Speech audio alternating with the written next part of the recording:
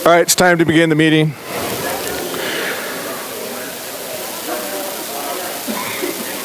Ladies and gentlemen, welcome to our December State Central Committee meeting. I appreciate everyone that took the time to drive down here. Jimmy has not yet apologized for the weather. He says that we brought it down here, but we appreciate the nice facility. This is a nice building and nice accommodations. We'll start off with the, thank you. Thanks, Jimmy. We'll start off with a invocation by Carrie Malkovich, followed by the pledge led by Carolina Heron. Carrie.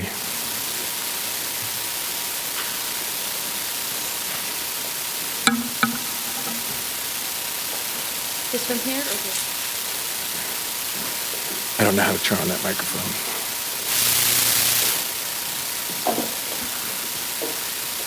Our dear Heavenly Father, we're thankful for this day. We're thankful for the safe travel that we've had in coming to our SCC meeting today. We're grateful for the opportunities we have to serve in this capacity for our state. Please bless us that we can have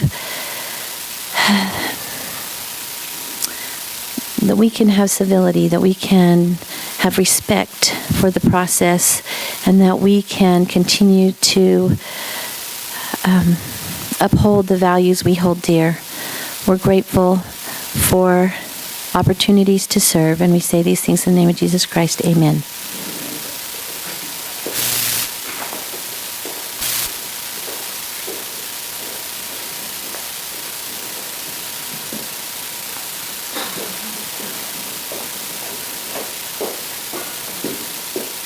Please follow me in the pledge.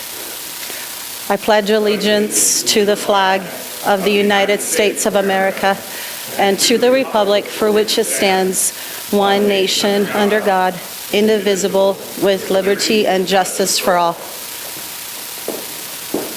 Thank you, Carrie and Carolina.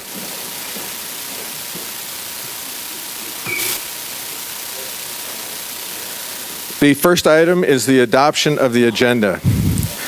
This is your agenda. You can add anything with a majority vote. You cannot change the order without a 2/3 vote. The order is dictated by the bylaws. Are there any changes? Yes, Mr. Chair, Brady Juggler, Davis County. I don't think we have Ebola in the center of the room here, so if you guys want to fill in down in here, I think it's okay.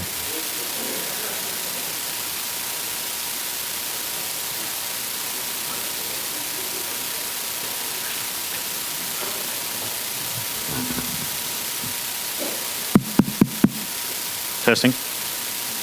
Almost. I heard the tap. I heard the tap. Hello? It's on. It's on. Can everybody hear me? Okay, so first thing is this working? If I eat the microphone?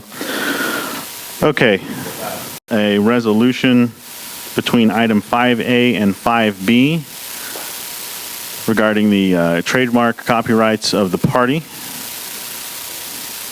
And if there's no objection from the chair of the body, I would like to call the question on that, as I don't necessarily want to go into debate if we can avoid spending an hour and a half on modifying the agenda. Say the last part again, please. So I would like to just vote on that up or down without any debate, unless... Do you have a copy for everyone in the audience to look at? I believe there the resolution. Yes. Okay. Yeah, if you can pass that around, I'm sure they want to see that before they vote on this, whether to add it or not. Okay, so while that's being distributed,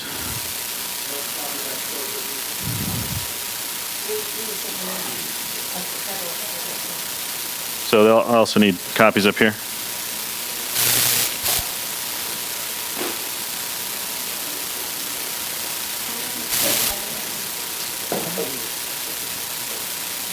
I can't speak to that. So while that's being distributed, I do have another motion.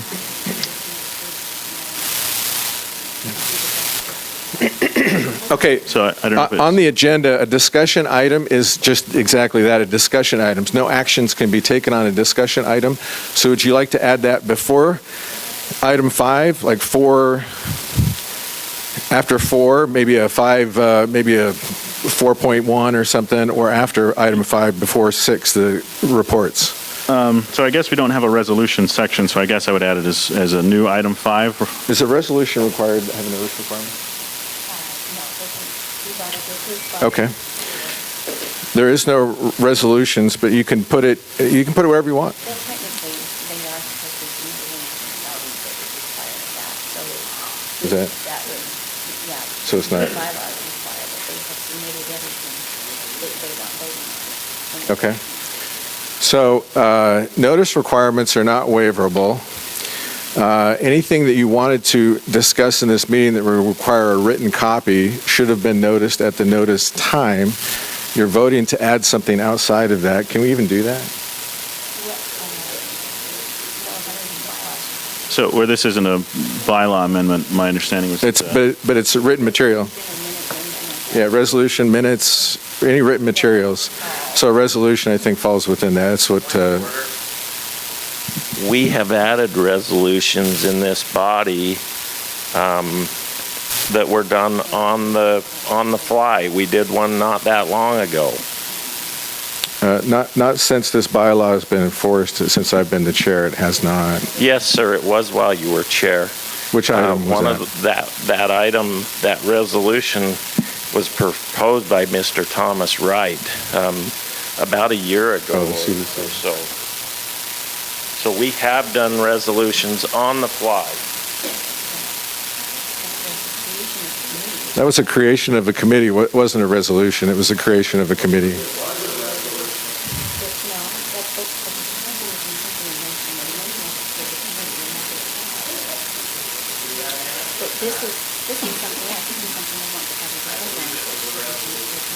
So can we vote on it to allow them to two-thirds of the vote to have here?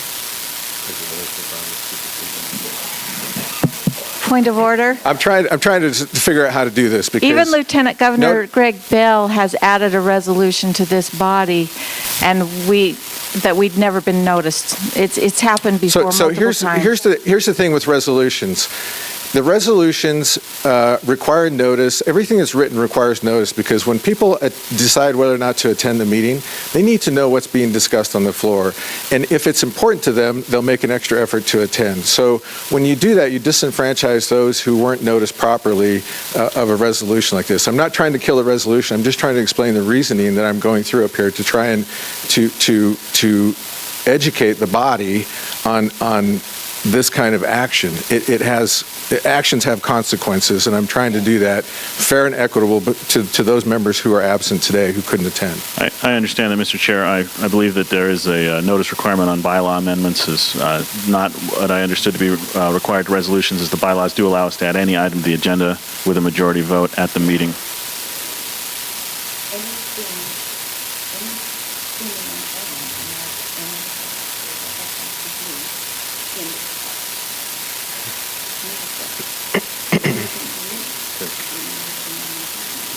Yeah, this is why we omitted minutes for so long, is we weren't getting the minutes in time, which is required by our bylaws. I think right here is a situation where we're trying to accomplish something that supersedes our own bylaws, Robert's Rules of Order, and if we're not a party of order, what are we? But our Constitution does specifically allow us to add items to the agenda with a majority vote. This is a notice requirement. Mr. Chair, I can provide some additional information to that regarding the notice. Go ahead. So this. State your name. I'm Joe Levi. Thank you. I'm on the Technology and Data Committee. The mics are being funny, so hey, bear with me. So we have been tasked by this body, that committee, to to do certain things. This resolution has been something that we've worked on in that committee and has been adopted and accepted by that committee. We just wanted to give this body, because you're the ones that created that Technology and Data Committee and tasked us with doing certain things and delegated us certain authorities. We wanted to make sure that we gave you an opportunity to see the documents that we were working on and to essentially give an up or down on it to make sure that we're doing what you want us to do. So that's why we have done this. This actually went through revisions up until 48 hours ago is how recently we've been working hard to do what you guys tasked us to do. Since we already have that authority, this resolution technically already stands. We just wanted to make sure that we're doing exactly what you want us to do and have that opportunity for you to discuss. Okay, in our party bylaws 2.0, Section C, it says this: any binding business requiring written material, for instance, minutes, budgets, resolutions, etc., shall be included in the written notice of the meeting, period. Okay? That is in our own bylaws. Do you see where I'm coming from? So then I would ask if we could change that from an adoption of the resolution to just a discussion of it, because this resolution You can accomplish was that in the data and technology portion of the meeting. Yes. Fantastic. Okay. Thank you. I'm going to withdraw that motion then. Okay, back to you, Brady. Yes, I do have one other. Motion to amend the agenda here, and I would like to speak to it to explain it. But I would like to motion to add to the agenda between just before item 5 a discussion on, or I guess so, the beginning of item 5, so the new 5A, discussion on a violation of the party bylaws, and I'd like to speak to that. There was a point of order raised at our last meeting by the Constitution and Bylaws Committee that the chair was conducting and speaking to the motion that the chair put to the body regarding the parliamentary authority to bring our bylaws into compliance with the Constitution and state law, which the party voted not to sustain that ruling. And then I made a motion at the time to add an item to the agenda to discuss the violation of the bylaws, and that motion required 2/3 vote. It achieved a majority of 51 to 36, but didn't have the 2/3 vote because the agenda had already been adopted. So I would like to move to have that added to the agenda now as the new 5A. Okay, so 5A, could you state that summarily?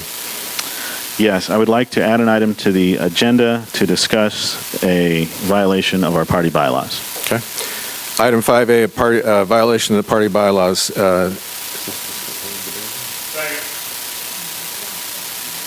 Okay, it's a motion to amend. It is debatable. Would you like to speak for that motion now that you already have? Yes, well, like I said, I made this motion at the time. I feel like it's an important matter that that this body needs to address, and that it is appropriate to do that in our meeting, and so I am motioning to that effect. Okay. Is there anybody to speak against this? Okay, ready to vote? All in favor of adding this to the agenda, please raise your credential. Those opposed, please raise your credential. The ayes have it. That will be item 5A. And we'll move every other item down one annotation. Okay? Anything else? Yes, just one other thing, and I would like to just have this voted on without debate. If the party doesn't want it, or if the body doesn't want it, that's fine. But in order to get through as much binding business as possible, I would like to motion to have the officers' reports moved to after item 5, which, as was discussed, requires a 2/3 vote. And if the body votes against it, then that's fine. Okay, it's a motion to amend. It's debatable. Would you like to speak for that? Is there anyone to speak against that? Okay, it's pretty self-explanatory. All in favor of moving the party officer reports to after item 5 before, move it in with the reports with item 6, please. Go ahead, Kathleen. I just have a question. Is that designated in the bylaws, the order on the agenda? It's a 2/3 vote required to amend this, yes. Yes, it is. Would you read that out loud for the body, please? Yes. The order, as I've explained time and time again, the order is specifically dictated in our bylaws.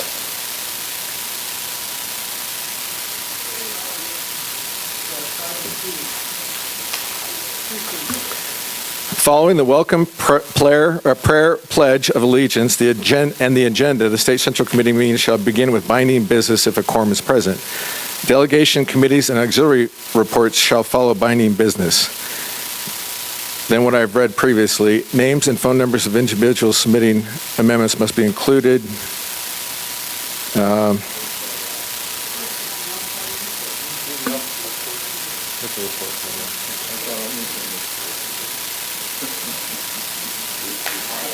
Okay, so here's something to note, and this will come up later in the discussion.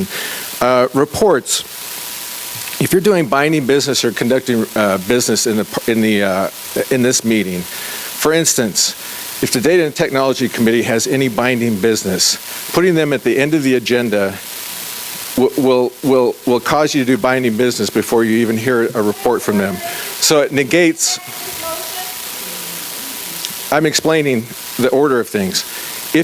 So a lot of things in the officer reports, including the treasurer report, has an applicability within the meeting that the binding business will be conducted. And so therefore, when you do this, there's a lot of things that you may make decisions on today that you don't have the full information on based on some of the information that may be in the committee reports or the officer reports. So that's why the order dictated in Robert's rules and also our bylaws.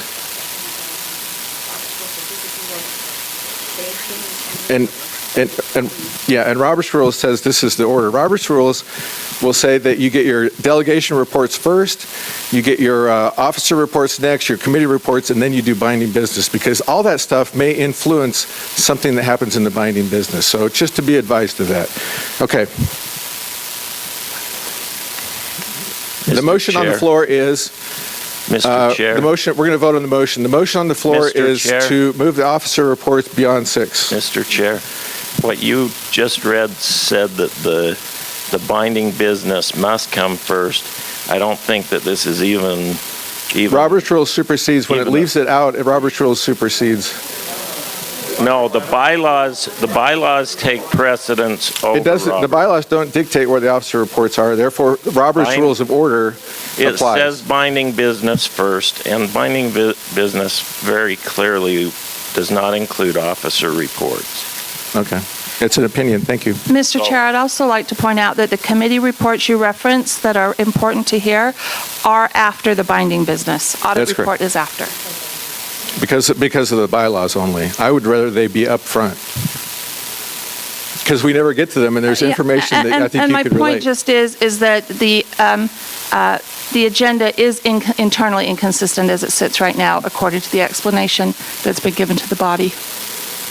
No, the explanation given to the body is we've superseded Robert's rules with particular bylaw that dictates that the committee reports be at the end. And so we've done that internally. Mr. Chair, may I suggest Okay, if we take a vote, if we let's get vote on the two-thirds, motion. then it won't matter? Yeah, let's vote on the motion. Point of order. This debate is spending a lot of Point of time order. here. Yes, go ahead. Our Constitution and bylaws supersede. Are you using a point of order to debate here, or No, are you I am saying not. we're doing I am are we making doing a something point. wrong? Are we? Yes, we are. Your statement was wrong. Your statement was wrong. The bylaws. That's not a point of order then.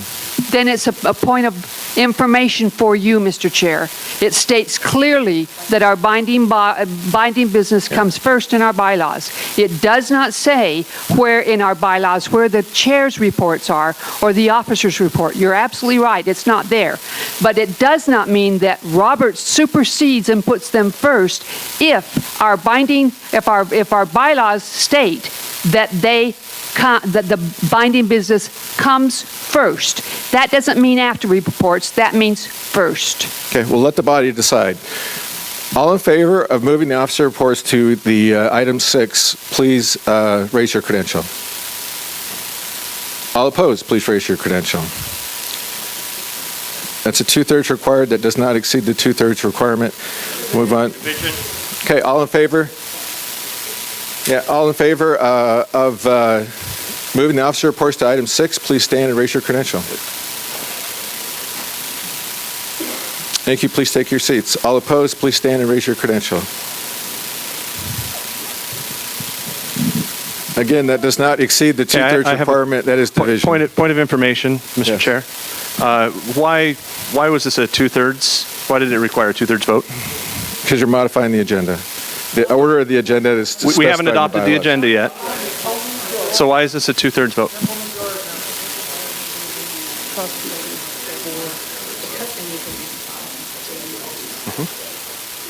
This is the custom we've been following for my entire chairmanship. I'm thinking it's probably through James's.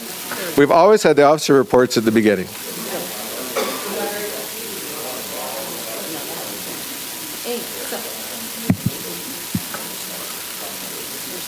Okay. All right. That motion fails. Next item on the agenda I is the challenge the ruling of the chair. Okay. Are you making a motion for a counted vote? No, I challenge the ruling of the chair. I asked the question, why did this require a two-thirds vote? No answer was given, and then it was ruled that we just move on. So I'm challenging that decision to move on. Okay. We still don't have a reason given why we need a two-thirds majority for this where we didn't need for the other. I've moved on to the next item on the agenda. However, I'll allow this ruling of the chair to be challenged. The ruling of the chair is challenged. The chair has ruled that shall the ruling of the chair be sustained. All in favor of sustaining the ruling of the chair, please raise your credential. All those opposed, please raise your credential. Okay, the ruling of the chair is overridden, and we will have another vote on whether to move the officer reports to item 6. And this will be a majority vote, is that correct, Mr. Chair?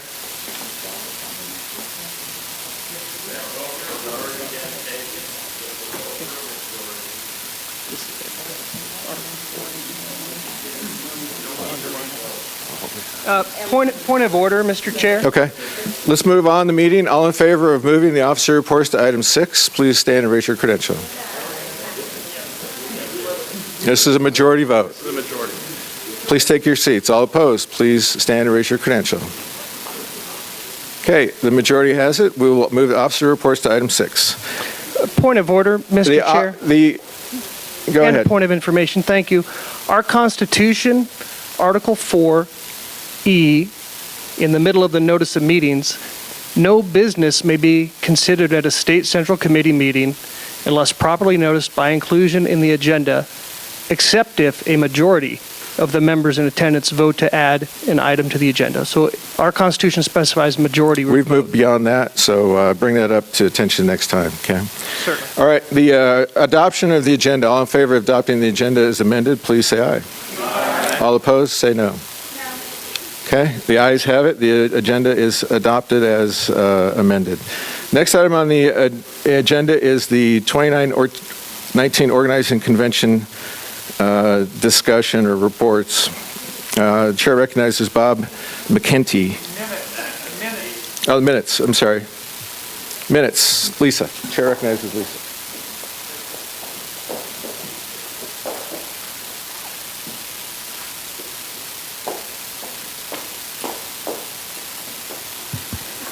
The minutes were submitted to the body in the call, and the attendance records are a part of the minutes. They are actually listed when it says check the attendance records, and it gives you the link for it. We can always add that on to the page if you'd like to. It just would make it a lot longer, and I keep trying to consolidate that for our business. So are there any corrections? Okay, Mr. Ezra. Her Silence Sarah moves the minutes are adopted as printed. Is there any corrections to the minutes? All in favor of adopting the minutes as printed, please say aye. Aye. All opposed, say no. All who read the minutes to their entirety, please say aye. Aye. I think somebody is lying in here. Mr. Chairman, Yes. Lowell Nelson from Utah County.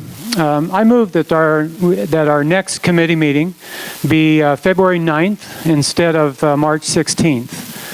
And I'd like to speak to that motion, if I may, please. The motion on the floor is to move the, is that an appropriate time for this?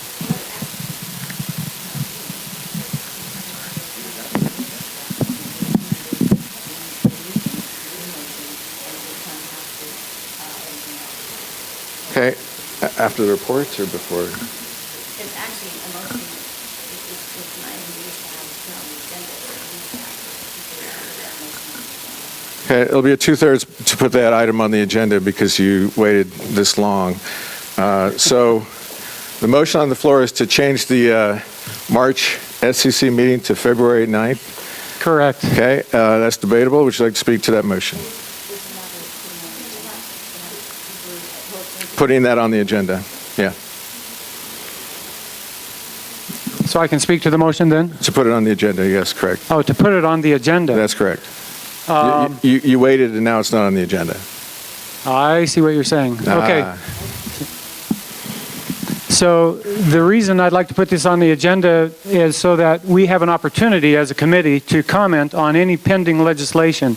If we wait until March for our meeting, then the session will be nearly over. That's the last week of the session. Whereas if we meet in early February, then this committee will have an opportunity to comment on any pending legislation that might affect the party. Do I know of any legislation? No. But sometimes there is, and sometimes the party would like to comment on that. So that's why I would like to add this to the agenda. I didn't realize that I needed to do this during the adoption of the agenda. Thank you. That's all right. All right. Would you like to speak for or against this? Fred Cox, Salt Lake County. I just wanted to comment, the end of the session is the 14th of March, so the SCC meeting on the 16th of March would be after the end of the session. The 9th of February obviously is soon enough if we want to comment on legislation. I'm just glad that it's not being proposed for the 16th. Thanks. Because of Valentine's? I didn't think you had a heart, Fred. Chair recognizes Kirby. Kirby Glad from Utah County. I appreciate the spirit. However, a lot of us plan our travel and business and family activities months and months in advance around this schedule. Because in my county, if you miss 3 meetings, you're automatically dismissed from this committee. So I don't feel that this is a fine concept. We should keep this in mind in scheduling our future dates. But we've been announcing this date for a year, and I feel we should stick to it out of respect for the schedule of the committee members. Thank you. Mr. Chair? Are you going to speak to this motion, or? Yes, I am. Okay.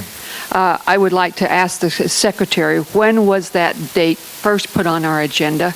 I don't think it's been a full year that that's been on there, number one. Do we have a date when that was first put on?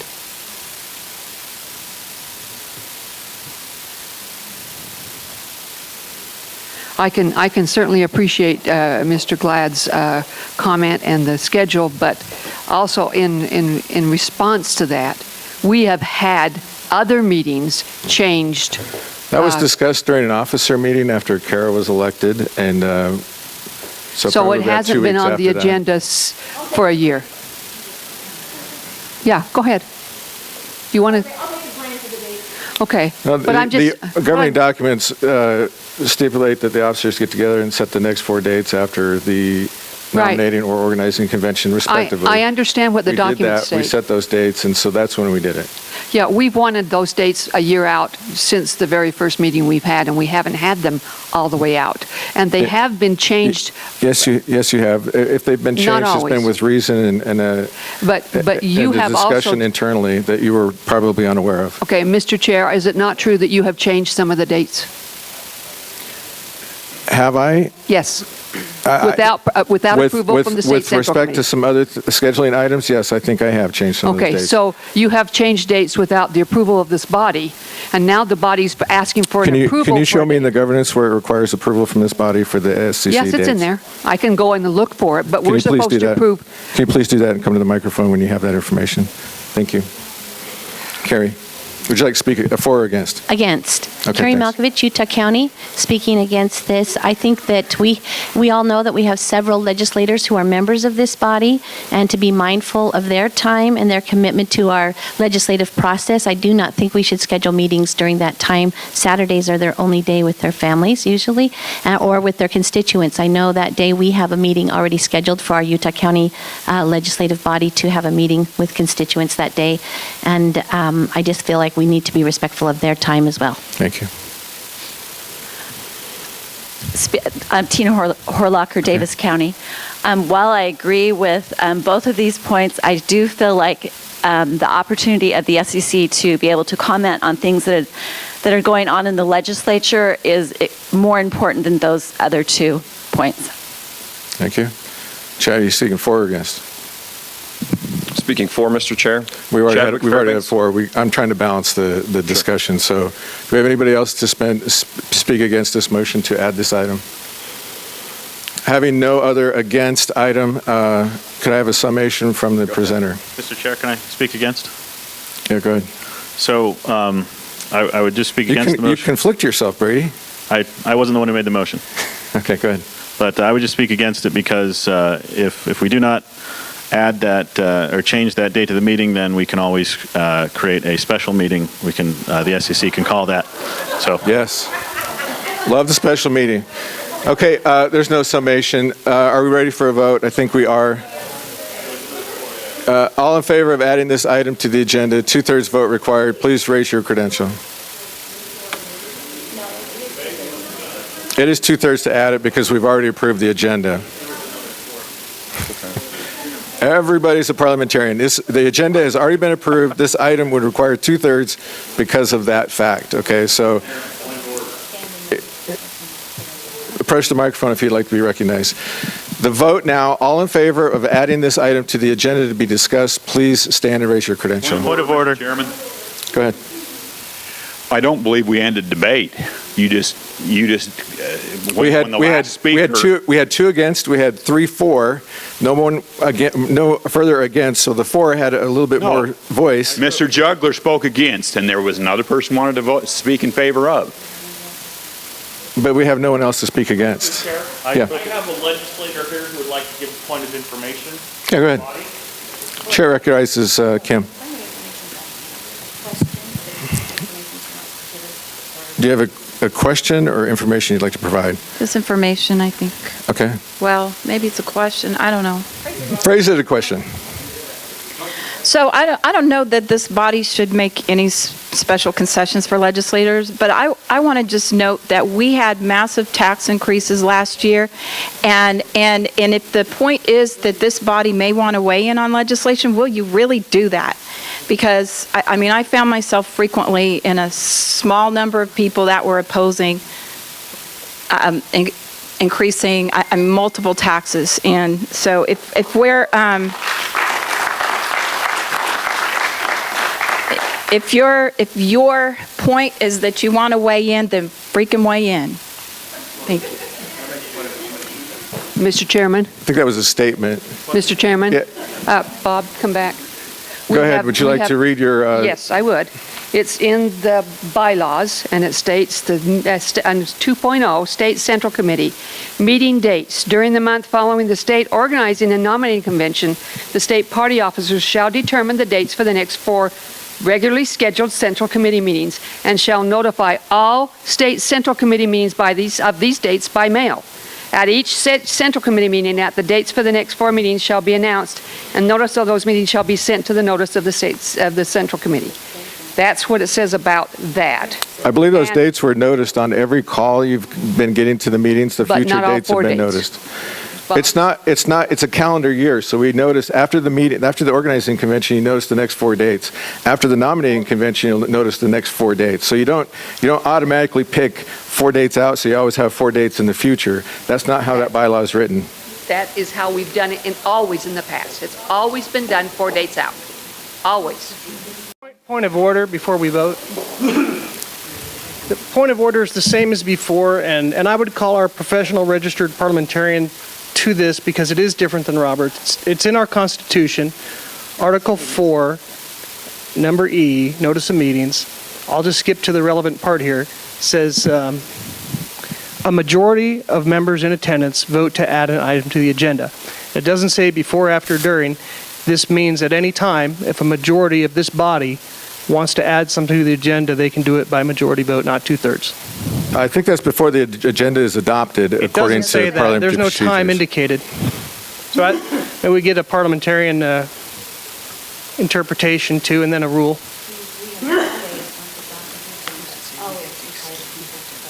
Yeah, once the agenda has been adopted, it's always been a 2/3 to add any item. Same point of order. It's our Constitution. Except if a majority of the members in attendance vote to add an item to the agenda, not before adoption.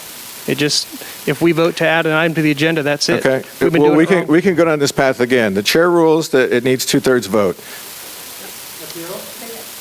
Yes, sir, I would like to appeal the rule of the chair. Appeal the ruling of the chair. in The favor chair's of the ruling has been Constitution. appealed. All in favor of sustaining the ruling of the chair? Do you want to debate this? Okay. Chair recognizes Kirby Glenn. So I understand the ambiguity, and I agree that the language is not clear, but I support the ruling of the chair because there's a specific exception given to a specific rule. The rule is that the agenda has to be sent out in advance, and the exception is that items can be added to the agenda at the meeting. There's another rule which says that once something has been voted on by this body, to change it requires a higher vote. So it's a different rule. So the exception to the first rule doesn't apply to the second rule. So I support the decision of the chair. Thank you. Mr. Chair, actually, in the interest of time and respect of time of this body, I would like to call the question so we can move to the business of the day, please. Okay. The question has been called. We have to go to the question of the call. Point of information, Mr. Chairman. Okay. Just a reminder that a call to the question requires a 2/3 vote to limit debate on any item, according to Robert's Rules of Order. So we must vote on the call to question first with 2/3 vote, then we Yes, call I'm the question familiar on the with that. motion. Thank you. Thank you. So all in favor of calling the question to end debate requires 2/3 vote. All in favor, please raise your credential. Those who oppose, please raise your credential. The debate is ended. The question now on the floor is whether to add the item to the, is it the overruling of the chair? Sustaining the chair. Okay. All in favor of sustaining the chair, please raise your credential. And that is 2/3 vote required. Majority. Okay. Okay. Sustain the ruling of the chair, please raise your credential. To oppose the ruling of the chair, please raise your credential. The majority sustain the ruling of the chair. Okay. Now we're back to Okay. Okay. Standing vote required here. All in favor of sustaining the ruling of the chair, please stand.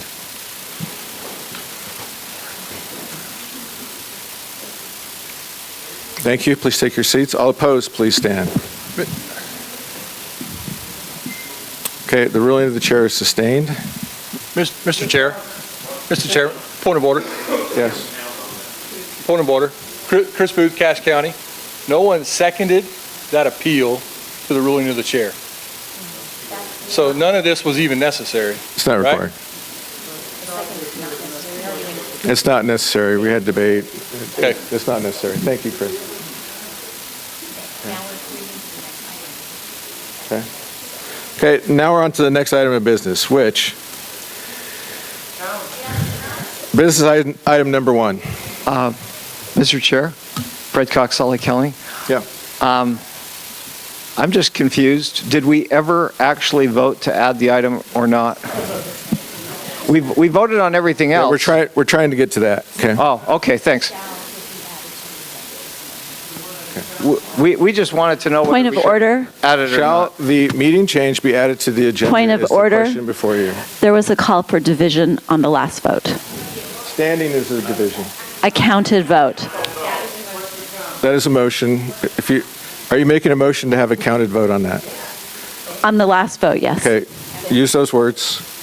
I would like for there to be division, a counted vote on the last vote. Request a counted vote. I So would there's been a request. request for a counted vote. And Okay, on restate the ruling of motion chair. also, please. On the ruling of the chair. Jimmy, could you count this aisle right here? Okay, it's a majority vote to go to a counted vote. So all in favor of a counted vote, please stand and raise your credential. Majority required. Thank you. Take your seat. Wait. All I in think favor there's of going to a confusion. counted vote, please stand and raise your credential. Thank you. Take your seats. All opposed to a counted vote, please stand and raise your credential. Okay, that motion fails. Now we're at the.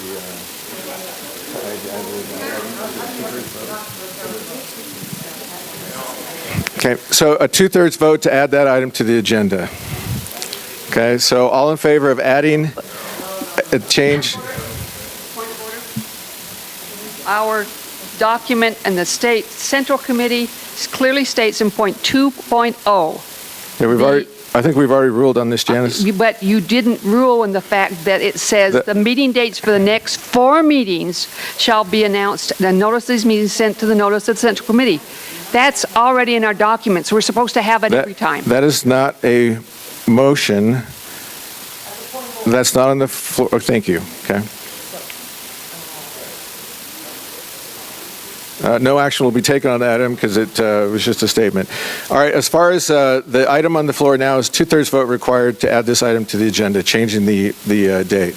All in favor of changing the State Central Committee meeting from March to February? Point of information, Mr. Chair. Add that to the agenda. 2/3 vote required. Please stand and raise your hand. Point of information, Mr. Chair, before the vote.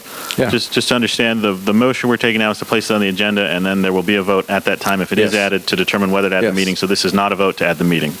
Yes, Okay. to change it. All in favor of adding this item to the agenda, a change of the State Central Committee meeting? Point of order. The way counts are being taken is not being done appropriately, and I want to register that as a parliamentary complaint right now. We are not taking counts according to the way counts should be taken. There were enough people that called for a counted vote that we should have been counting heads. That's not something that you just nilly-willy forget, that we asked for a pointed, counted vote. And that motion failed. It needs to pass with a majority. I think the number for that is like 20 people can call for a counted vote. It doesn't need to be a majority. Yeah.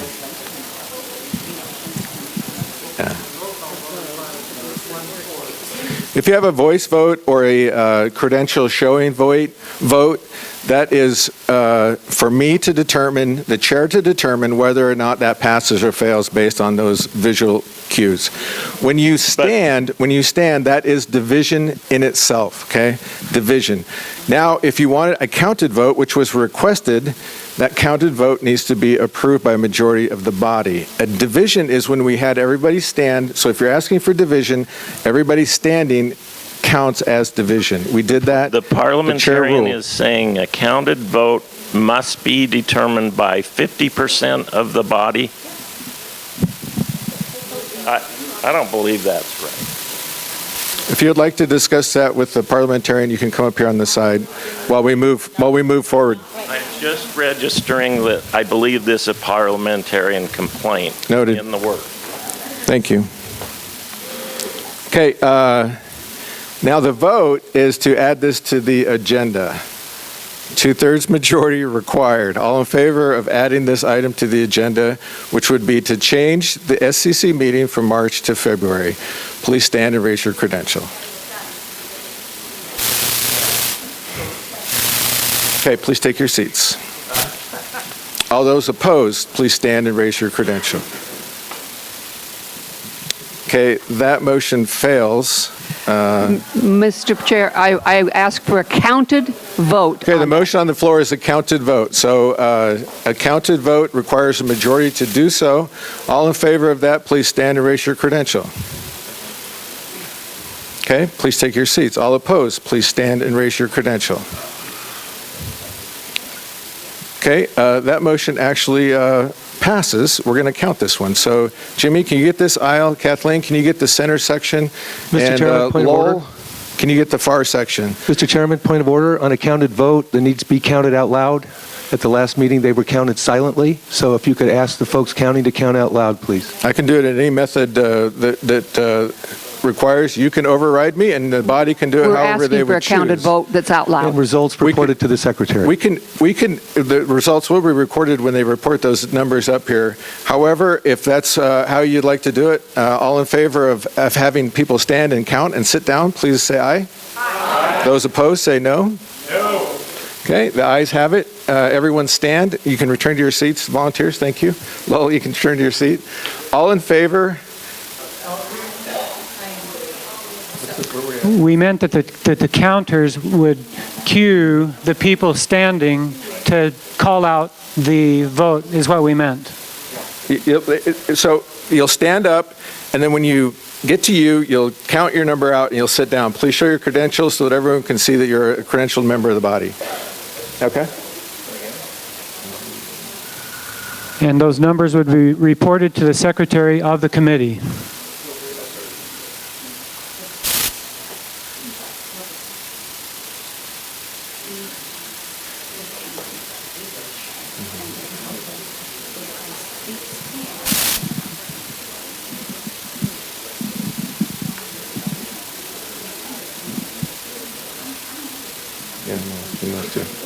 Okay.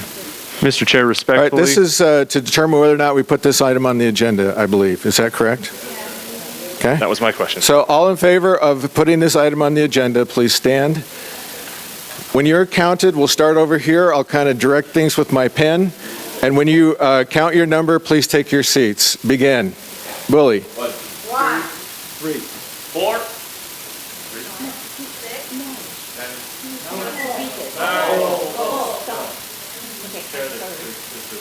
We have to start over. Okay.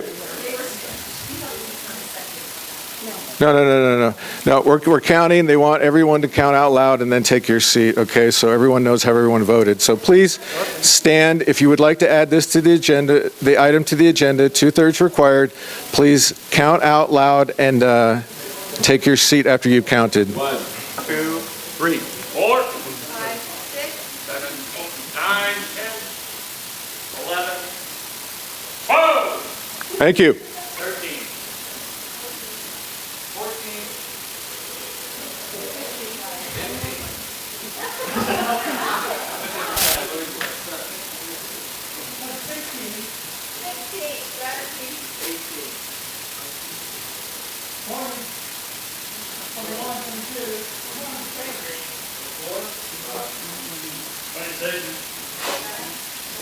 29, 30, 31, 32, 33, 34, 35, 36, 37, 38, 39, 40, 41, 42, 43, 44, 45, 47, 48, 49, 50, 51, 52, 53.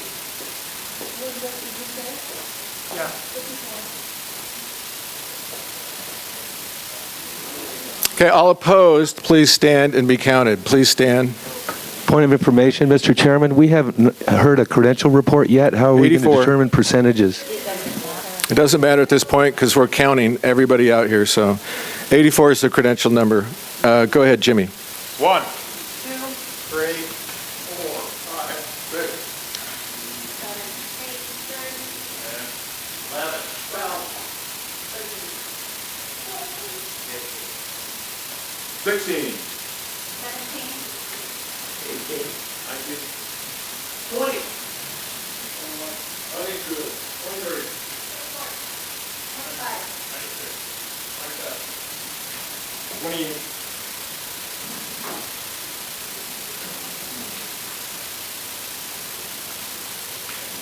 Okay, opposed 28, so if you double that, 56. I don't think that's 2/3. Okay, that motion failed. It will not be added to the agenda today. All right. Now, I believe we're at the item 1 of the agenda, 55 minutes into the meeting. Point of personal privilege, Mr. Chair. Yes. I realize that this was a long and drawn-out issue. I appreciate the chair especially. And our parliamentarian for going through that process. Voting and finding out what the real will of the body is and following rules is something that's really important as witnessed by this last election. So I do appreciate that. And hopefully you've seen that I struggle to try and enforce and uphold the rules, provided information I provided you today to show you that that is my ultimate goal. This is your meeting. It goes how you dictate your votes, okay? I look at the body and I make a judgment and we continue. I want the will of the body to be done. Okay, Pam. Did you just recognize me? I did. I would like to know, because I was under the impression that you as the chair are in charge of moving this meeting forward Yes. by recognizing people who want to speak. Yes. We've been here for a long time with people just popping up and saying whatever they want. Okay. And I want to know if you need to recognize somebody before they speak. Yes, let me cover that, Pam, and Can then... we please come to that point Thank you. where you as the chair it doesn't matter if they're lined up to the door, if you don't recognize the lady in red, the man in the blue suit, Yes. they don't have the right to speak. Now, Carrie, if they say point of order, can they just pop up? So point of order is the pop-up. We'd still like you to come to the microphone. So here's the procedure. Can we just, that's A all. point of order is a question or we're procedurally doing something wrong, okay? Other than that, do not use point of order to enter debate. Let's be aware of everyone's time in here. So, some comments, some arguments, some obvious disagreements with the will of the body, please keep those to yourself unless you are thinking that we're not following the rules or you have a legitimate question to be asked, okay? Otherwise, I'll recognize you when you get to the microphone and we'll begin from there. Thank you, Pam, for bringing that to our attention. I think that will speed up the process. Arturo. Yeah, point special privilege. Last night, President George Bush passed away, and I just would like to request the chair and the body if we could draft a letter from the State Central Committee expressing our condolences to the Bush family. Okay. And where would you like that letter to go? We can find out the address where to send it. Okay. I'll work on that. Is that okay? How about we just post that on social media? That will be great. Okay. I've already tweeted this morning about the passing of former President Bush. Let's have a moment of silence in his honor, and if you'd like to get together and draft a letter with some friends, please submit that to me within this next week, and we'll put that online, well, in the next couple of days, so it's timely. Okay? Appreciate that. All right. So let's have a moment of silence for former President George Herbert Walker Bush.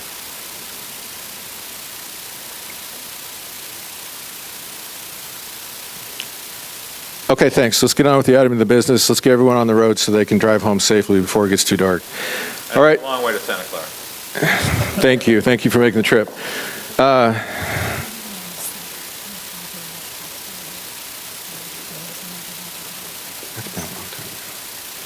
We'd also like to acknowledge Phil Farber, who passed away, I think it was 6 months ago. I think we did Carrie noticed that last meeting. I think we did acknowledge that. All right, next item on the business is not to take anything away from his passing and his service to the party. Next item on the agenda is business. The chair recognizes Bob McKinty. Thank you, Mr. Chair. And I will do a public service announcement and just say it was very easy to get on the agenda as advertised. I emailed, you put me on the agenda. Thank you very kindly. That worked nicely. No vote required. So the first item, and I'll give a reference because today seems to be go to the books day. In Article 12 of our Constitution, Section 7, it says that every other year the state organizing convention shall be held at a time and place designated by the SCC. It might say something different, but that's the intent. We're supposed to decide the time and place of the organizing convention. It's up to us. We haven't done it. So that's why you're here to discuss this. Correct. Okay, thank you. Okay, and we had a good discussion at the last SCC meeting where we kind of went over some possibilities.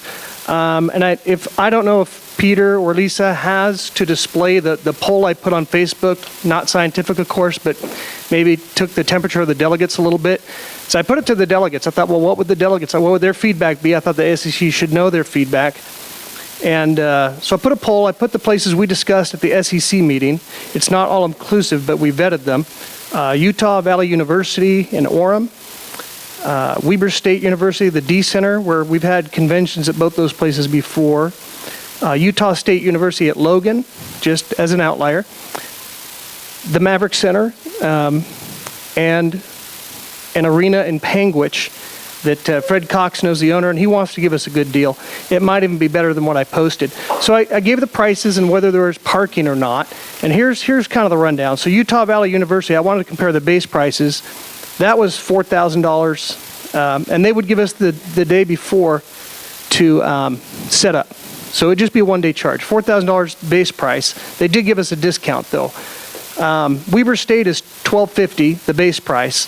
Logan would be $750. The Maverick Center is $25,000. They don't give you a day to set up, so you have to pay for 2 days. So it'd be $50,000 to use that. And Panguitch, I estimated $500. Fred could correct me. It might even be less, honestly, because he wants to do us a solid. So if we happen to go there, he wants. I believe the owner in Panguitch is going to pay the delegates to attend. Probably not. Yeah. So Secretary Shepard did a little further research, got a detailed quote with everything in one ball of wax from Utah Valley University. The total cost there for the convention on May 4th would be $10,818. So rounded off, $11,000, approximately $5 per head from the delegates. And the delegates gave us a lot of feedback on Facebook. I'll tell you the votes they took with kind of that information you have, and everywhere having free parking except the Maverick would be estimated at $10 a vehicle, which the delegates were not real fond of. How they voted was UVU got 60 votes in first place. Weber State got 40 votes in second place. Panguitch really held up. It got 26 votes in third place. Logan got 10 votes, and the Maverick Center doesn't have any votes for it at the moment. Okay, are they available on every date? Oh, okay, so the dates are also specified. I don't know if we can put that screenshot up, Peter or Lisa. Okay, because it has the information. So the dates, here's the dates. Utah Valley is available May 4th. It's also available on additional days. Do you want to show me? June 1st, May 4th or June 1st. Which still gives 6 months notice if we want that. Weber State has a little bit more flexibility. They're available May 11th. Footnote, unfortunately, that is the day before Mother's Day, but I don't think your mother would hold it against you. Then June, they have 2 weekends in June. I think it's the 8th and the 15th of the Saturday. So we have 2 dates. I don't know if we want to divide the question on the date, but Weber's got more flexibility. Panguitch, as I understand, is very flexible with that arena. Logan also isn't booked very hard. I mean, it's pretty flexible. And I understand the Maverick Center is reserved for a date in August, the 8th perhaps, if memory serves. I put August 10th, sorry. That's Saturday, August 10th. So those are kind of the dates, and Peter is working on getting that up on the screen so you can kind of see the info. Is this the one? I can't quite read it. Is this the poll with the places, right? Okay, so that's kind of what I'm going off of here. And that's what I'd like to present for the body. And I recommend I make a motion, we take a vote on this today to decide and to divide the dates from the place. Could there be more discussion? I'll kind of hand it off to you if you want to just have a standing vote on the different places, or discussion first perhaps. We can have a discussion on that. Okay, so I think I've looked at these dates. I think May 1st is that Labor Day weekend? No. May 4th? Memorial Day? 26th of May. End of May is Memorial.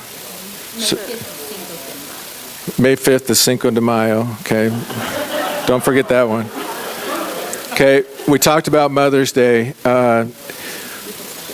We do have a quote for $11,000 for Southtown, which we held it last time, and that would be on May 18th, which is about the same time. I think that's a great weekend. It doesn't, when you get toward the end of May, you're talking about the end of school, Mother's Day weekend. I think some people have plans to go out of town and celebrate that. So I think to increase your attendance and to give yourself some time from the county organizing conventions, that there's an opportunity for May 18th to Southtown for the same cost of UVU.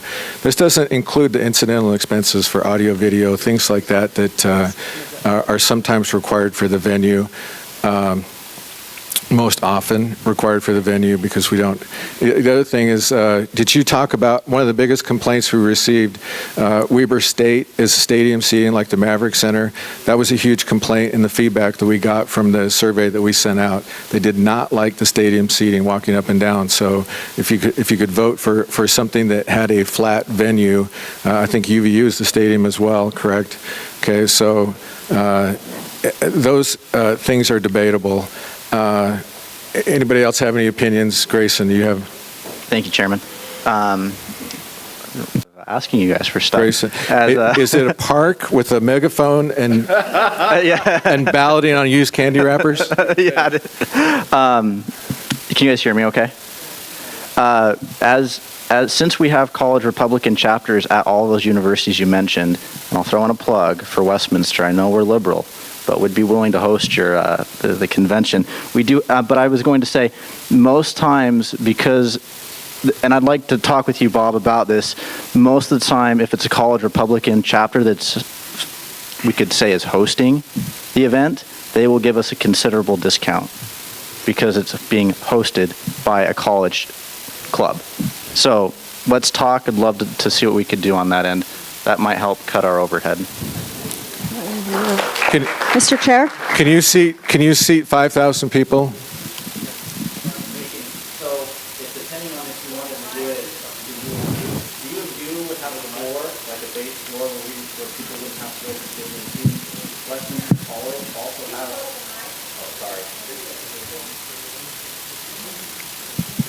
three universities I know of off the top of my head. I'm not familiar with Logan's campus that much, so I couldn't speak for it. But the University of Utah, Utah Valley, and Westminster all have venues that are large enough to hold delegates. It would be on a basketball, or like a basketball floor, but we would have flat seating. You would be able to have people all on the same floor. There wouldn't be any walking between up and down the steps. So happy to look into that. Yeah. To do that, I think would obviously require postponing the vote today, but go ahead. Thank you for recognizing me. So I have been working with UVU, and I actually negotiated down from the $4,000 base price, and I have their comprehensive everything that we would need. It includes the Jumbotron, one camera operator for it. When the video is repeated in the Jumbotron, you usually need 2 or 3, but we don't usually do that for an organizing convention. I mentioned the fact that we may have to put up vote totals, things like that, and they said 1 would be fine. So I have a very extensive report here on this. All staffing charges, the production charges, the operation charges, booths, 20 booths with the 10 by 10 with curtains and pipe and drape, that's what we call it, is included, with the stages included.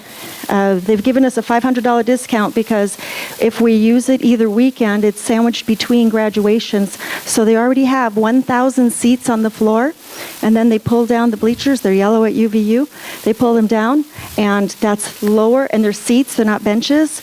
And so it provides us a way to get up and down easily between there. We've ordered on here, and what I've asked them for is to make sure there are microphones in the stands and to make sure there's microphones on the floor and that there's one up at the podium. So they've given us all of that, and we have all the security, everything that we possibly need that day. And that was 20 booths that we can have for those running for office, and then any leftover booths could be for vendors, all included in the price of $10,000. This is including setup the day before. It would be the evening before, and so we wouldn't have to pay an extra day like we had to at the Maverick Center. So it's $10,817.48, and that's with anything and everything we could possibly throw on. If we wanted to have more than 20 booths, then we would need to bring in some other company because that's all they can provide. We are able to provide for ADA. So we shouldn't have a problem with that. So you can go in on the main floor and you can walk through the tunnel area, which is of the main areas, and they could be able to sit up front and we'd be able to service them much better. And so that gives us the opportunity to have 1,000 people on the floor. So those that didn't like being up there. I'm a flat person, like as far as I would like to see it all in flat, but I think at this price, with everything included, I think that's the best option for us. And I would say May the 4th be with you. May 4th. Okay.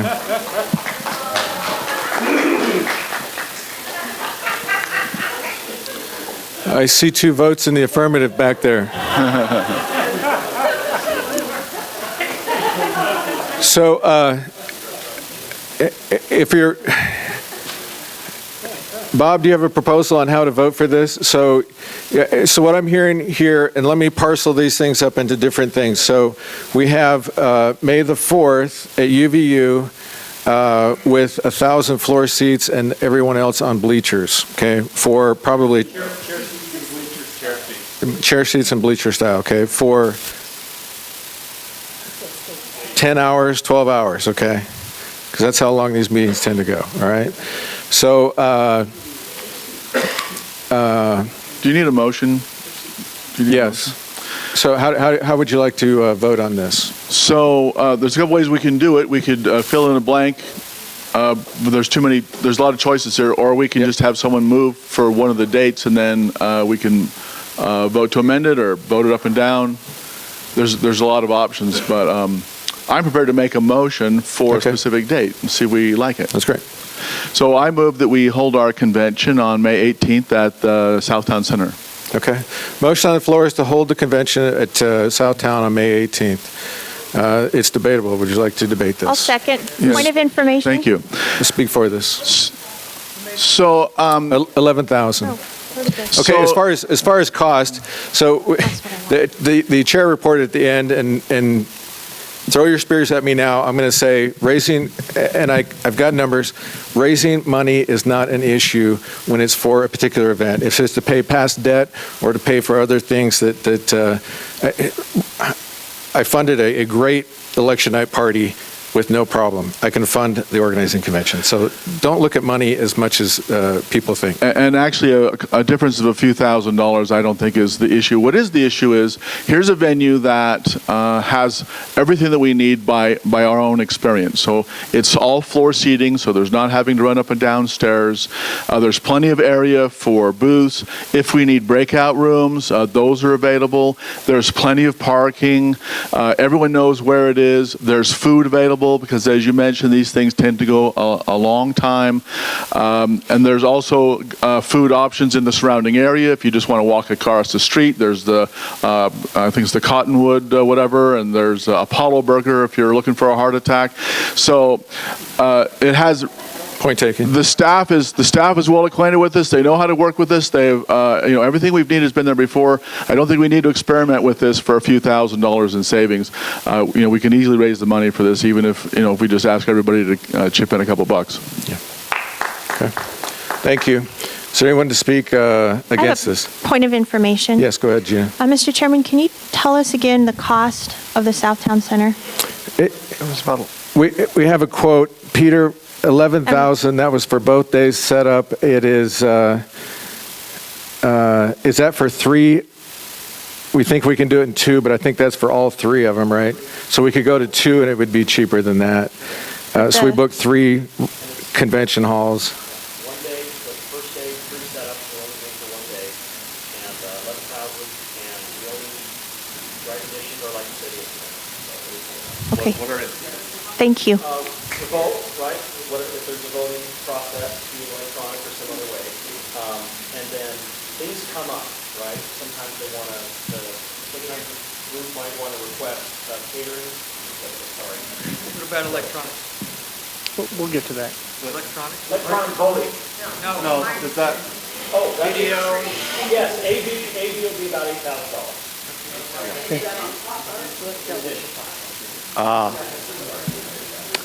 Okay. Okay. Bob, you want to speak against this? Thank you. Yes, well, I'd like to offer a substitute motion that we list these places and vote on them like we did the Senate candidates with those same rules, where the 50% drop off. If they don't make the 50%, they drop off, and then we vote. We could do standing vote. I would like to offer a point of information for everybody that the delegates are very encouraged if the party's trying to save money. They're much more likely to give $5 or $10 if they see we're trying to control costs, be good stewards of their money. If they think it's a money burn, they get angry about it. And if they have to pay for parking, they don't like that either. I think we can sweeten them up. There's no substitute motion there, so... Well, the substitute motion is to vote, just like with Senate candidates, list them. We have 1 vote, and the 50% not in the top drop off, and then we... it could be amended then, sorry, an amendment. Multiple round balloting. Just a standing vote. Okay, the motion is to do multiple round balloting with the locations and the dates, all right?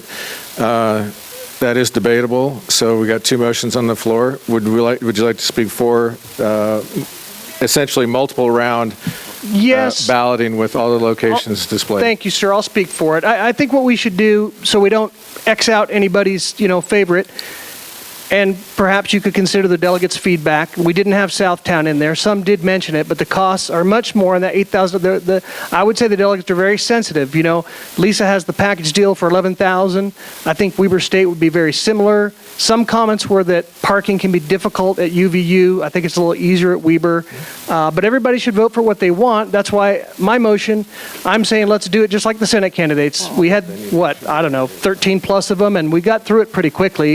If we do standing votes, I believe we can get through this quickly. We eliminate half, and then we just, vote the rest just like their candidates, and we arrive at the one most favored by the body that way with no exclusion. I think there'd be 6. The motion's been seconded. All in favor of accomplishing voting for the venue and the date as described by Bob, please say aye. Aye. Those opposed, say no. The ayes have it. Let's list those up. So, Bob, if you can go over to Peter. I think let's do them as far as the date first, and then the location second. And then amplifying information if you want. Okay, Mr. Chair. while we're doing that, Fred. Fred Cox. I just wanted to clarify, I do not know the owner of the arena. It's just his cell phone number is on their website. I called him up, asked him what he would charge us, and he started at $100, and he would roll the floor. And apparently, he was somewhere in between 100 and 1,000. But the interesting thing is it is typically a dirt floor, so they roll it hard. And there are about 1,000 seats around the arena that are probably benches, if I remember right.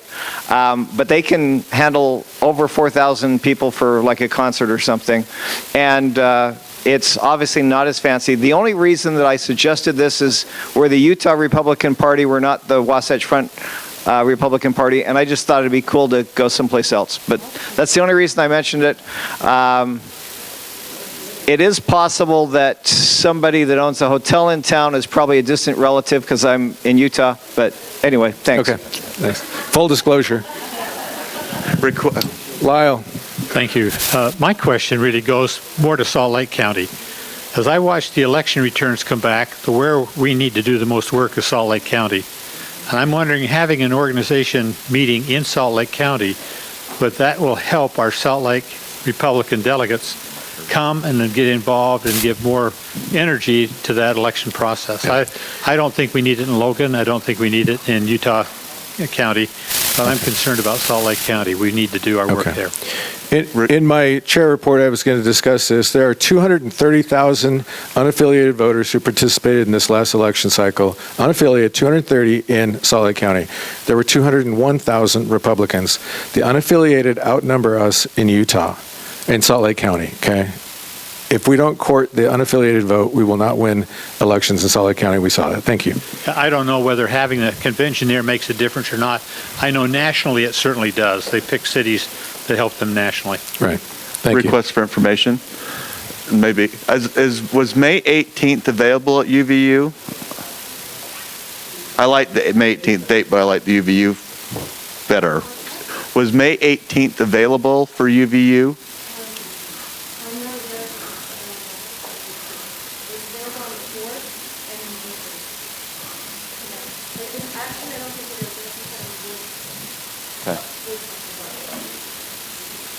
Request for information. I don't know if this will go to you or to the sponsor, but I was wondering, I'm hoping that we don't have to just do ballots and vote like that. We could just do it standing or whatever.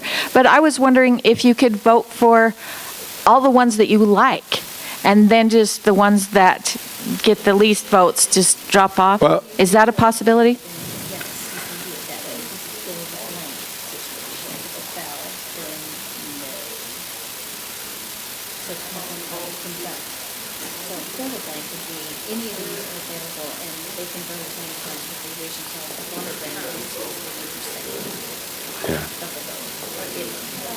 Or take the highest one.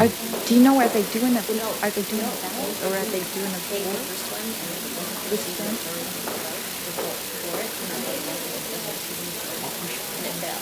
If it does, then it's the one. Asking if we're going to do a ballot, or if we were just going to stand. Oh, okay. Okay. Yeah, okay.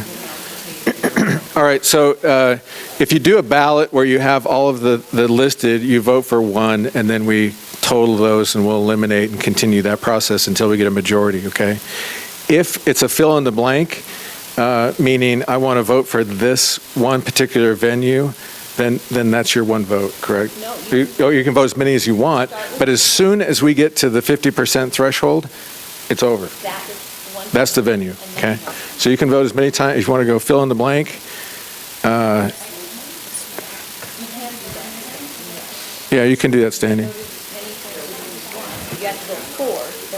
Yeah, I was wondering, are But you we have to vote- doing a standing vote or are we doing a ballot?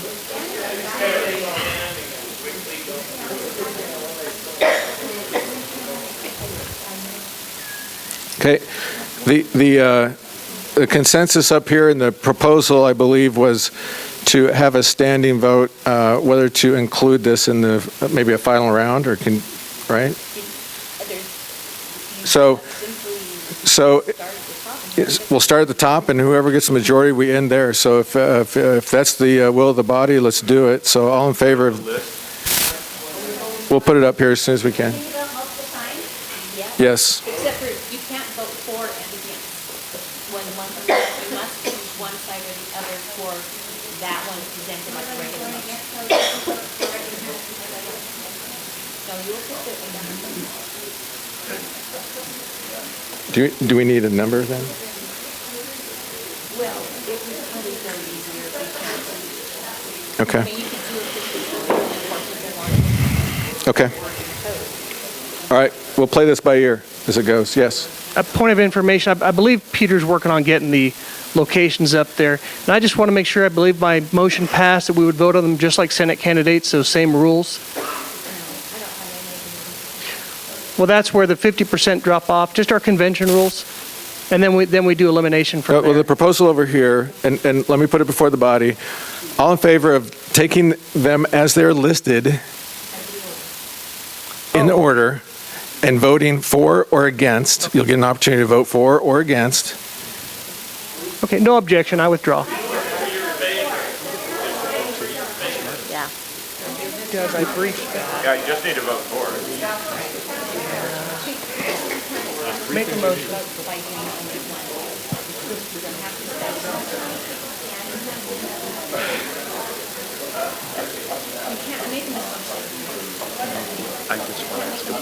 That's what I want. Mr. Chair? You can't make an assumption. Mr. Chair? Is this, do we care about locations? Bob, do you want location or time, dates on there? Or do you want cost? Dates separate. I would like to vote the dates, divide that question. So, You could put the cost. There's a member wants to make. okay. So there's been discussion about all these different locations up there. Are you ready to vote and see where the body goes in this? Can I just get a point of clarification? Mr. Chair? Yeah, go ahead. On the Southtown, does the $11,000, is it all inclusive or is that just the rental of the venue? It's the venue, So and do then we have an all-inclusive price like we were given? The available dates, though. so it would be approximately, but it was going to come down if we only used two venues. It would be a third of 11,000, so 8, 16. And again, I can tell you, I raised $20,000 for the election night party in Right, 20 I just phone want to calls. be able to compare, just have an accurate comparison. All right. Mr. Chair? It could be lower, the high would be 19. Point of information, Mr. Chair. Of all of the locations that are listed, do I understand it correct that the Mountain America Exposition Center is the only venue with a complete flat seating with absolutely no stadium seating? Is that true? I can't speak to that. Yes. Thank Yes, you, that's sir, correct. for that information. Thank you. All of these are public venues, so they have to be ADA accessible. So I don't think you need to take any ADA considerations into Mr. account. Chair, I would just ask that since a motion was specifically made for the Southtown, could we put that at the top of the list, and then if it fails, we can move on to the other list? Okay. Motion on the floor is to put Southtown at the top. All in favor of that, please say aye. Aye. Those opposed, say no. No. The ayes have it. Put Southtown at the top.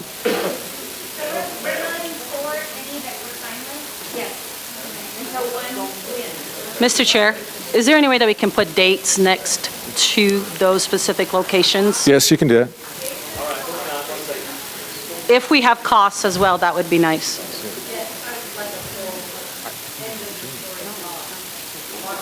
Or the cost that we know as of right now. I know some of them were saying that it's not all inclusive from the cost that was stated, but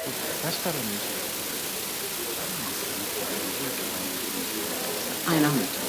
And you say that too. If we could just do this really quick, and then my motion is that we vote for an item. We don't have to vote for and against.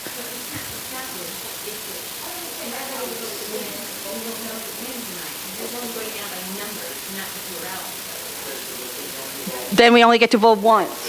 Right. No, it's still the blank, and you may all vote. So if you vote for the first one, and Tony votes for it, before you vote against it, then it fails. And you go to the next one, and you will then vote for it. And as soon as you get one that you all agree on, wherever that falls. Okay, that's fine. So, yeah, let's vote quickly. Yes. Okay. Chair? And Mr. Maverick Chair. Center was? Mr. Chair. Mr. Chair. May 11th? No, Maverick Center was August 10th. Well, we had it for August, but we also reserved it for May too. Yeah. Mr. Chair, may I a question of inquiry? Let me acknowledge Carrie here. I just wanted to remind the body that we already have an SCC meeting scheduled for June 22nd, so we might want to consider that. If we had 2 meetings in June, that might be a little much. So I'm in favor of May. Thank you. Okay, I'm just thinking through this and trying to figure out. I know that if one gets 51, it might win, like the way you're putting it out there. Is that correct? You're saying the first one to get to 50 first one, plus yes. one. All right. What if I would recommend that we vote and limit at the top 2. That way, those that voted other ways can weigh in at the top 2 choices. Because there could be You're not enough. precluded from voting for every one, but when we get to the one that... I'm saying vote for one. Vote for one venue, and then when it gets down to the top 2 choices, you vote one more time. Mr. Chair, can I?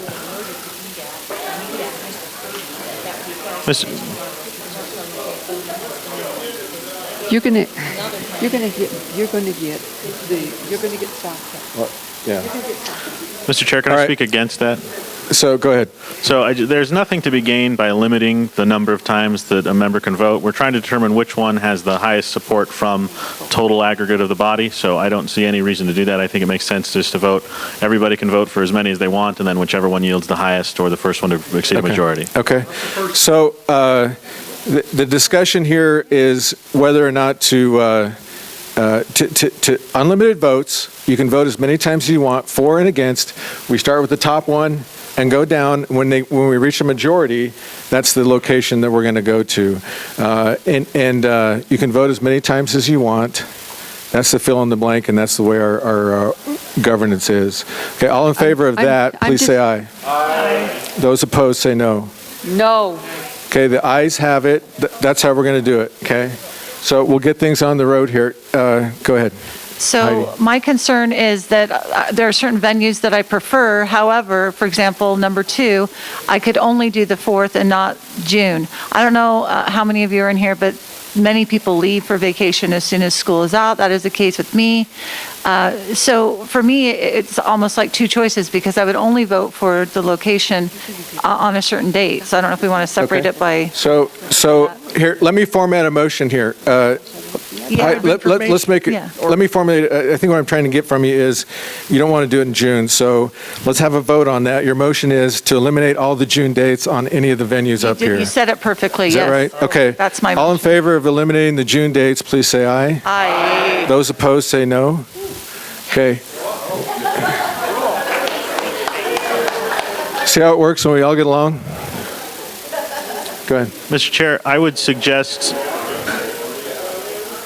if if we're going to be voting for and against, the only way to get a clear representation of that would actually be to count each vote. So I would suggest that we either vote just for, or if we're going to do for and against, we do that on a paper ballot and just list our votes for and against each one. I think it would make more sense to vote for. I think we were planning on I was planning on counting every vote for. We're counting every vote, so we'll know how many for, how many against. Mr. Chair? That subtracts the aggregate total. If So it's we over. are going to do the counting of each Yes. and every vote. Okay. Yes. Mr. Chair, I'd like to move that we move the date of August. Remove it. Okay. Remove the All in date favor of removing August from the schedule, please say aye. Those opposed, say no. Okay. It's just May 11th to the Maverick. Okay. All right. We're ready to vote. So if we can all get everybody to count like we did before, we had a little bit of practice in that.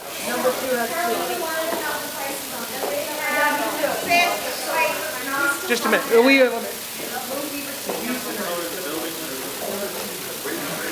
were thinking its own line. Thank you. Yeah, my operator over here. Okay, is that right? Is that what everybody's? There you go. Okay, all right, great. Great. Okay. All in favor of number 1? Okay. Okay.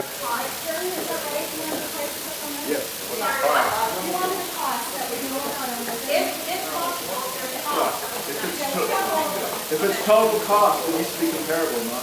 Right, you just have to line it up. Right.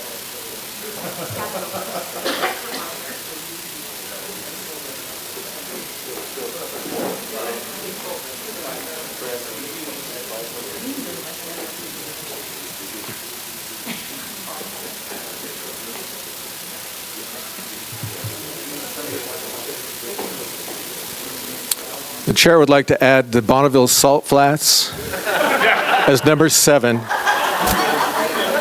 much? Free.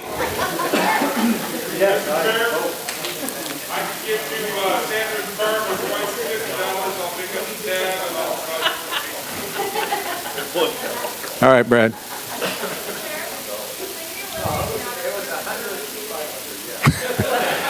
Okay. All right. Since I heard that clearly, I don't require you don't need to come up to the microphone. I'll repeat that. The motion was, since everyone hated the Maverick Center, could we eliminate that? All in favor of eliminating the Maverick Center? Those opposed, say no.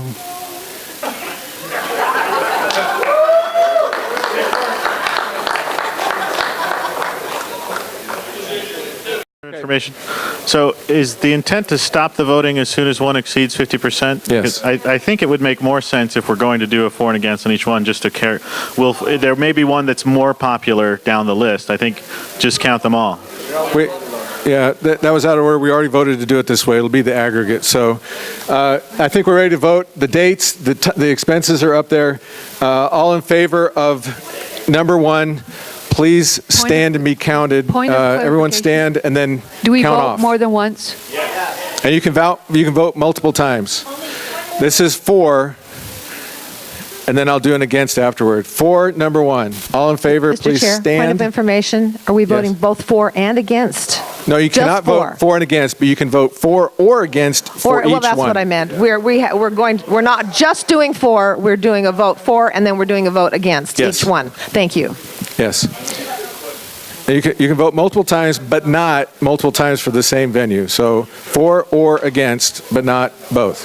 Okay, all in favor of number 1, for Jimmy. 1, 2, 3, 4, 5, 6, 7, 9, 10, 11, 13, 14, 16, 17, 18, 19, 20, 21, 22, 24, 27, 28, 29, 31, 32, 33, 34, 35, 36, 37. Okay, 37 for, against. Please stand and be counted. 1, 2, 3, 4, 6,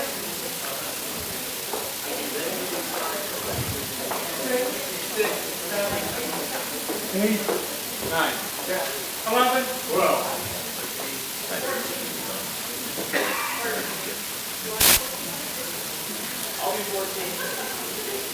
15.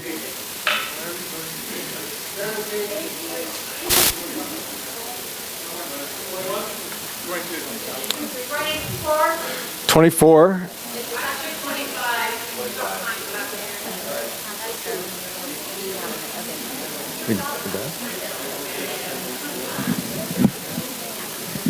Mr. Chair. Okay, that is it's 37 to 25. That passed, and that is our venue.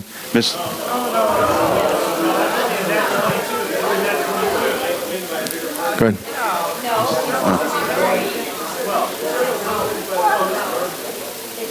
Maybe. Request for information. Do we know the dates of the county conventions yet? Because that would make a determination when we were having these elections. Since right, yeah, we want to select a date today so the counties can schedule around our convention. They have until August 15th to accomplish their conventions according to our governance. So technically, this new central committee terms of service begins when this convention happens, so you'd have a lag. That's when the counties reorganize. So those people come to us from the counties and serve at the discretion of the counties. So the bottom line is we don't dictate that. The counties have until August 15th is their only requirement. So, Mr. Chair, while I voted for and would prefer the venue that was just selected, it sounds, based on the groaning I'm hearing, I would just suggest again that we vote all of them and see which one is the most popular and then take that option. So, could we override Kirby, that would you with like the to speak to that? Could we override the voting method selection with a 2/3 vote, Mr. Chair?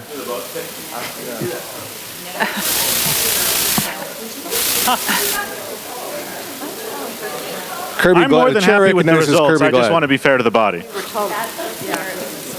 Mr. Chair, we discussed that we could vote as many times on as many venues as we wanted, giving at least the implication, if not the actual order, that we would go through the entire list. Okay, here's what I'll do. Let's do a redo. So now that you understand the implications behind all this, okay?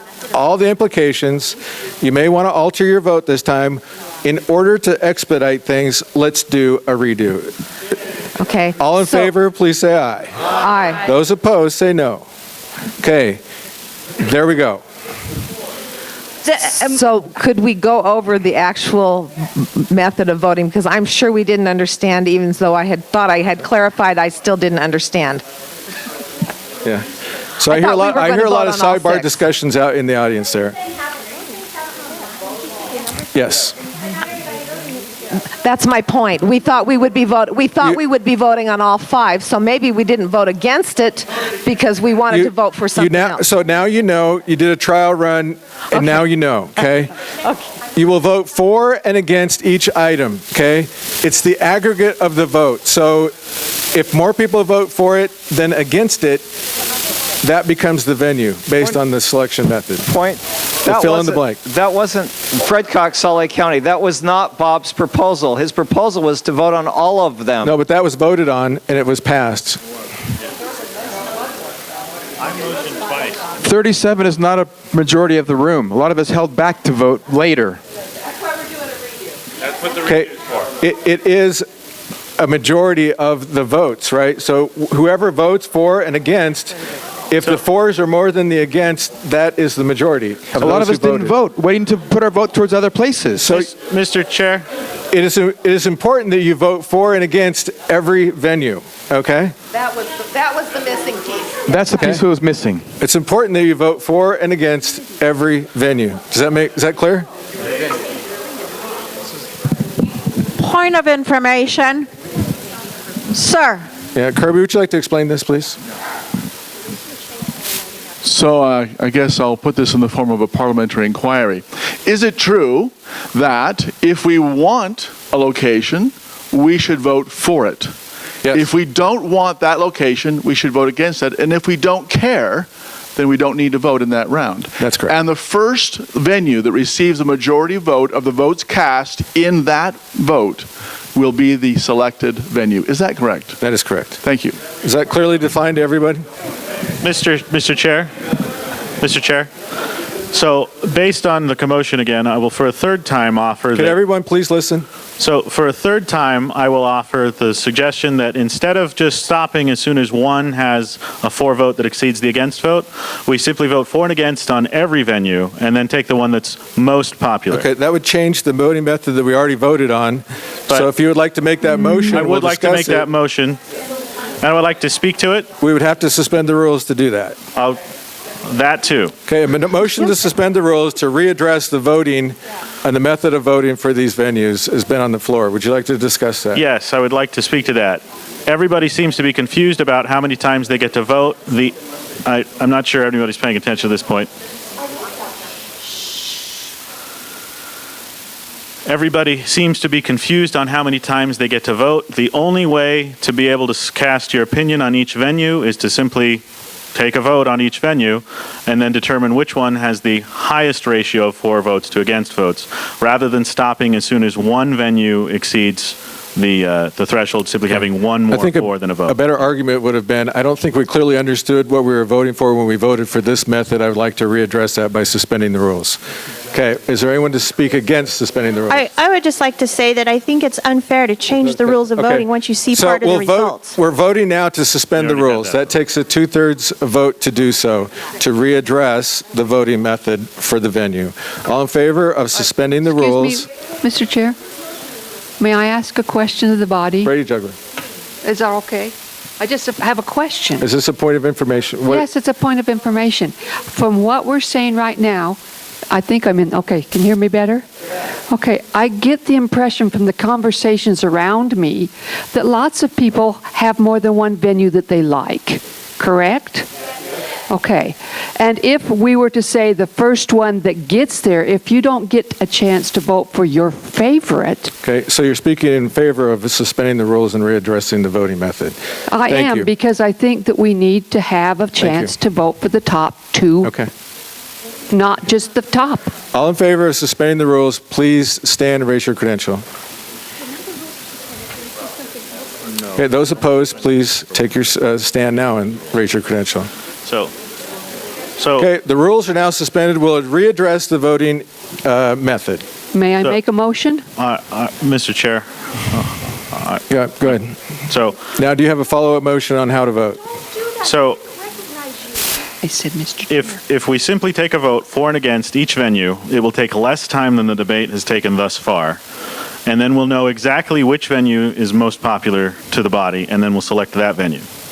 That's my proposal is how we vote. We do for, against. Okay. Okay. Okay. We're out in the outer sphere. We can do whatever the heck we want right now. What I'm proposing specifically. So you want to take a for and against vote for every venue. And then the most popular is the venue that we select. And select the most popular Mr. Chair. venue. Okay? Mr. Chair. All right. Mr. Chair. Do we want to debate this, or are we ready to vote? Yes, I want to speak against that. Okay. What I hear from, again, what I said around me, the people that are talking, if you have Southtown first, and I like Southtown, I do, and if I vote for Southtown, and then I want to vote for UVU, Hold on a second. Janice, I don't think you understand the motion on the floor. The motion on the floor is you can vote for each, I know that. Each venue, and then we'll take the aggregate total of that. It's still the best way to do it. And whichever receives the highest amount of aggregate total for and against each venue, we will select as the venue. I understood that. Okay. But what I'm saying is if I vote for Southtown, that takes away a vote for UVU. I want to be able to vote. Wait a minute. You can vote as many times as you would like. I know I can, Brady, but there are two up there I really like. And you can vote for both of them. Oh, I understand that. But let me finish. May I finish? Let me explain this one more time. So every venue up there, you'll get an opportunity to vote for, against, or not. Or just abstain, okay? The aggregate total of that vote, like for instance, the first one was 3725. That's 12 in the affirmative. That number 12 would go up above Southtown. You go to the next one. Everyone can vote for, or against, or abstain. and then the aggregate total will go next to number 2. When we get through all of these venues, including the Bonneville Salt Flats, we will select the total that's the highest up there, okay? So you can vote for and against each one of those. So moved. I didn't finish my statement though, please, Mr. Chair. Okay? The reason I was trying to make my point was I would like the opportunity to vote for the top 2 because we may change our votes after we see what the top 2 are or what the top one is. Okay. And I'm asking for a second round. Okay, so the motion on the floor is to do what Brady wants to do and then take the top 2 and then re-vote again. Yes. All in favor of that, please say aye. Aye. Those opposed, say no. To do a runoff, so she takes Okay, the 2. the ayes have it. All in favor of voting the method Brady selected and I've described ad nauseum, please say aye. Aye. Those opposed, say no. Mr. Chair, Okay. can I call the question? Yeah, we've already voted. Thank you. Great. Not necessary. Okay, so we're going to go for and against for the number 1 venue up there, okay? All in favor of this venue, you have the choice. This round, you can vote for, against, or abstain. Number 1, for, please stand. When you're counted, please take your seats. Begin. Jimmy. 1, 2, 3, 4, 5, 7,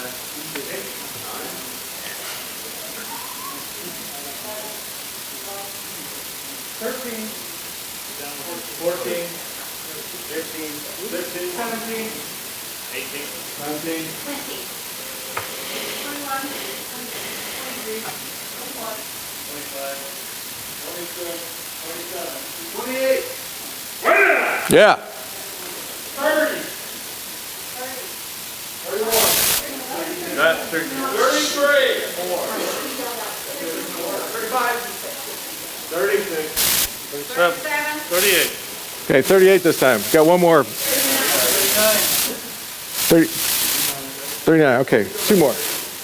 Okay, all against Southtown, please stand and be counted. 1, 2, 3, 4, 5, 6, 7, 8, 9, 10, 11, 12, 13, 14, 15, 16, 17, 18, 19, 20, 22, 23, 24, 25, 26. Okay, 27, the aggregate total is 12. All right, now everyone else abstained, don't get a vote.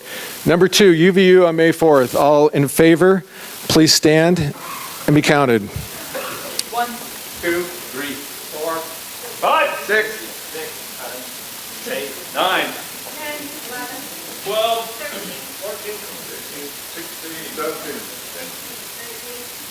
20, 22, 23, 24,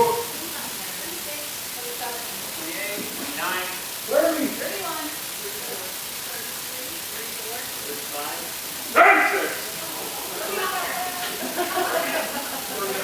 40,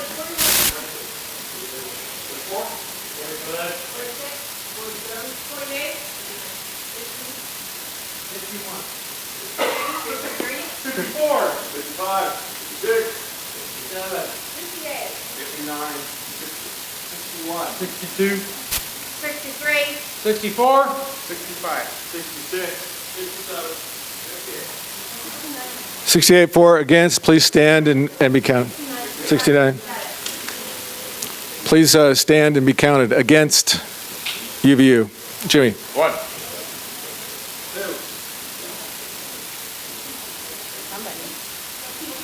3, 4, 5,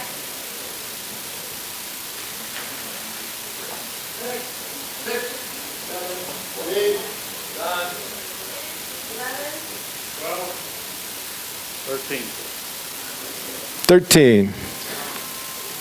You can do the math. All right, all for number 3, the D Event Center. Please stand and be counted. 1, 2, 3, 4, 5, 6, 7, 8, 9, 10, 11, 12, 13,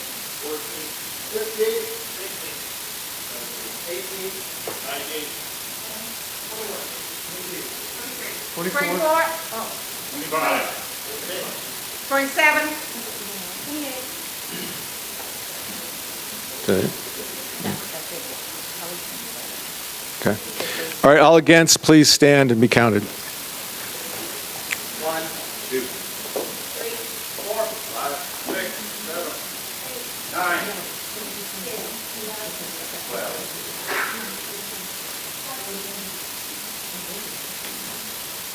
15, 16, 17, 18, 19, 20, 22, 24, 25, 26, 27, 28, 29, 31, 32, 33, 34. Okay. 34 against, and then Panguitch. All for that, please stand. 1,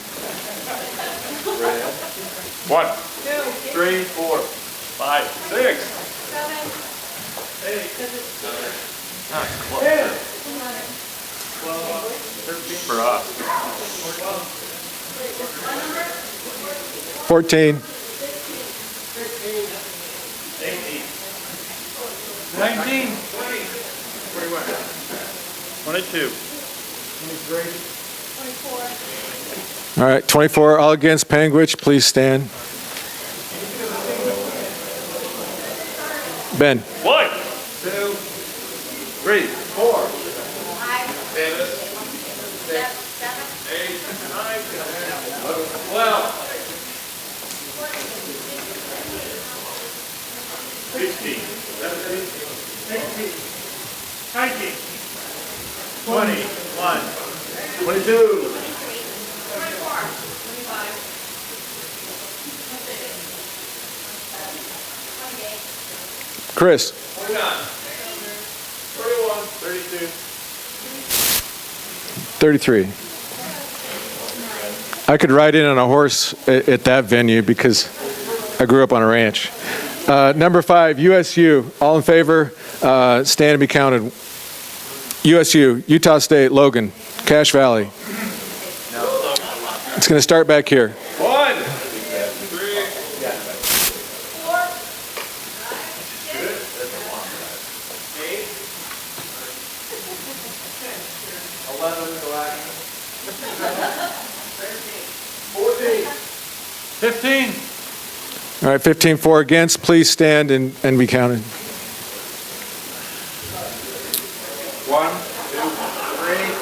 4, 6, 7, 8,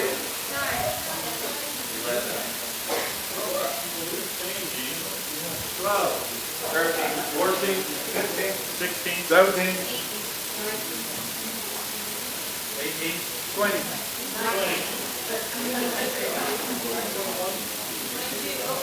23, 24, 25. All right, 26 against. So the top two, Southtown and UVU, are going to go forward for this next round, all right? For and against or abstain on this. Parking at UVU, is that restricted? Is that limited, or is it? Mr. Chair. Okay. All right, they say there's no issue with parking. That was my only concern there.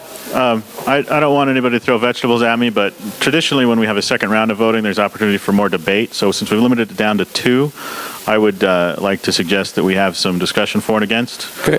The motion on the floor is to debate these 2 venues. All in favor of debate, please say aye. Aye. Those opposed, say no. No. Okay, no further debate. Mr. Chair, I would like to offer a motion that for this second round of voting, we either vote for Southtown or for UVU. Simple, one or the other. In the interest of time of the delegates who are here today, thank you. Okay. Makes complete sense to me. I don't think that without objection we'll do that. All in favor of Southtown? Point of information. Yes. I had seen a financial that said we still owe Southtown money. Are we going to be able to go back there without paying what's still owed them from the last time we were there? Jimmy, have we paid you yet? No. You have not paid us yet. Yeah. They've allowed us to make a reservation. Because we've got a cost estimate up there, but I've seen a report that says we still owe Southtown money. I'm just asking the question, are we going to, would they, I mean...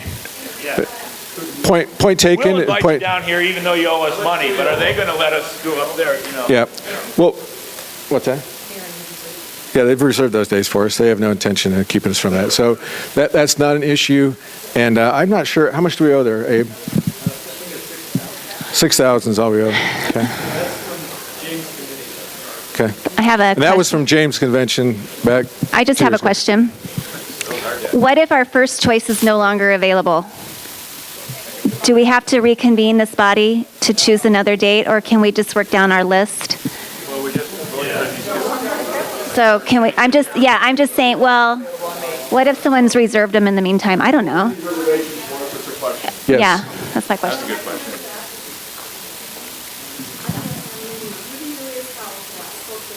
Yeah, both dates up there are held. They're both solid. So, point of information, did we pass the motion to vote one way or the other? Okay, Yes. thank you. Okay, so the vote is for, only for. Do not vote against anything. Don't hold your vote against anything. If you're for Southtown, please, let's just do it vocally. Say aye. Aye. Those who want UVU, please say aye. Okay, Chair rules that UVU has it May 4th.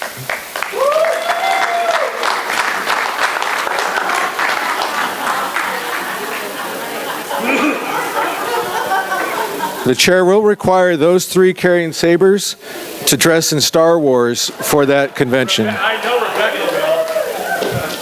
will. Live long and prosper. Okay, the chair now recognizes Bob McEntee to discuss options cost. Actually, the method of balloting, we've always used the same method that was used in the nominating convention. That was multiple round balloting, I believe. Is that how we say that? Okay, so that is a discussion item as well. And that is the normal. Bob. Thank you, Mr. Chair. I kind of missed some of your comments, but I do believe the governing body could vote on whether we want to use electronic or paper. The delegates did vote for me on another Facebook poll, a little bit lower turnout, but they voted 52 in favor of paper and 8 in favor of electronics, partly for cost, partly for security and being better able to verify and watch a paper balloting, with the understanding that other votes, many votes like we did today, don't have to be by paper. They can just be a standing count. So I move that we vote on the method, the means of balloting. Yeah. The decision is IRV or multiple round, according to our governance. To me, I would leave that choice up to the convention committee elections chair on the method that they would want to use. Go ahead, Joe, you got it. I'd like to make a motion. Mr. Chair? Yes. So let's first discuss to make a multiple motion. round and IRV, and then we can circle the wagons back on Okay, the method of voting. I'd like to make a motion. Yep. Is this working? I move that we use paper ballots. Okay, we're talking about multiple round balloting or IRV. Multiple round paper ballots. That's my motion. Point of order. Okay, the motion is multiple round voting. Use the same as we used in the organizing convention, which was multiple round. Without, yeah, so the parliamentarian requested or suggested that I use without objection.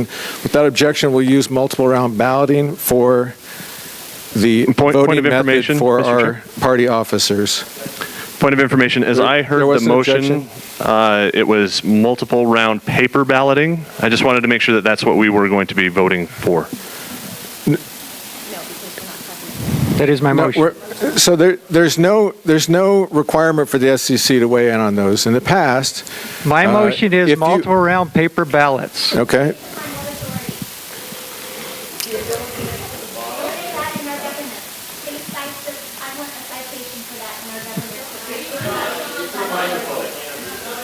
Can we vote? If you want to discuss, go discuss. You can discuss and you can choose paper balloting, but in the past, Mr. Chair? And I would, as a chair, let the body, the delegates choose. If they want, and I provide electronic method for them, and they choose to use that, then it's the body's meeting. It is not the SCC's meeting. There's nowhere in the governance that dictates that we use paper or electronic balloting. Go ahead. Mr. Chairman, I would like a reference in our governance that shows this body gets to choose the form of multiple or IRV balloting. It is not in the governance, and I want someone to prove me wrong. No, the multiple or IRV is in the No, governance. it says multiple round or IRV. It does not say paper. It does not say electronic. Right. I want someone in here to show me where it does. And if that is something that they want in our documents, please submit it to the CMB committee. I'd like to have a vote on my motion. Mr. Chair.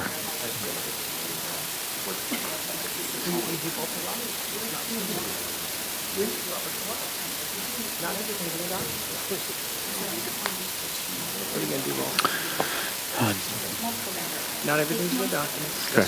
Let's take baby steps here. We'll discuss multiple round IRV, and then we'll go with paper and electronic. Point of order. Okay, that's not bad. Mr. Chair. Yes. Fred Cox, Salt Lake County. We can have a debate on paper or electronic if we want, but this body has already, per our bylaws and constitution, voted on whether we are going to use multiple round or IRV for the 2-year period. That decision happens in the fall of a particular year. We already voted that. If we want to vote on paper or electronic, I have no problem on that. Which I was saying, without objection, we'll go with multiple round, as we've already voted on that as our governance dictates, and there was an objection. So while there's an objection, and I'm taking baby steps here, we can go back to paper later on. There was an objection, so let's discuss multiple round or IRV. Okay? Point of order. To the body. Thank you. A point of order. Well taken. Thank you. Thank you, Mr. Chairman. Lowell Nelson, Utah County. My point is that there's a 6-month requirement in there.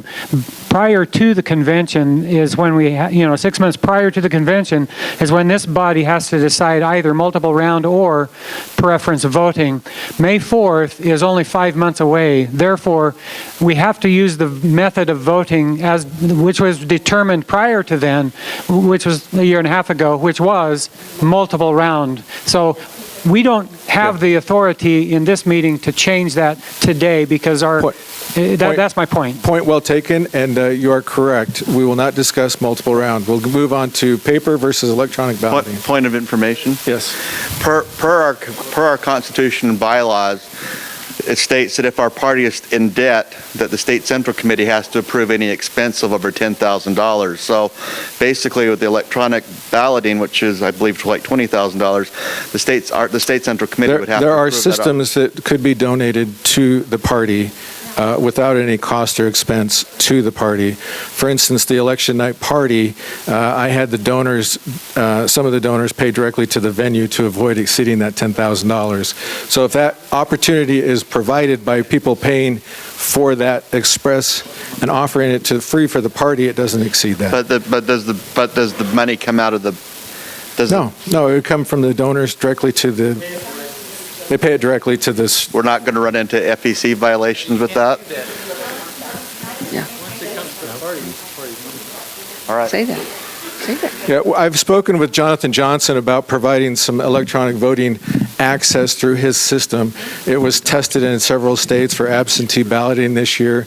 He is trying to come back with an estimate for me on that. And we're going to look seriously into UVU to see what kind of Wi-Fi service and bandwidth they have to see if it's even viable. So there's a lot of discussion on that. Those things you could go make it. It's kind of premature to make a decision, paper or electronic, when we have options available to us at very low cost. Which is, the cheaper venue was great for me because that's about 10 less phone calls I have to make. Mr. Chairman. Yeah, and the other thing is, when I get a body together, I value everyone's time. Okay, today I value your time. Mine. I try to get to the crux of the issue as quickly as possible. If the body chooses and is provided for free of charge, and the body chooses to go electronic because of time, and which is of the essence, then who am I to individually require that when our governance doesn't require that? Could we have a vote on my motion?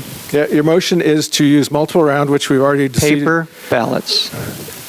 It was motion, multiple round and paper ballots, okay? Let me All in favor paper ballots. of using paper just said ballots, please paper say ballots. aye. Those opposed, say no. Okay? What was the vote? Was it voted on what? I didn't understand the vote. Okay, so this is, all right, sorry, this is debatable. Carrie has corrected me. So let's have a discussion on this. Thank you. Paper ballots. Would you like to speak for or against paper ballots? For paper ballots. I would argue that paper ballots are very reliable. We've had bad experience at the convention level with electronic voting. It takes a long time, a lot of discussion, a lot of mistrust. We need to reestablish trust, and paper ballots do it, and it can be done rapidly. There are machines available that can rapidly count paper ballots if they're done correctly. Okay. Do you have a cost estimate for that? Actually, it is electronic. If you scan it with a bubble sheet or something like that, it's an electronic method. Okay, go ahead. Anyone speak against it? Can I just do a point of information here? One of the members of this body asked for a citation where we get the authority to do this, so I've looked that up and I'd like to provide that for the body. That's in our Constitution, section, 12, XII, section 7E, and it says, the State Party Central Committee, this group, shall certify the method of election prior to the convention. So that's where this body gets the authority to do that, just in answer to that question. That method is IRV or about multiple round. Okay, our documents are ambiguous as to what the word method means, so that's something that we shall certify what that method means. Past interpretation is method is ballot, multiple round, or IRV. I'm not arguing that. I'm just saying our documents say that this body can certify what that method is. We can take that into consideration for prior, custom and tradition, but this body today gets to decide what that method is.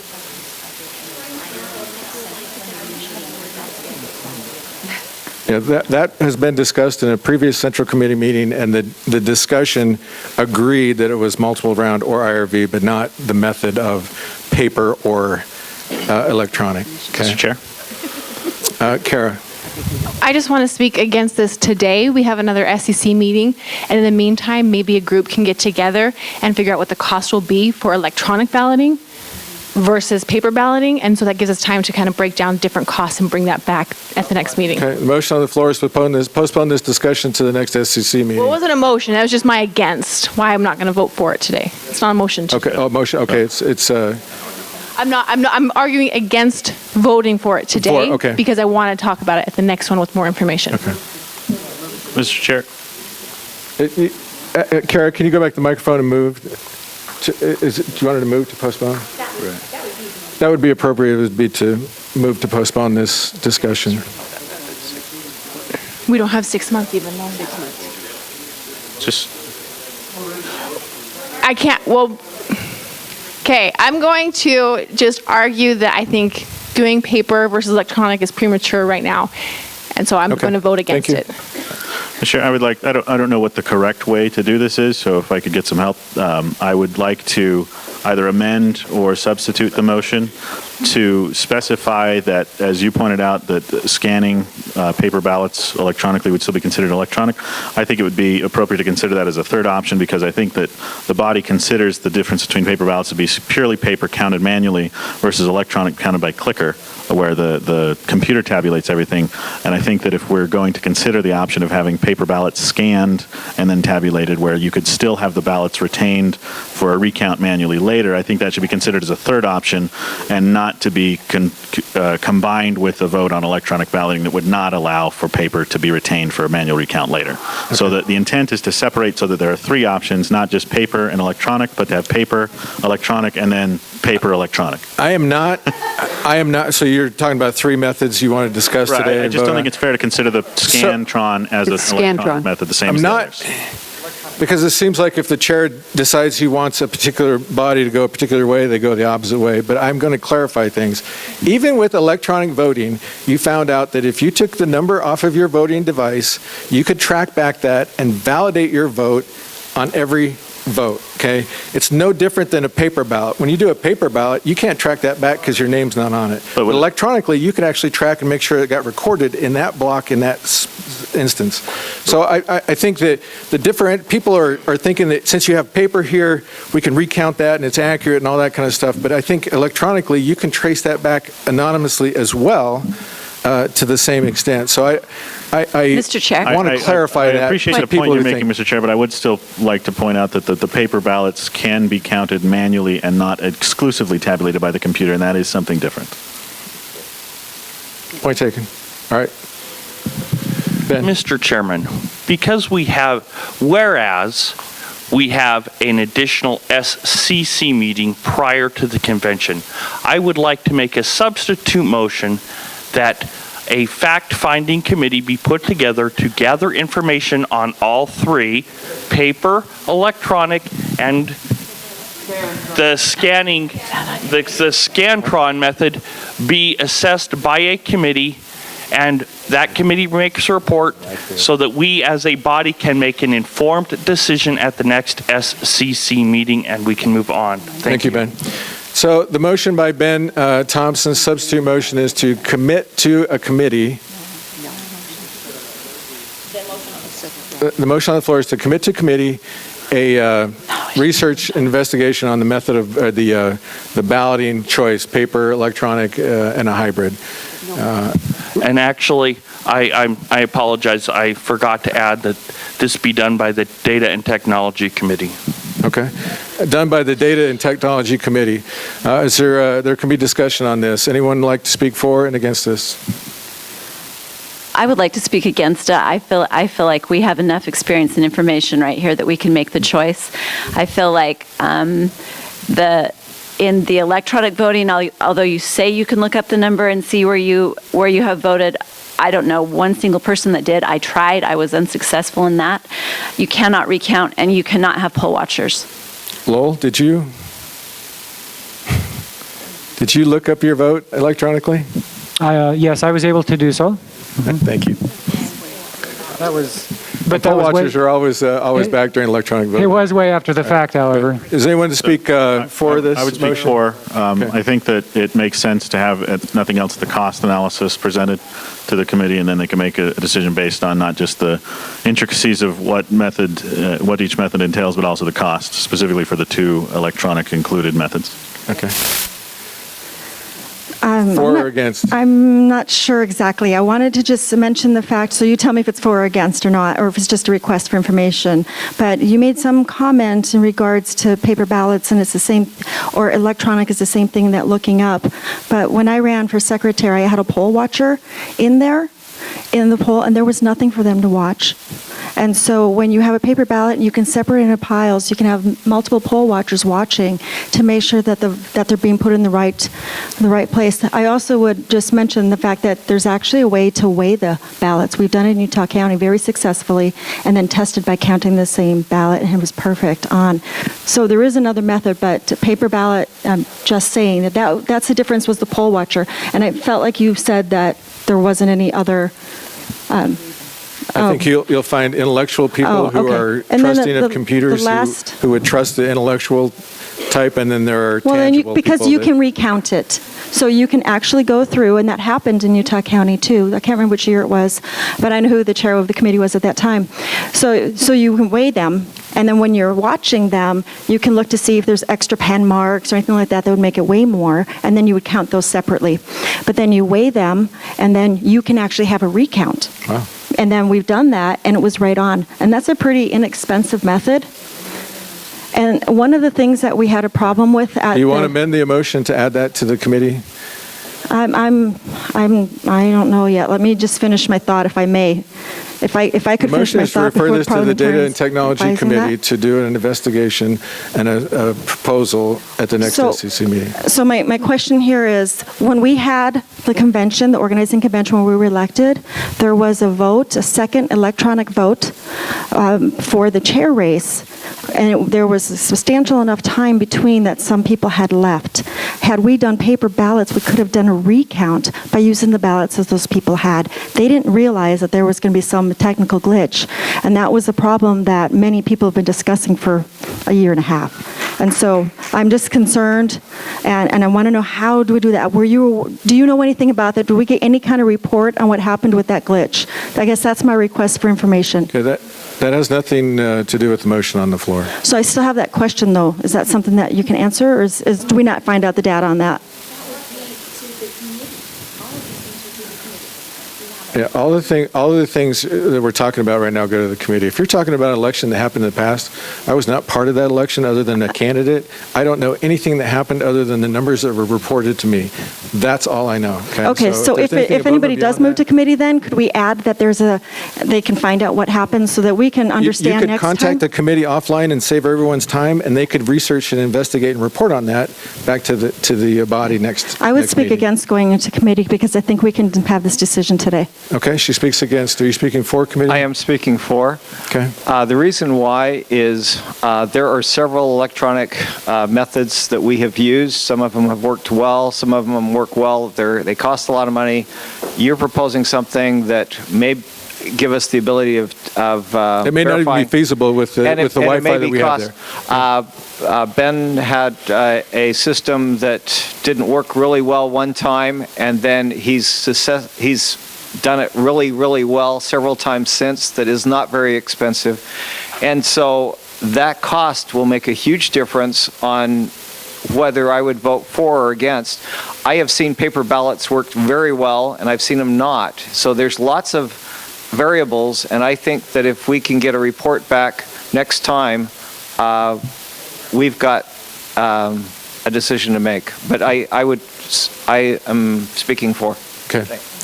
For or against? I am for, but I have some information. I've been talking at length to Jonathan Johnson about his votes, and it does have an audit trail.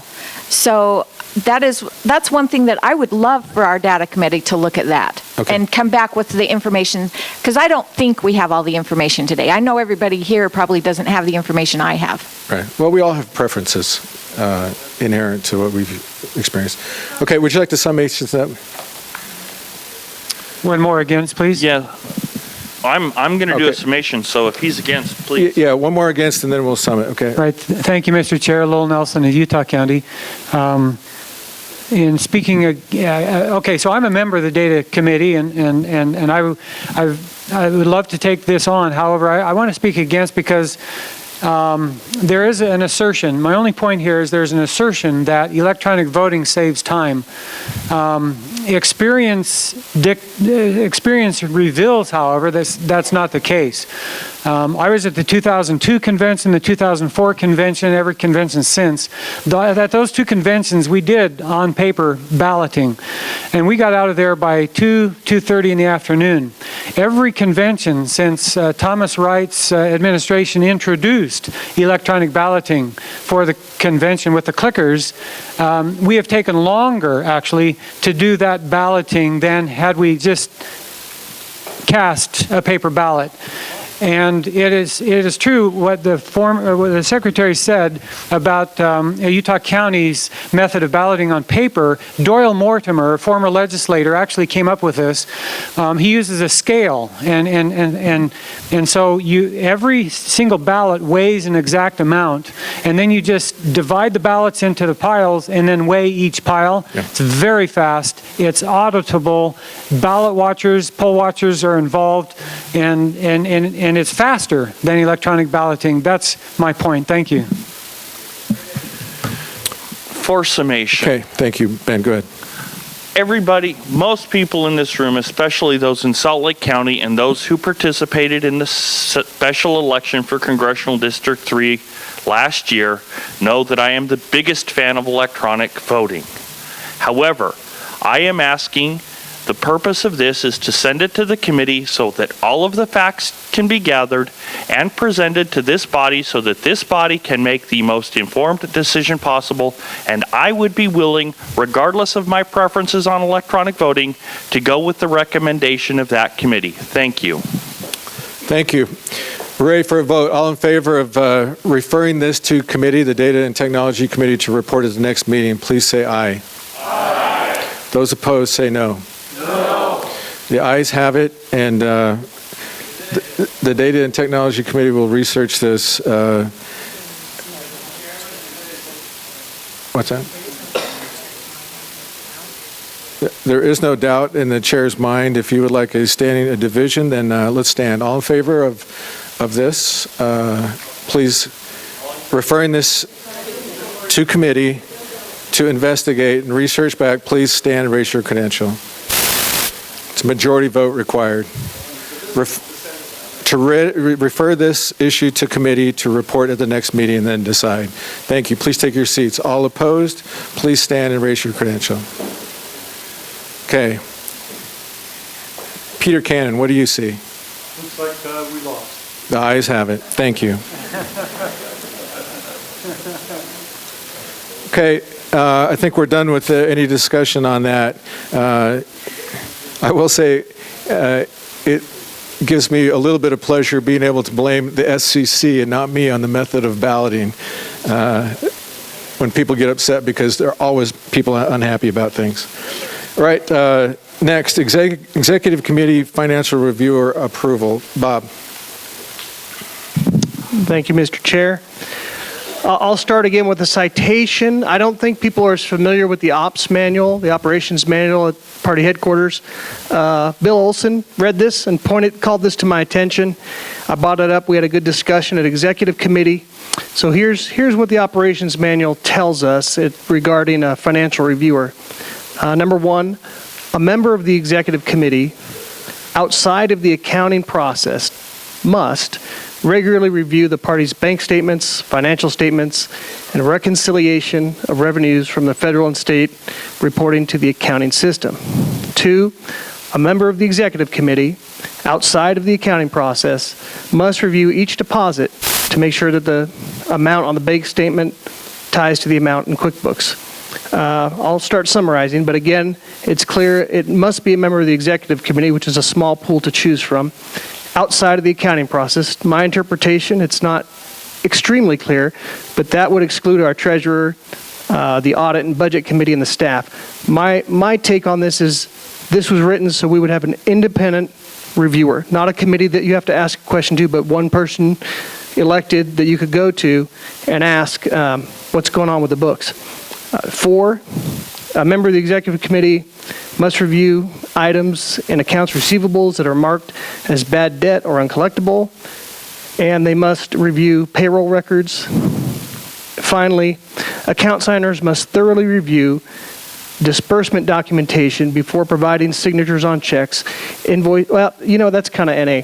But the first 5 are really the duties of this, my nickname, an independent reviewer. It does not state here if the chair or the SEC or the SEC decides who this person is. So lacking that, that's why I wanted an agenda item and to move for a vote eventually. But I would like to also inform you during our executive committee, one of the members, Elizabeth Carlin, she volunteered to be this person because of her background as being the treasurer for her Children's Justice Center. Thank you. And then also Chris Udi, who's a mortgage officer, has a lot of background with numbers. She also volunteered to do this.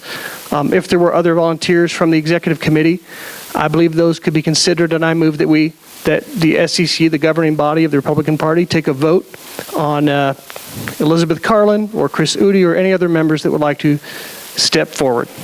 Okay, so of those 5 items that were read there, QuickBooks, when I came onto the scene, QuickBooks was inaccurate. It was accessed by 3 different individuals. The reporting was horrendous.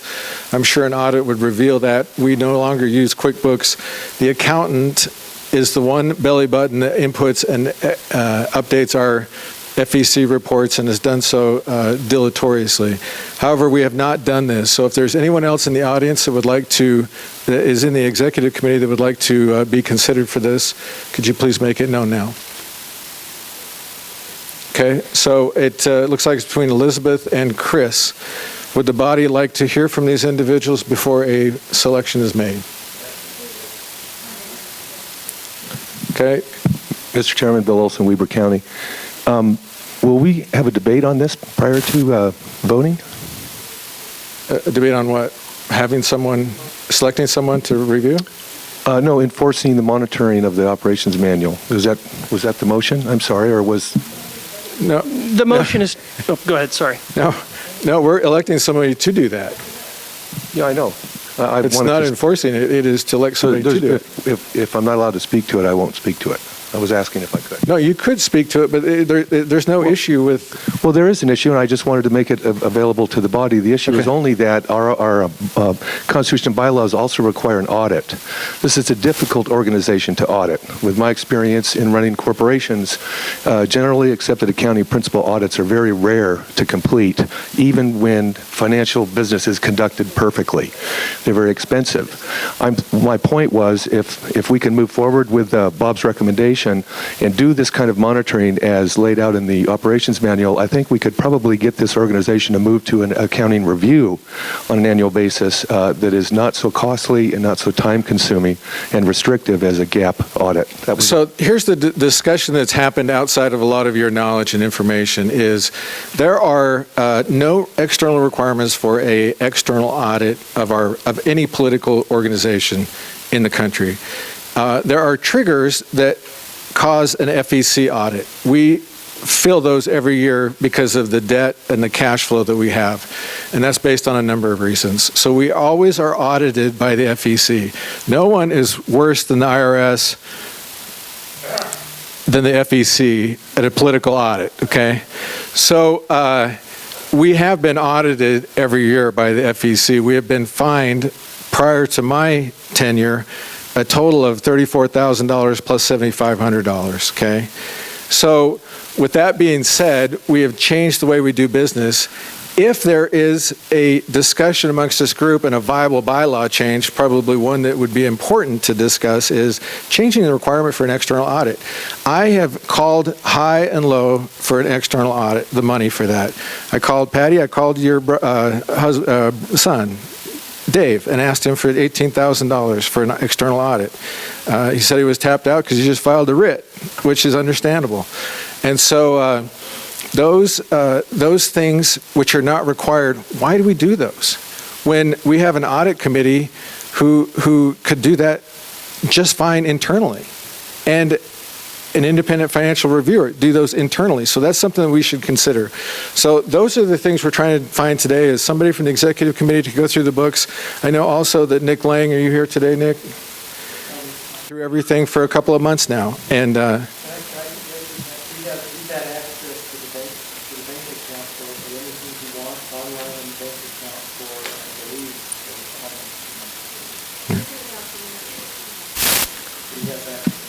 okay. So with that being said, are we ready to listen to Chris and... Well, can I make a motion? I'd make a motion that we authorize both of them to do that role. Have both. Okay, the motion is to allow to appoint both of those people to work with Abe on the books and make sure that our accounting process is up to snuff. That has been seconded. Is there any debate? Okay, they're both running, and this proposal is for both of them, so I don't know that we need any debate or hear from them. All in favor of appointing Chris? Are you willing to do this, Chris? Okay. Elizabeth, are you willing to do this? Yes. Okay, they both are willing. That's what we needed to hear. I was the secretary when my husband and I had business, so I have done payroll and things like that too. Yeah, great. Thank you. So the motion on the floor is for both of them. All in favor of this motion, please say aye. Aye. All opposed, say no. Okay, the ayes have it. They both are appointed. Okay. Anything else from your discussion, Bob? Are you finished? Okay. Next item of business, bylaw discussion. Janice. Thank you, Mr. Chair. Peter, would you put up the graphic up there? And Mr. Chair, you might need to step back so the people on this side of you want us to move over? If you would like to move over this direction. Yeah, I'd like you to be able to, everybody to be able to see this graphic because it's very key to the discussion we are going to have regarding our bylaws. If you recall, we had a huge discussion at the very beginning of our last convention about route or route, depending on where you are from in Utah. It's either the route to convention or the route to convention. So that's what that word refers to. I have put this graphic together to show you what our documents tell us as to how things get to convention or get ratified as constitutional amendments must go to convention. And the bylaws can be simply ratified in our state central committee. The thing that they talk about is there are two routes to convention, and it has to do, really what our documents talk about is the threshold. Okay, what threshold does it need to meet to get to the place that we're going? If you look at the thing, our Constitution and bylaws talk about everything going through our CBC, and then the CBC does the job of saying, when it's a constitutional amendment for the delegates, which way it's going to go. The very important thing of that happening is that the Constitution and Bylaws Committee's responsibility is to ensure that the documents and the amendments aren't in conflict. If you have something going around the Constitution and Bylaws Committee, that important work isn't there. And what happens is what happened at our convention, where we had a disagreement on what was supposed to be at convention and what was not supposed to be at convention.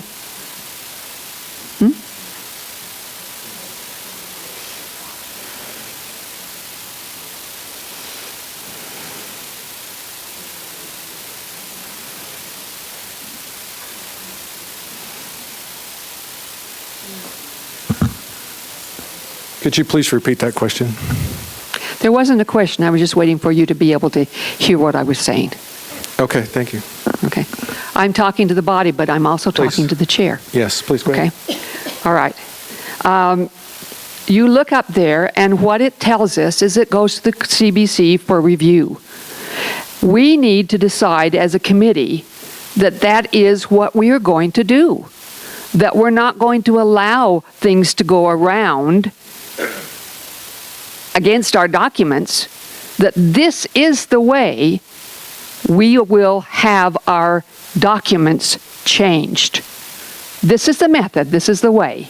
These are the votes, these are the thresholds, and I can give you scripture and verse in both the Constitution and the bylaws to support what I'm putting up here for you, if you want me to go through that. But I think that you can tell, if you're familiar with our documents, that that's exactly what our documents say. Now, I would like a short discussion on that, and then, Mr. Chair, I would like, and this is only a portion of my discussion, so if we could get a short discussion on this, and I can answer any questions anybody may have if they have questions about it, but I would like an approval for this because I would like this document to be in our minutes, and I would also like to have it on our website so people can understand how that goes about. First, the discussions, Mr. Chair. The motion on the floor is to put this on our website and into our minutes for today. It is debatable. Would you like to speak for this? Yeah, I think it should also be website. I think that needs to be added to it if we would. We always have this discussion at convention. If this is how it's clearly done, if everyone can see that these are the routes that it goes to be changed, then there's no question as to how it needs to be. Oh, I gave one to Lisa so that she could have it for her minutes, but you can take that for now. Can the graphics be cleared up so everybody can see that? I don't know. Okay, if it's hard to read, let me read it for you. At the bottom, it says, "A properly submitted amendment proposals for convention go to the CBC for review." And it goes straight up to the CBC for review. CBC either sends the state delegate proposals either to convention or to the state central committee. State central committee constitution proposals having met the 2/3 threshold in SCC are sent to convention. SCC bylaws having met the 2/3 threshold are adopted. Okay? That's what our documents state. So, if we send it from the CBC goes to SCC for debate and to vote, then we go up, and we're talking here on the left, we're talking Constitution amendments. 2/3 for Constitution amendment to go forward to convention, as it states in our documents. We send it to convention. The adoption threshold is a majority, as it states in our documents.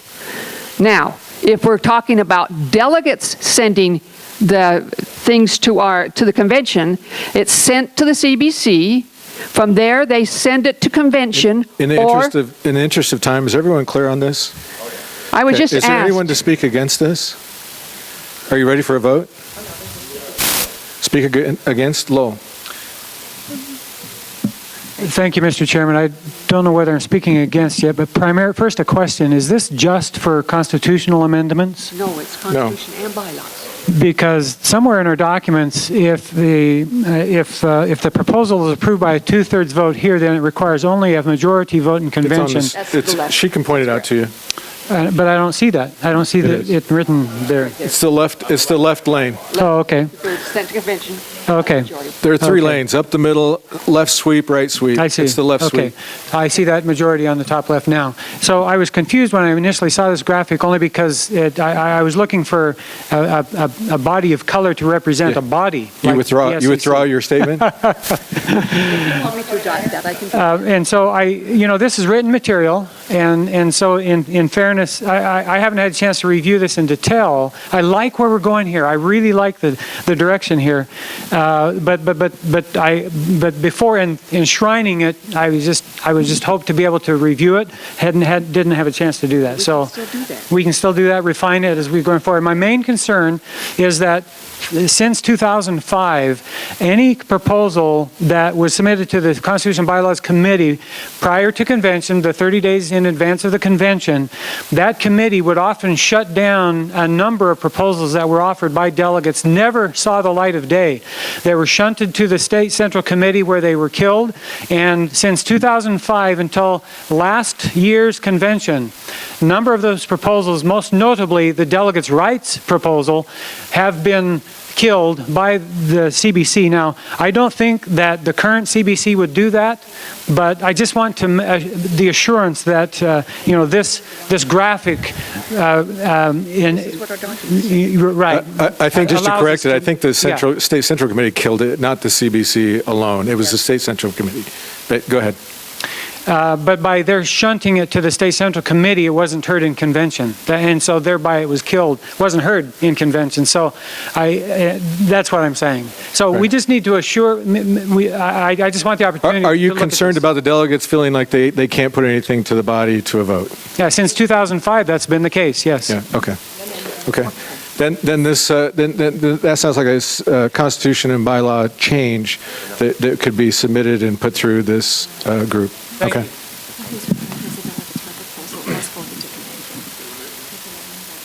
So Lowell said that I was against, so I stand to speak for.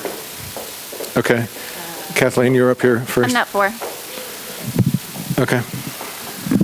So we've seen exactly this process play out in the media, and the legislature is playing all kinds of catch up right now with Proposition 2, regardless of which side of the issue you're on. The legislature didn't do what the people wanted them to do and get something workable presented, and they went around the legislature and did this proposition. Now there's even more egg on their face because we're having an emergency session to come in and quote unquote fix or compromise things. That is what we want to avoid in this body. We want to make sure that the The people that elected us to be here know that we're approachable, know what the process is, know how they can come through and do it. We don't want a slap together resolution that's going to be contradictory, not enforceable, problematic, different language.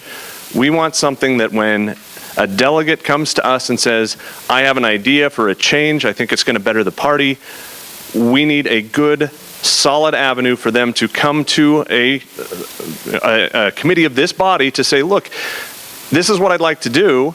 It might be a great idea, it might be a crazy idea, but we need to fast track that so that we can resolve all the technical problems, all of the potential conflicts, work with that person in the C&B committee. That's their job. Now, they're going to give it either a yes or no, but they're going to work out all of the technical issues, all the technical problems, all the things that might take what they're trying to do and make it unenforceable or in conflict with our documents. So we need to do that. I understand that. What are you saying? So I'm speaking for this resolution or for this motion so that we can do that in the interest of fast tracking that, in the interest of making sure that our delegates have a good way to do it, to get good, solid recommendations that come through the proper process rather than something that's kind of patchwork, patched together that's ultimately not going to do it.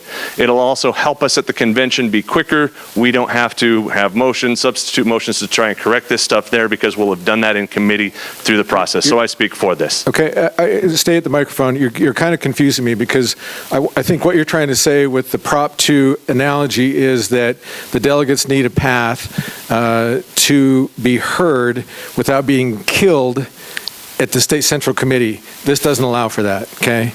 And so are you, do you see what I'm saying? I can see your concern, and in fact, I think other people share that concern. I'm just trying to clarify what you're saying because it's confusing me. Right, so my thought is our documents are the way that our documents are right now, and we have a committee that is there to help facilitate delegates, members of this body, other committees, through the process to make sure that every resolution, good or bad, one side or another, is good. I think you're debating what Lowell was talking about, maybe potentially putting on as a bylaw, allowing delegates to ensure that they're heard so that it doesn't get to that point. Respectfully, but that's a different debate than I think we're actually talking about here. So respectfully, what I think I'm saying here is this, by doing this, it outlines our current process through which we can do it.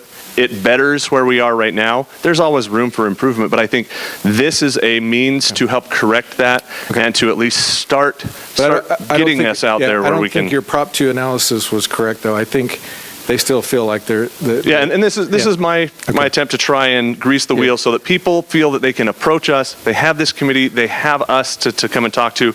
We've created a graphic that can help walk them through the process. We're being open to them bringing their ideas to us, not shutting them out, not shutting them down. Let's help fix and get things through. Kathleen. So that's my argument for it. Kathleen?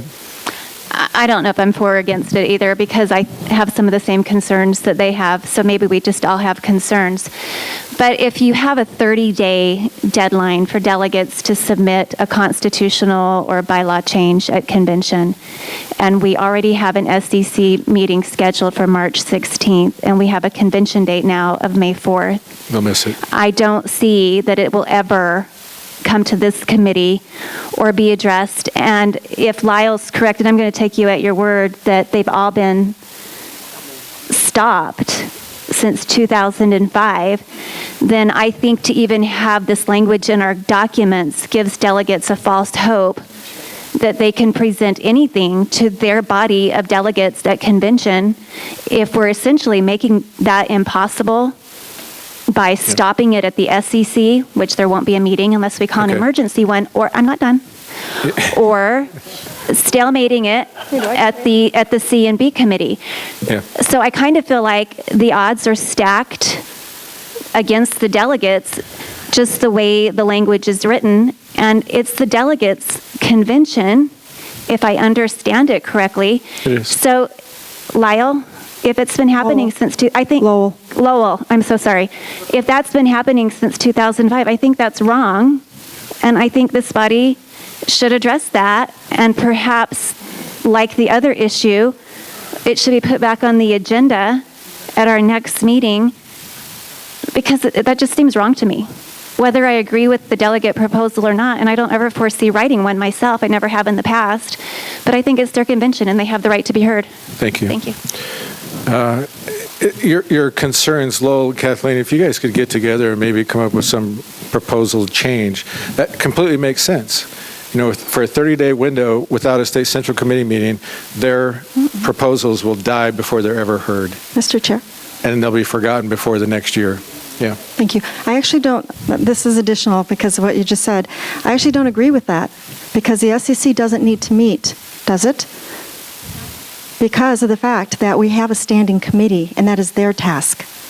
So that was one of the reasons of moving the meeting. So we could reconsider even puts that. it more tenuous because now you're putting it in a small group of people killing the proposal and not allowing it to go through. That's the process. So with the legislature, like we're all affected by the laws that the legislature makes and the governor signs. If you're going to make that comparison, I don't think a group of 5 people in the legislature can kill a bill. Please don't debate me. Let me just make my comment. It's hard to finish the comment otherwise. Thank you so much. Yeah.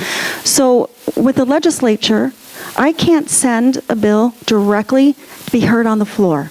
It has to be refined and gone through committees to see if it meets, if it's with the code, or if someone's. I could be putting it in some election law, and it should have been in some other law. This debate is not germane to the motion on the floor. I'm trying to get to there. Please let me finish. So if we're going to be speaking to that, I was just going to say, this actually is just someone's project. It's one of their projects that they want to do, and I wanted to clear up because the delegates' right proposal was indeed forwarded to the convention, but it wasn't be able to be heard because it was buried, and there were so many. So we'll talk about that thing another time. So I wanted to clarify that that's the case. I believe that this document is accurate to what our process is, not to what people think the process is, but what the process has been, what she said in my ear, what the documents say, but since 2005, Carrie, I see your motions, but since 2005, you have ruled the other way. That we have followed the Constitution and the bylaws, that it goes to the committee, just like we do in the legislature. So yes, this has been happening. So we have the right to change that. And that's what that process was. Making a was. comparison of apples and oranges. So that's what I felt like we were doing with talking about delegates' rights with this. I felt like it was apples and oranges, because this is just what the process is. Thank you. So here, all this debate is costing everybody time. The motion on the floor is to add this to our governing documents. At what point? You want it on the website? Where do you want it?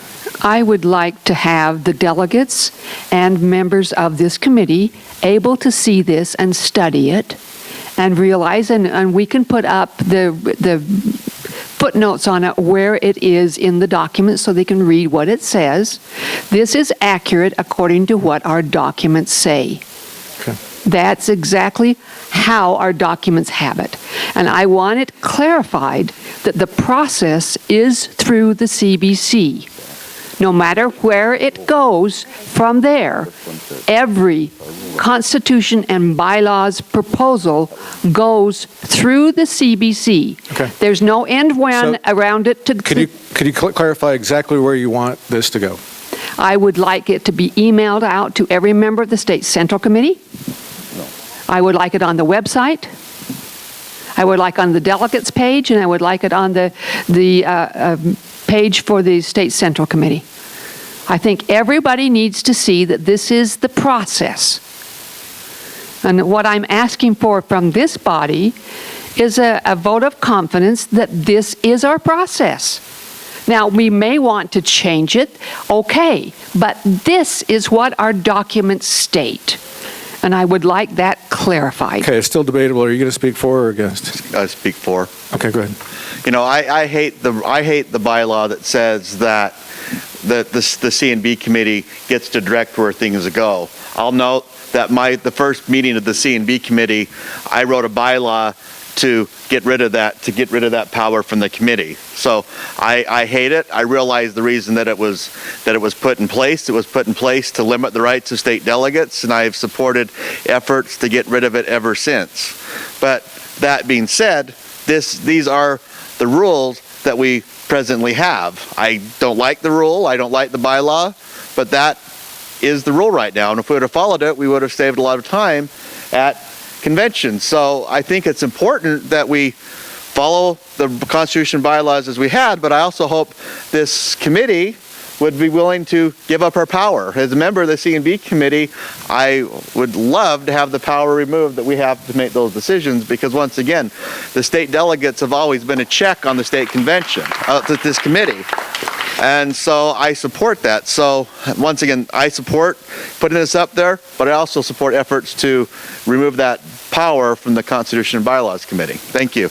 Mr. Chair, I have no problems with delegates bringing forth amendments. I think it's important that they do, but I don't think they are limited to convention. Okay, let's get back to the motion and get to the business of the day. So the motion on the floor is to put this on the email this to the SCC members, put it on the website, send it to, or put it on the delegate Facebook page and the SCC Facebook page. All in favor, please say aye. Aye. Those opposed, say no. Okay, the ayes have it. It will. So it is said. So shall it be done. Okay. Right? Something like that. Will you restate that motion so I make sure that I got everything that I asked for? I actually. I just Lisa, need to could hear. you repeat everything that?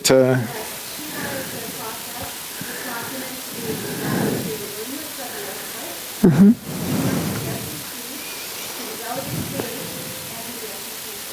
Yes, I also ask for a vote of confidence from this body that those are correct as far as what our documents currently state. Without objection, a vote of confidence from the audience.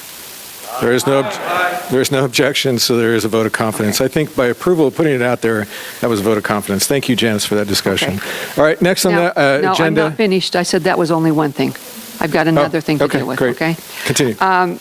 Just to remind everybody, one of our first meetings after I was elected at the CBC and our committee met, we had put forward a process document. And we gave that out, was handed out, I don't remember, I think it was the one in Pleasant Grove, maybe it was before that. But we have worked on a process from day one to make sure what we're doing is repeatable, that it can be. There's a way we do it, and there's a way we don't do it. I believe that the delegates could bring a motion forward through their representative. You all represent, most of you represent a county. I believe people in your county could come to you and say, I have this idea and I would like to see it go forward. Delegates do have a voice other than at convention. And when we try to say that they only have a voice at convention, I think that we're being disingenuous. And I think we could support that more if we were to ask our delegates in our counties that information. Secondly, I want to know, because it was something that was voted upon at the last meeting, as far as I have been able to determine, on the website currently are not the correct Constitution and bylaws. We voted as a committee at the last meeting we had that we would accept as amended and as in the possession of the secretary the correct bylaws. Those have not yet appeared on our website, and to my knowledge, according to a grammar request, they have never been sent to the Lieutenant Governor's office. That was something that this body instructed the chair to do, and I want to know what has been done and why it hasn't been done. Okay, none of that. So our staffing, BJ was let go because he found gainful employment at a different office space. Our staffing has been, this would have been in my chair report, Teresa and Zach are pregnant. Peter and Allie are pregnant as well. They're having a boy. Congratulations, Peter. Congratulations. Teresa hasn't been in the office hardly at all because of morning sickness. And Peter's been a one-man show. We have focused on campaigns. We've done over $150,000 worth of flyers for campaigns, 24 candidates we worked with. They were in and out of the office on a continual basis. This wasn't a priority. It didn't affect the elections. Point of information. So it was not sent, and it's completely my fault. But it was based on a priority in the office and getting it done. Point of information, why would Lisa not be instructed to send that? Because he has to. All it is an email, Mr. Chair. We're asking that you do that today. Thank you. Okay?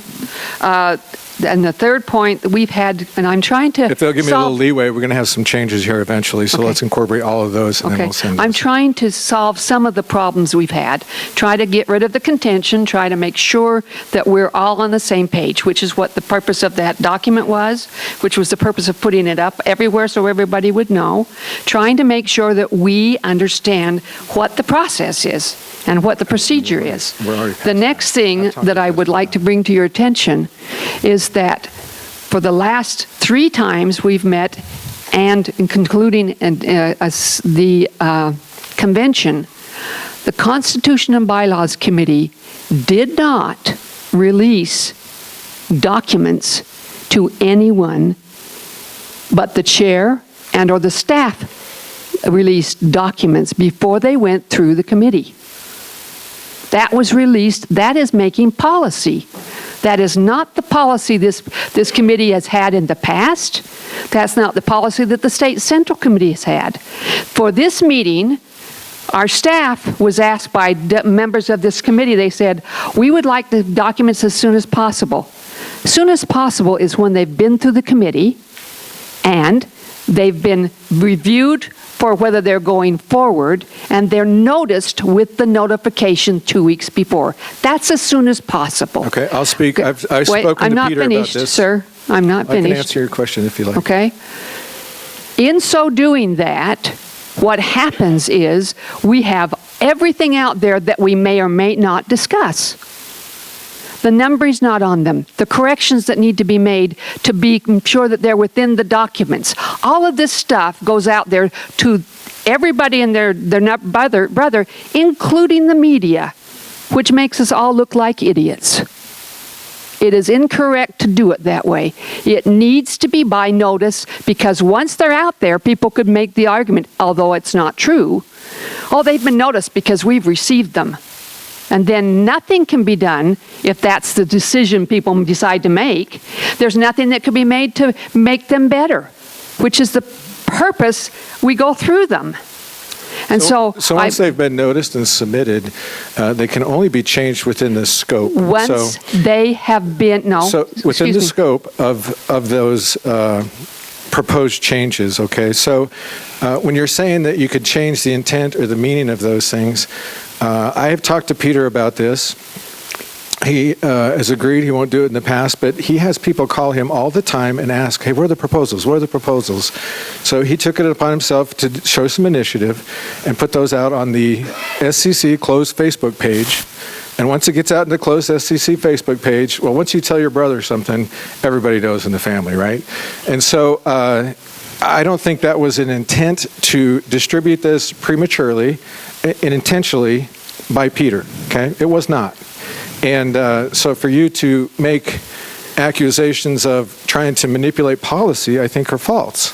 I think people have an interest, and Peter was trying to get them involved with their interest. I know Lowell and Fred Cox love to discuss these things, and they know the rules, and they can go through things and provide input that a lot of people in here don't take the time to read and look into. I understand that, Mr. Chair. Those are great inputs. I understand that, Mr. Chair, but we are a standing committee.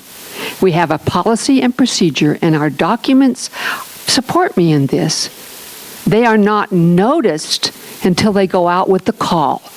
Sending them out prematurely is not the purview of anyone. They didn't go out with the call. They just were posted for people They were to review. posted and then reposted on every place you can imagine on Facebook. It was inappropriate, and yes, it was a mistake on Peter's part. And although he argued with me about it, that he had the authority to do that when we were the executive committee, he didn't. That was a policy decision that he made, and that is not appropriate. He is not the one that makes the policy for the standing committee. Janice, if you're going to hang somebody here, could you quote chapter and verse from our bylaws about what bylaw was violated in this? If it's your own internal policy, you can have all the internal policies you want. If it's external to your organization, then quote chapter and verse from the bylaws, please. We are given the guardianship of the documents. So there's no bylaw, is what you're saying. Excuse me. We are the ones that are to oversee the changing of the bylaws. That process is what we do within our committee. Okay? And Right. that is In the what... interest of time, if Excuse there's me. no motion, could we move on to the next item, just to expedite, please? It was clarified in our last meeting, and it was in our minutes, where the only notice is to be done by the secretary. And as such, that becomes a policy within this body. Okay, thank you. I've addressed that with the individual. Thank you. Or anything else, Janice? Okay. Next item for business, 3 hours in, is our constitutional bylaw proposed amendments. Phil Wright.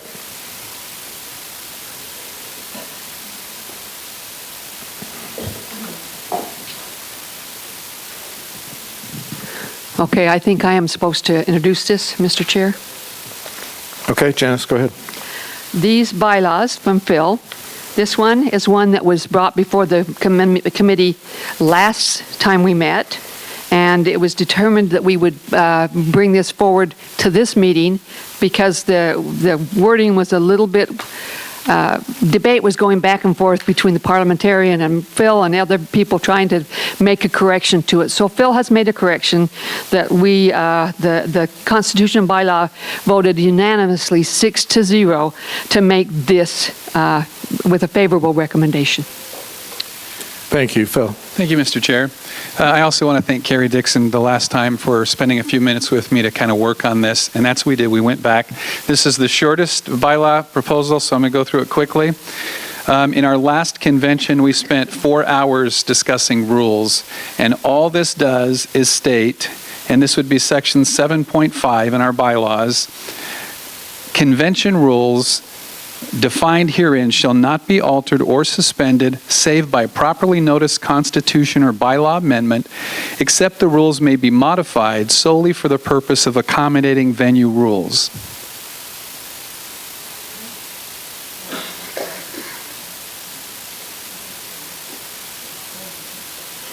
Okay, thank you. Would you like to speak for that? Yes, and I would also like to make an amendment to what I've written here. I want to change a word. Okay. Since it's been brought to my attention that our nominating rules are a little different than our organizing rules, I would like to add the words, the applicable convention rules, instead of just convention rules. That way it specifies the convention rules for our nominating convention can't be changed at convention, neither can our organizing rules. The only reason they could be changed would be to accommodate special needs in the venue, needs for, I'm sorry, what's it called? Thank you. ADA and that type of thing. But by doing this, everybody goes in knowing what our rules are, and we don't spend 4 hours or more debating over the rules. Okay. Is there anyone to speak for this? Anyone to speak against this? Be there no for or against. I don't think it's appropriate or necessary to call the question, because that would be another vote. Let's go straight to the vote for this. Peter, did you change that first words? Just the applicable at the very first. Whatever you do, don't put it on the Facebook page. That's right. Okay. Applicable. Change standing to the appropriate, is that correct? No, The applicable. The applicable convention rules defined herein. Okay, I think you guys can write it, fill in the blank there. Yeah. All in favor of, this requires, it's a bylaw change, 2/3 requirement for this. All in favor of this change, please say aye. Aye. Those opposed, say no. Okay, the ayes have it. We'll move on. Let's bring up the next one. Do we need the numbers? That has been adopted, is what he said. Okay, next one we're going to... Parliamentarian says when it's clearly that majority, then we don't need to count numbers. The chair rules that passes. Yeah. Do you wish it to be counted? Okay. No. Thank you. Item 2, Drew Chamberlain, quarterly report. This is bylaw 127, 2018, and it has to do with State Central Committee. It's adding a section E. And the CBC voted 5-1 to forward this proposed amendment with a favorable recommendation to the SCC. A two-thirds majority is necessary for adoption. That's not the right one. Okay, Drew.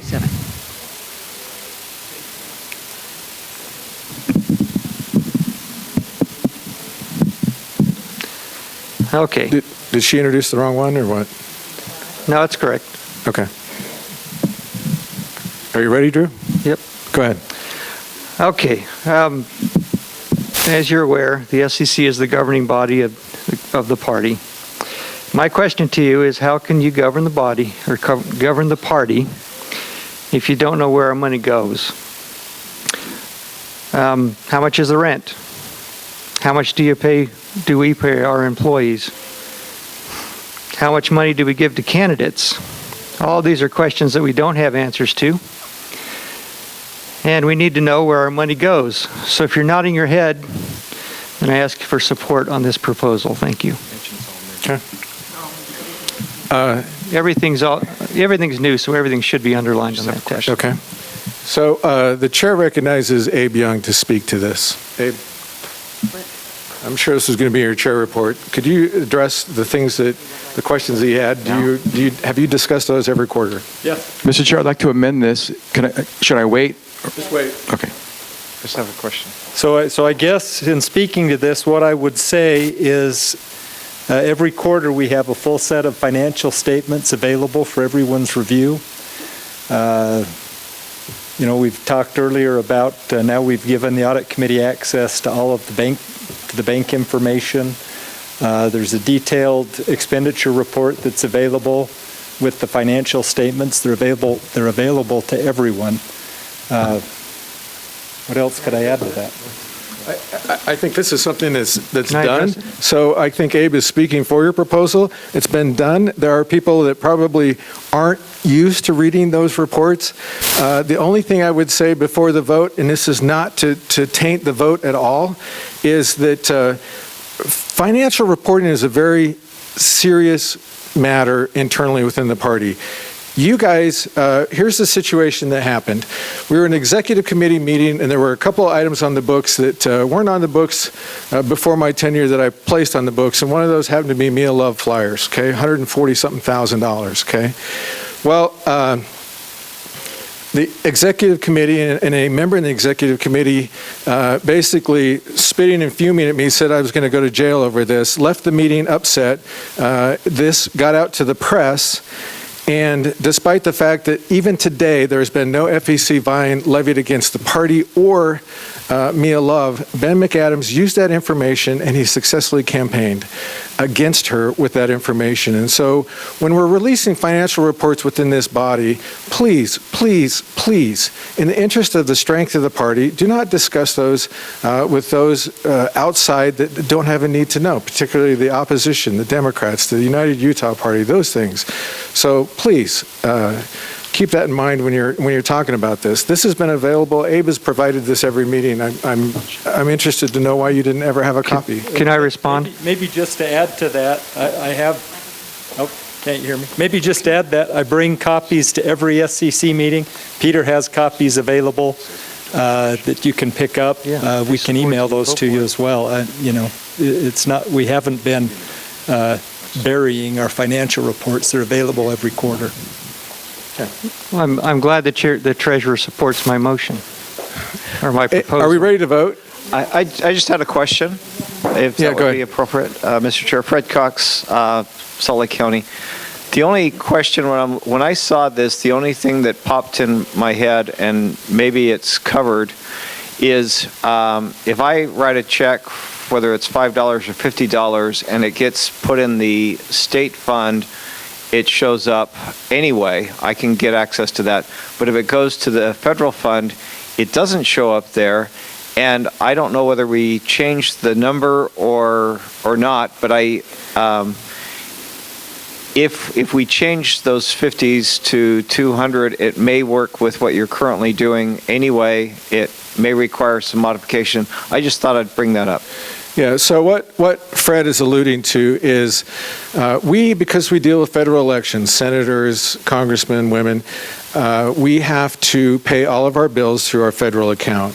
If it's a donation of $200 or less, we don't need to know who you are and report that, and we'll ship that money directly to the federal account so that we can pay our bills. We're constantly trying to ship state money. I can accept $1 billion to the state account, okay? But federally, I cannot. I'm very controlled at what I can do federally. The FEC is very demanding on that. And so the $200 limit thing is where you won't see it because we're going to put that right in our federal account to pay our bills and our salaries. And I'm just wondering if this particular bylaw proposal, whether or not the 50 should be changed to 200 or if it works at 50. And obviously our accountant would know, but I just thought I'd throw that out. Thank you. So that's why that occurs. Okay. Mr. Chair. Point of information, or maybe it's a comment, but a concern that I have, and I apologize, I might not have heard the entire conversation, but if we're giving this out every time, and the media is here, and this is in essence a public meeting, yes, anybody who's not a member of this body could get a hold of that. Is there anything on there that's going to be confidential or timeliness, like maybe it wouldn't have been filed yet as a final report? Is that going to be an issue Yeah. for donors? That's a viable question and statement.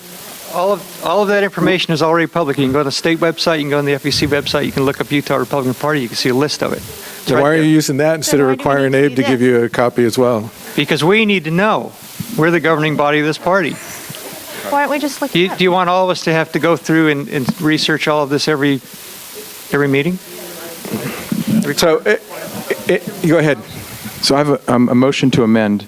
Yeah. What we want to do here is make sure that all the financial transactions of the party are available to this body. Okay. So that's our purpose here. And in order to do that, we need to make a little change.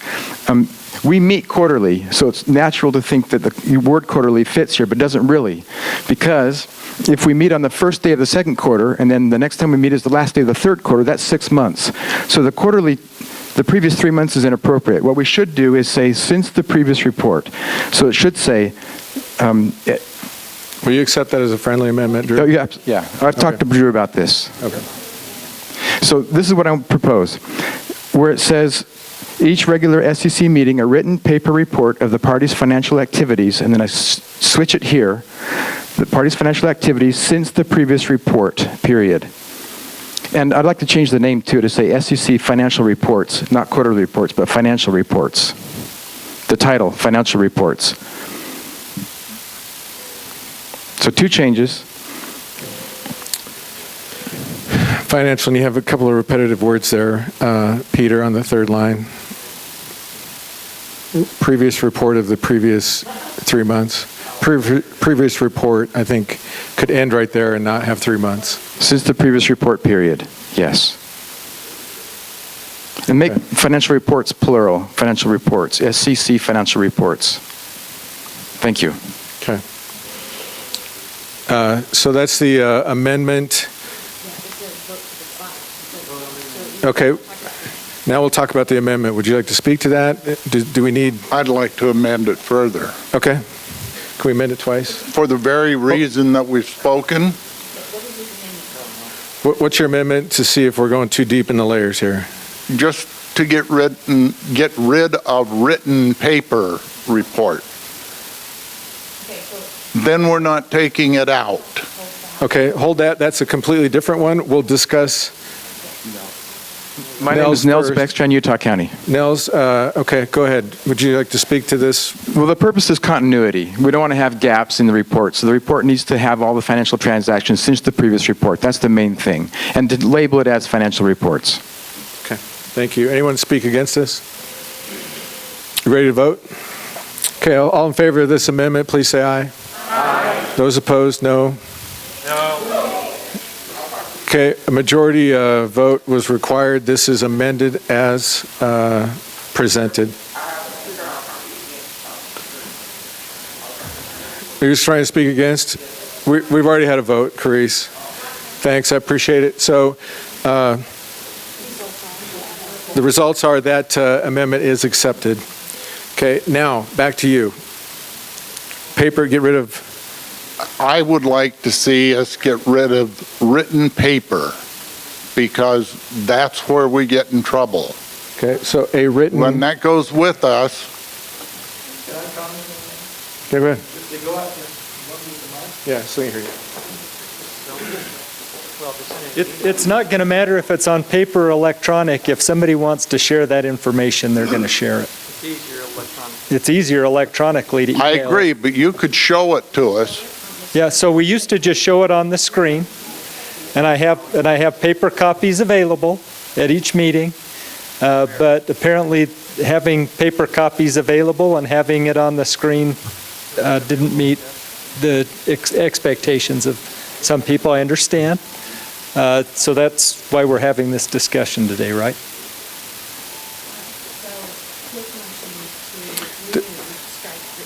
Okay, strike, put a period at the end of meeting and strike a written paper. SCC meeting, a report. So written paper needs to be stricken. Not a, just written paper. Thank you.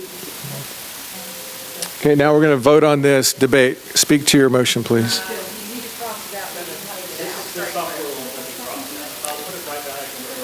I just think that's one of the reasons that this information gets out. You can take it home, you can put it in your garbage can. Somebody wants it, they're going to get it. And okay, thank you. I would speak in opposition to that modification, because once you take written paper out, that can be any kind of report. If he just says to one of us on the way out the door, got a good financial report, that would qualify as a report. I don't think that's good enough. It needs to be written. Whether it's electronic or paper doesn't matter to me, but to take out a written report is a problem. Well, the report up here, it's very detailed, Peter. So if you look at that, even if it were only electronic, it would have to be very detailed. You could also according to this. If you take written and paper out of there, well, I guess you could just put it on the screen. You could talk about it for a few minutes with the details. Yeah. I just think having it written is probably a good clarification. Thank you. Okay. All right. Anyone else speak for this? You spoke for it. Against it? Anyone against this? Oh, you were against. For. Anybody for this change? Okay, ready to vote? Grease.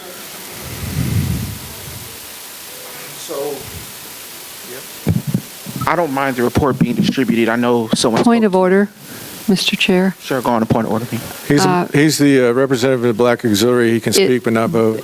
Is he a credentialed member of this meeting? So I don't have speaking privileges because I don't have a credential? If I recognize him, he does. I recognized him. Go ahead, Chris. Thank you. Point of order. I think that the chair. I would challenge the ruling of the chair. Okay. The ruling of the chair is we cannot let a member of the body, or not a member of the body, an individual in the room to speak when recognized by the chair. That's the ruling of the chair. All in favor of supporting the ruling of the chair? That's not what I said. Point of order. He's not a credentialed member. I'm challenging your statement that you appealed the ruling. Yeah, I'm objecting to your ruling. Okay, are you appealing the ruling? Rejecting? I'm appealing the ruling of the chair. Okay, we're going to put that vote to the body. Is that what you want? Do I not speak to it? No. Okay. It's debatable. So the ruling of the chair is to allow anyone in the room to speak, and I've recognized Carice, which is a common custom and practice. All in favor of supporting the ruling of the chair, please say aye. Aye. Those opposed, say no. Nay. Okay, Carice, please. Thank you. So the chair. I'm sorry. The chair has been sustained. Carice, please. Thank you. Carice Thompson, Vice Chair of Utah Black Republican Assembly. So my question would be to prevent any unnecessary incurred costs, because when I'm reading this, I see shall deliver to SCC members present. Now, if we're looking at this body, we don't have everyone present, right? So if we print out the maximum amount of number of papers for people present and we don't use it, where our recurring continual costs, I would love to see some type of amendment that would say maybe possibly through the secretary distributed electronically to everyone before the meeting so that it could all be there and available so we don't have to incur printing costs. Okay. That recommendation is noted. If anyone would like to bring that to the floor now. But yeah, it's not, that would be an additional amendment. So we're now voting on this written paper being stricken. Okay, are we ready to vote? All in favor of the amendment, written paper to be stricken, please say aye. Aye. Those opposed say no. No. Okay, the noes have it. Go back to the previous format. Okay, are there any other amendments to be made? Okay, with no further amendments to be made, would you like to speak again? I would just ask you to support the motion. Okay, any debate? We exhausted? Go ahead, Willie. Sorry, I just have to say, when we were in the CMB committee meeting, I looked at this and initially I said, you know, I'm all for transparency. But in further thought processes about this, most of this we already do. It's not this detailed. But I don't want to drive our donors away either. And there's a significant portion of our donors that they just want to support the party, but they don't want everybody to know that they're doing it. And this may drive some of those away. Okay.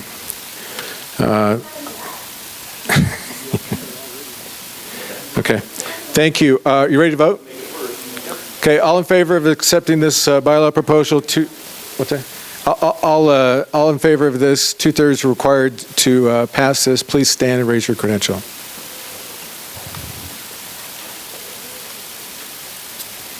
Thank you. Take your seats. All opposed, please stand and raise your credential. Okay, the chair rules that that does not pass by a 2/3 margin and fails. Well, that is division. Are you calling for a counted vote? Please go to the microphone.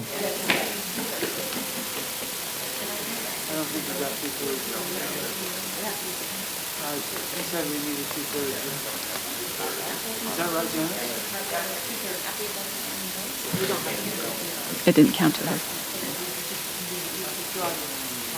Okay. Have you made the motion for a counted vote? Okay. Okay. Moving on. Major contractual and financial transactions. Janice.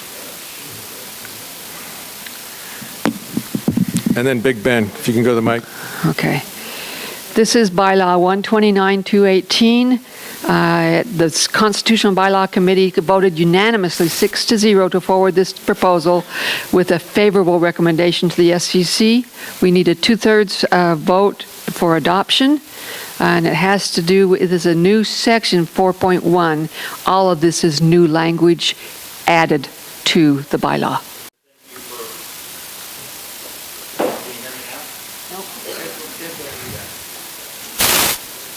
I'm going to use my big Matt Wilkie voice.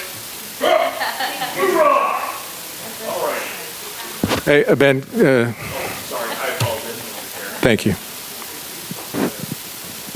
Mr. Chair, this basically states in a form that no financial obligation beyond the current approved budget shall be entered into without the approval of the executive committee and subsequently reported to the Central Committee at its next regularly scheduled meeting.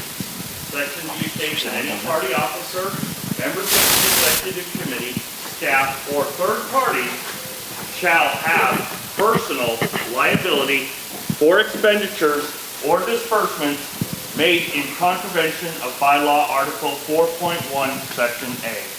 The intent is very clear, and that is to ensure that all new contractual and financial transactions are properly vetted and approved prior to any commitment of or expenditure from the financial resources of the Utah Republican Party. Thank you. Okay. The chair will state something that I know this body, none of these proposals were given or asked or vetted through me before this occurred. There are numerous joint fundraising agreements that I've entered into as a benefit to the party, as well as to assist the RNC in getting Republicans elected. For instance, the NRSC, National Republican Senate Committee, called me probably a month and a half before the election to say that they needed me to run $142,000 through my account to a Senate race in Tennessee. Okay, and so I did so because of that joint fundraising agreement that I had with them. Also, there was some monies that totaled around $42,000 for the Mia Love campaign that I ran through the party in support of her campaign. The combined effort limit is 45 something. So we fell just short of that to make sure we didn't exceed that limit. So that doesn't take this into account. I don't know how you would get around that. We did benefit from running the NRSC money through. They allowed us to keep $10,000 of that. So there are a lot of things that occur financially. I'm not trying to hide these. I'm just saying these are things that I'm sure Ben didn't know about, and a lot of you don't know about. If you really get into the minutia of it. Sir, and as just so you are, I don't believe that there was any negative intent. The purpose of this is, and the purpose that I wrote this is, I believe there are other outstanding debts that need to be paid by this party before, if we are going to go out and raise money for fundraisers and for parties to celebrate victories or drinks for when we have stuff handed to us, we need to make sure that these financial obligations go through. And all it's saying is that, sir, you can call an executive committee meeting, have the executive committee vote on it, pass it as a expenditure, as a needed expenditure. That gives you the opportunity to make your case, because I believe that what you are doing is what you feel is in your mind is in the best interest of the party. I get that.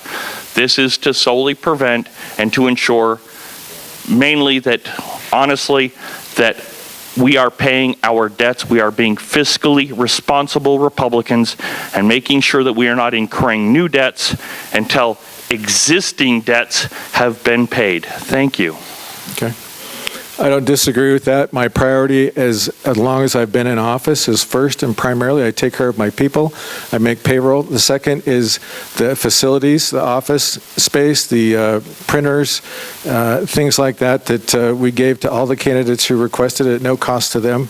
We made flyers and all of that information for them to the tune of $100,000. We assisted our candidates this year. And then the next priority was paying off bills. And Abe can tell me that, tell all of you that basically it comes down to the fact that the noisiest, squeakiest door with the allowance of the excess funds we have, we've never run and carried any excess funds over from month to month. I just wanted that to be informative to you, exactly what my priorities are. And I think that's how, who's the talk show guy that, Dave Ramsey. That's how Dave Ramsey would do it. Thank you, Mr. Chair. Lyle Hilliard from Cash. As I read this as a lawyer and as a legislator who loves to ask questions when bills are presented to me, this has a lot of real red flags in it. The first one is whenever you're going to make personal liability, I would never serve on any of those committees, because inadvertent things happen that you may be brought into it. It says here, any party officer, member, executive committee, or staff shall have personal liability for expenditures or disbursements made in contravention of this bylaw. It doesn't say I have to have made them. If somebody made it on that group, arguably any party officer, member, or third party, that needs to be clarified. Secondly, it talks about entered into. What does that mean? If I talk to somebody on the street and say, yeah, maybe I'll do something, we'll talk about it, but there's no signed written agreement, have I entered into an agreement to do that? You raised some, too, that things come up that really we need to disclose it. But you know what? No financial obligation beyond the current approved budget. There's so many of those things that come up. I just think, again, it reminds me of a lot of the ethic laws that the press want to put on the legislators. They're gotchas. They're the type of thing that you'll do anyway, but if you happen to just inadvertently miss the letter of the law, you're naming personal liability. And I think, as I say, there's no way you can get me to serve in one of these committees. If I knew somewhere somebody made a mistake, and even though it didn't really hurt anybody, it just wasn't disclosed, I suddenly, under these terms, I now had full personal liability for the $142,000 sent back to Tennessee. I don't think you'd get me to serve. Thank you. For or against? I'd like to speak to this. Go ahead, Fred. Salt Lake County, Fred Cox. We made a similar modification to our bylaws. I'm on that bylaw committee. And one of the reasons why we made the change was we had something similar already, that party officers could be held responsible for going outside the budget. And we made the change specifically because it was tied to the Central Committee, which only meets typically quarterly. Things have to happen quicker than that, and so we added the Executive Committee in there to add some additional flexibility and speed, and to decrease the likelihood of an officer being held responsible for doing something rogue, for lack of a better word. You brought up some items that are not in the same situation as Salt Lake County. Salt Lake County, like I said, has something very similar to this.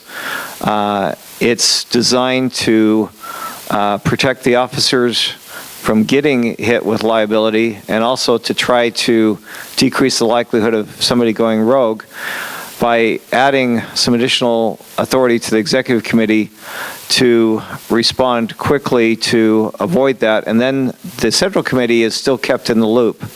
So I believe that's what Ben's trying to accomplish, and whether or not we need to change a word or two so that you're not responsible for something that somebody else did is another question. But the concept behind this, I think, is sound. The question is there some flaws, and I'm still looking at what the senator just said. Thank you. Okay. The time frame from the NRSC phone call until the money was in the hands of Tennessee was less than 30 minutes. Okay. Point of information. Thank you. A couple things. I have a question for the treasurer. I'd like to know if this current officer board has engaged or entered into anything that would further the debt of this organization since you were elected in the spring of 2017? Nothing.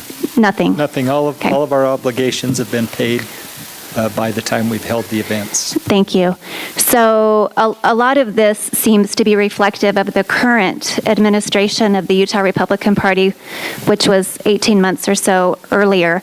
My second point is I serve with another charitable organization, and perhaps we could table this if you'd like to consider what I'm about to say.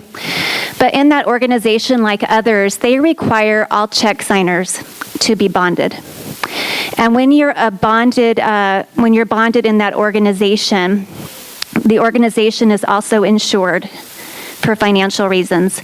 And this bonding process requires a personal financial review of everybody who has authority to issue checks or payments or sign checks for the organization. Perhaps if we required check signers in this organization, like other 501c, 3-4, whatever, to be bonded and therefore insured, the type of mismanagement financially that the party has been in the past would not continue going forward. And to me, that just seems like a really smart way of running this organization and accepting that responsibility, that fiduciary responsibility for this organization. And I personally, as a member of this body, would recommend that we check into what it would cost to have that bonding application process done, what it would cost to have an insurance company such as State Farm insure this organization from any financial mismanagement based upon those bonding applications for any check signers. And if that's something that we're interested in as a party, I think we should have it in place before the next officers of this organization are elected, so that people understand what that requirement is when you lead this organization and you have check signing abilities of this organization. Thank you. Point of information, Mr. Chair. Were you making a motion to table this? No. Commit to committee? Yeah. Point of information. Yes, go ahead. First off, I really don't think that this was aimed at any specific chair. If you look at our organization and how far back we've gone and had problems, I know that Rob inherited problems, so I don't really think this is aimed at him, Kathleen. 610,000 yeah, problems. Well, anyway, I'm just saying that, but I'm also asking, at what point, and could we split this? Could we make a motion to split the two A and B and vote on them separately? Number one, and secondly, You can. I just ask you want to if make we that can. motion? First, though, yes, I would like to make that motion, and then I would like to amend the first A. Okay. The first motion on the floor is to bifurcate these and deal with them separately. So item A and item B would be separate. Second? That's what I second, up to second. That was my. Okay. There is no debate. We'll vote on that now. Majority vote is required. All in favor of bifurcating these and discussing these separately, please say aye. Aye. The chair, are you a member of the body? Okay, please refrain from vocal votes then, please. Thank you. All those opposed, say nay. Nay. Okay. The ayes have it. We'll deal with these separately. Okay, we are now dealing with the item A, 4.1A separately. May I make that amendment now? Yes. For the senator's comment, no financial obligation beyond the current approved budget shall be entered into with a signed contract without the approval. I think that would help clarify that, right? Actually, I think with the signed contract should be before without. Okay, Peter, into a signed contract without the approval. Yes, contract. Is there a financial amount? I didn't have one in mind. Okay. Well, it's talking about approved budget. So if it isn't in the budget. So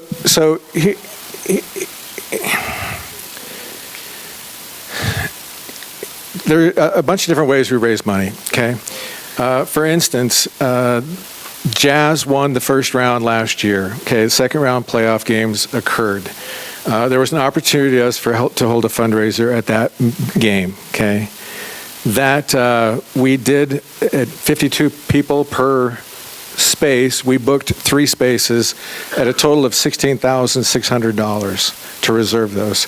We in turn went out and sold those tickets to that venue and raised $4,500, $5,000. Okay, that happened in less than 48 hours. Okay. With this kind of a bylaw, you inhibit me raising $5,000 through an event like that because. Right. So I know we did. But so those, well, then if it doesn't go through the party account, then. It's not party funds because in B, that's what it specifically says. Then we take the profit next time. The other thing, if I may, sir, your Tennessee, there was never any debt incurred by the party because you knew going forward that you were going to profit $10,000 for the party. Is that not true? I didn't initially, but yeah. Thank you. Yes. If you have it like this, a signed contract without the approval of the executive committee and subsequently reported, then the executive committee could approve that, and then you report it to the next central committee. Yeah. As far as the liability requirements, I have reduced Kara and Lisa's liability requirements by not forcing them to be check signers on the account. Okay, it's Abe and I did this to shrink down the base because we've had situations in the past. For instance, I went at convention and the next day, $30,000 worth of checks that were written bounce because there was no money in the account. Okay, so I needed to get my arms around this animal. What's that? That organizing convention where I was elected a year and a half ago, okay? $30,000 worth of checks bounced the next day, okay? Can I clarify that nobody knew about that the person that... So the treasurer was even out of the loop. Abe and I discuss everything with Mike and Peter. So there's a four-way trust that allows us to keep from having some things like this happen, where a officer goes to the bank, cashes a check, and you never know where the cash goes, which occurred before. Mr. Chairman, thank you, and I appreciate the efforts that you've made to make things more transparent and straightforward. But I do have one question with respect to, I know one event that this committee attended at Top Golf. It's my understanding that this party was committed to a $12,000 fee there to do some fundraiser or something, but it ended up just being a State Central Committee meeting. I think you could actually, Abe, fundraisers have a budget to them, so I think that probably was within the budget expenditure for a fundraiser. And you can't predict exactly where you hold these fundraisers and how much they're going to cost, how much they're going to raise. That one was one that a bunch of people approached us and said that you're not going to make any money on that. Instead, go back to the ledge breakfast. We held the ledge breakfast, made, I don't know, $45,000 or something at that. And we ended up eating that because we were going to lose it at that point because we already put the down deposit to hold the Top Golf event. So that was an error on my part. Do you want to hold me liable to pay for it? No, I'm not suggesting that you be I'm held just saying personally that liable. that is the one decision I made so far where we didn't make money on an event. Okay, well, I appreciate and I haven't that. scheduled a Top Golf event since then. I was unaware how that came about. I just knew that it came about and that the fee for using that facility was $12,000. And to my knowledge, this committee didn't probably use $12,000 or donate $12,000 worth of expense. Thanks. Thank you. It's a small thing, but we got to get the grammar right in the modification or it won't work. No financial obligation beyond the current approved budget shall be entered into through or by means of a signed contract. Via? I don't know. Via? Good. Via a signed contract without the approval of the executive committee. Okay, further debate. I'm not trying to conflict this. I'm just trying to tell you this is what happens on a day-to-day basis in the party. This is how we raise money. It's not the traditional way where the top ticket has funded the party. Top ticket hasn't done that since 2010. So Orrin Hatch probably was the last guy that did that. So anyway, back to this discussion. Any more for or against this Amendment A? And now we're talking about the amendment only, okay? All in favor, you ready to vote? All in favor of the amendment as depicted on the screen, please say aye. Aye. Those opposed, no? No. Okay, the ayes have it. That amendment will stick. Okay, division has been called. All those in favor of this amendment as depicted on the screen, please stand and raise your credential. Just the amendment. The amendment, just the amendment. This is a majority vote only. It's just the amendment, not the... Okay, thank you. Please take your seats. No. Okay. I'll oppose to this. Please stand and raise your credential. Okay, that passes for sure. And now we're back to this amendment. Are there any other discussion items on this? Okay. You ready to let it go to a vote, Ben? Yeah, I'm good. Okay. All in favor? Helen? Double time. Thank you. Helen Watts, Davis County. So the phrase, the current approved budget, is where I have a question. Does that mean today's budget? Or does that mean that next time there's a contract in a year that it will be the budget for that year? Is it the current approved budget for every single year beyond whatever?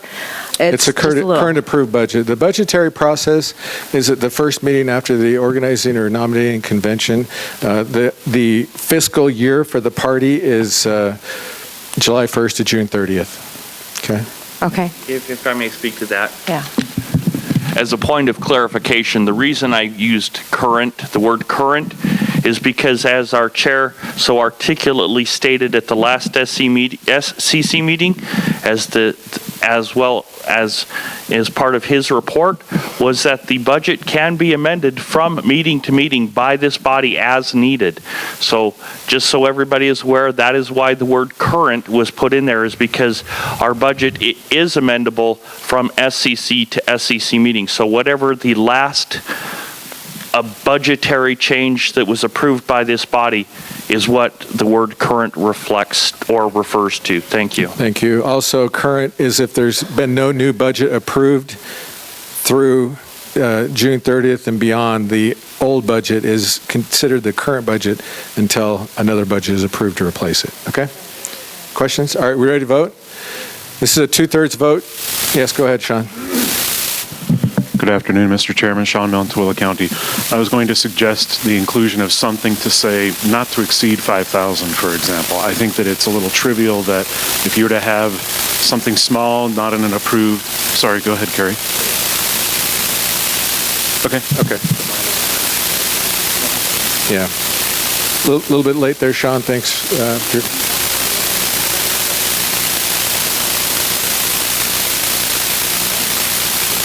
Okay. So we're voting now on the amendment to the amendment, right? And so it. Wait. Are we voting on the? No, we did that already. We are voting on the. Hang on a sec. Let me make sure we're doing this correctly.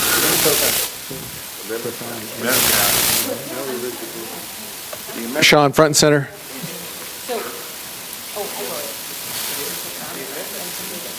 Yeah, you do get to make an amendment. Go ahead. Okay. Well, anyway, I think I made my point, which was to just suggest that if there is something, between quarters when we meet as a whole body and for whatever reason the executive committee believes that there's some contract to get into that has some dollar amount, I would hate for you to not be able to take advantage of something because of a few $100s. Hopefully we're never that desperate. So, I could see not putting us in debt by $400,000 or something like that. But anyway, that's all I was kind of throwing out there. Carrie? Well, motion to amend then. There you go. Motion to amend not to exceed $5,000 somewhere around via assigned contract.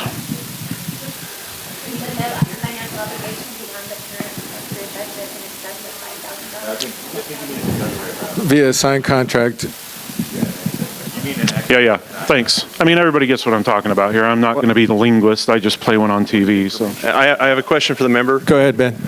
Point of information on that. Our bylaws already state that we can't do this for more than $10,000 unless the state executive committee. So the number is already 10,000 in the bylaws. So we can vote to reduce that number to 5,000, and I've got no problem with it.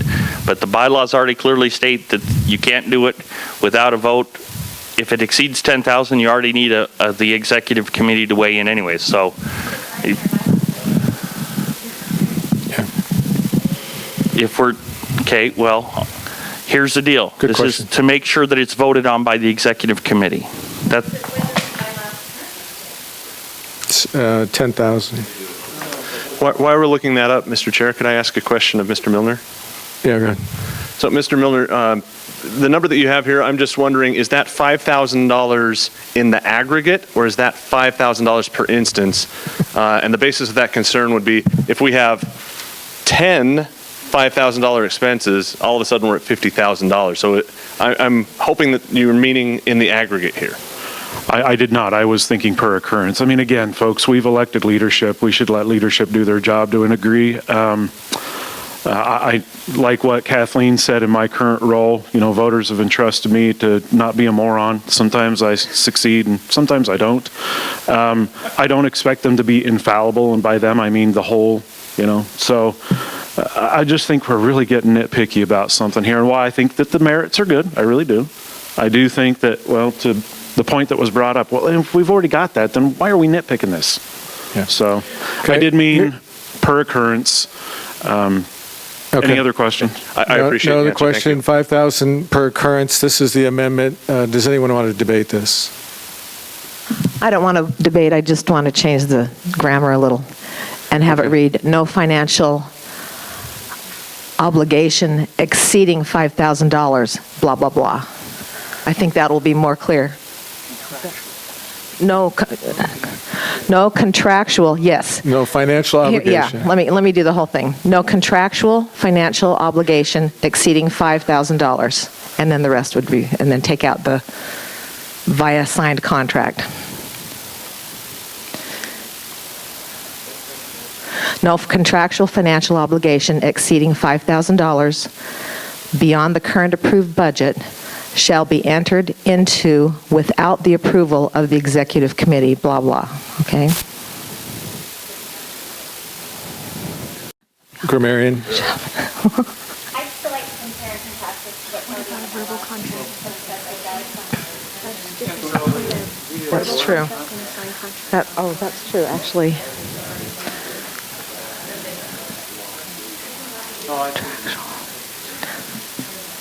But it doesn't specify written, so it could be any kind of contract. Oh, that's true. I'll take out the word signed. I was actually glad people were reminded of it. I was having these thoughts. Okay. And let's remove the word signed.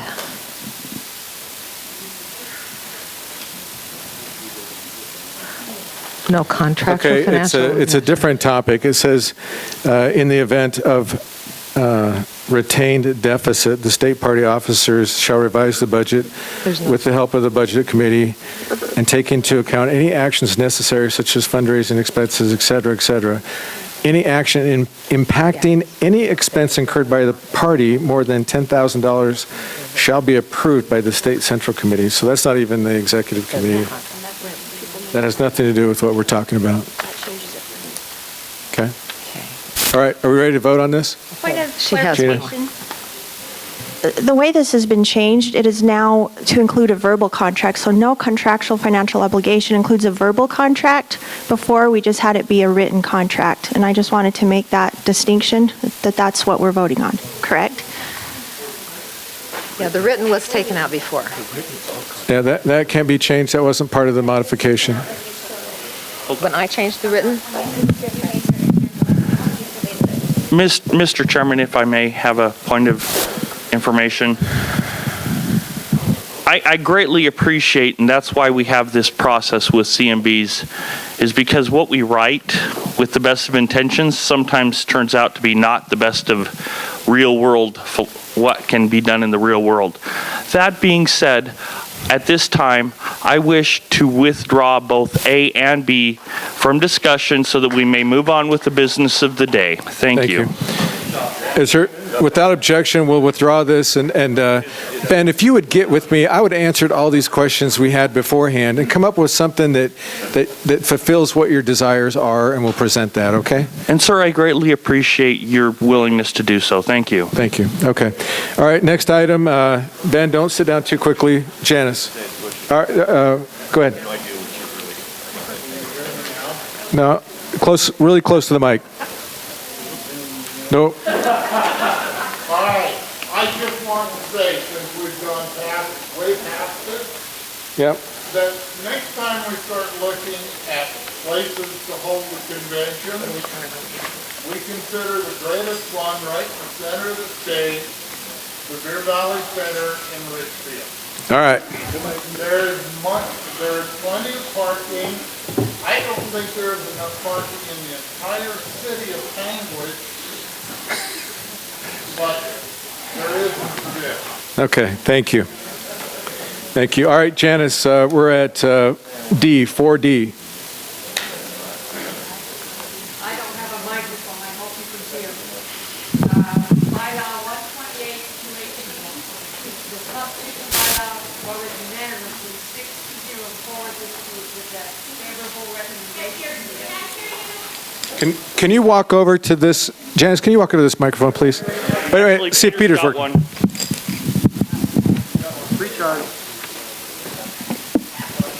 This one passed the CBC with a 6-0 favorable recommendation to go forward. It needs a 2/3 majority for adoption. This is Ben's bylaw proposal, and it's 2.0 on the State Central Committee dealing with elections. Okay, go ahead, Ben. Case in point, I'm sorry, Mr. Chair, bad habit. Real world example. A couple months ago, we had a special election for a vice chair, which drug on for several hours because we have a archaic system of eliminating candidates in which somebody gathering less than 2% of the vote can stay in for 4 or 5 rounds before being eliminated. This very simply takes it to where in the first round, the percentage of votes are tabulated to, let's say, candidate A gets 30%, candidate B gets 27%, that's 57%. That basically means that's more than the majority. So instead of wasting this body's valuable time and the members of this body's their most valuable time, we eliminate it. We could have gone to 2 rounds and saved multiple hours of balloting in a special election that continued to keep people with no realistic path to victory on the ballot, again, wasting valuable time of this body's and its membership. So this is why I suggested this, and as you can see, it's basically everything is underlined, so all of the language is, and it's done so to be very clean and hopefully very efficient and very crystal clear in its intent. Thank you. Thank you. I'm going to ask Lowell Nelson, this method, is it accurate and does it provide the same results if you did multiple round? No, it does not. In the case where you have 4 or more candidates, and case in point, of course, is the Acton-Decker election in Salt Lake County last year. And I can explain that if you would like, but it's... You know, I didn't even know this was coming, but I knew you would know the ins and outs of this voting method. So I acknowledged you at that point. But go ahead. Go ahead. Just let's debate this now and figure out the best way to do this. I get what Ben's saying, but go ahead. Yeah, I do too. To really shorten an election, the best way is to cast a ranked choice ballot, because then it's a single piece of paper. You cast one ballot and you're done. But if we like multiple rounds, which this committee tends to do, then you have to preserve the rights of the 3rd and 4th place candidates. In the Acton-Decker election, Acton and Decker both got 28% in the first round. Stephen Van Bibber got 26%. Okay, so that's a difference of 2 percentage points between the 2 first placers and the 3rd place. So it's 28, 28, 26. Okay, and then the last place candidate, Jared Belcher, received 17%. If you add Jared's 17% to Van Bibber's 26%, then you come up with a number of 45% or 43%, I beg your pardon, which exceeds both of the so-called first place candidates. And so really, mathematically speaking, to guarantee a fair election, you can only drop the lowest vote getter in after the first round. So this election should have gone to a second round, which included the 3 candidates, Van Bibber, Acton, and Decker, so that the rights of those who had voted for Jared Belcher and for Stephen Van Bibber would not have been lost. So did they eliminate 2 candidates in that case? They did. Do you agree with that assessment? Would your proposal... Actually, sir, just for fairness, I ran that election and we used electronic voting. I was at the time the elections chair. Sorry again, sir, bad habit. I was the elections chair in Salt Lake County. I ran that election and we used electronic, and we were done in less than an hour with that many candidates. So yes, and by the way, to speak to the gentleman's point, when the state of Utah does a primary election, do we take the top 2 candidates? Yes. Thank you. Case in point. Thank you. Okay, so we've had kind of 1 for, 1 against. Are you for or against? I'm against, but... Okay, do we have a for? Nels, would that be you? Against? Okay. Mr. Chair, you did request Lowell's to give information, so I don't know if that's fair to say that he was non-solicited against, so I don't know if it's fair to count him as... Go ahead. So I have a couple of points against this. One is I don't think that speed should justify an alteration of the result of an election where the will of the voters are not portrayed in the outcome of the election. Specifically, the way that we do this right now only eliminates the candidates whose combined total of votes could not have further affected candidates upstream in the voting. Right now, we eliminate candidates only when they cannot change the election. So in the situation where Lowell pointed out, the combined 17% and 26% could have affected the outcome above the 28% of the first or second place. Under the system we have now, So we'd only drop the bottom guy. we would only drop one. Now, if we had another candidate that had 5% and another candidate that had 2% and another candidate that had 12%, we would drop up to the number of candidates that could not combine effect. So if the bottom three total votes added to the bottom fourth couldn't defeat the bottom third, then they're all dropped. But if they could, that means that if every one of those votes were recast, they could have changed the outcome of the other people. So those people shouldn't be eliminated until all of the other votes can exceed that amount. Okay. To clarify for everyone in the room, because my eyes glassed over. I'm just kidding. You are supporting or against Ben's? I'm against Ben's because it eliminates more candidates than could have overturned the election. Okay. Thank you. Okay. Nels?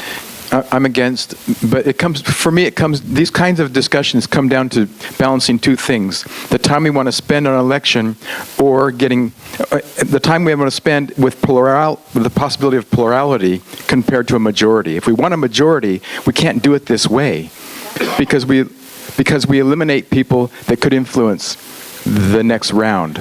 Well, okay, I'm going to preface that with opinion only, so people there are different ways to look at that and parcel that, but, okay, are we ready to vote on this proposal? Okay. As presented, this proposal by Ben, would you like to sum it up real quick?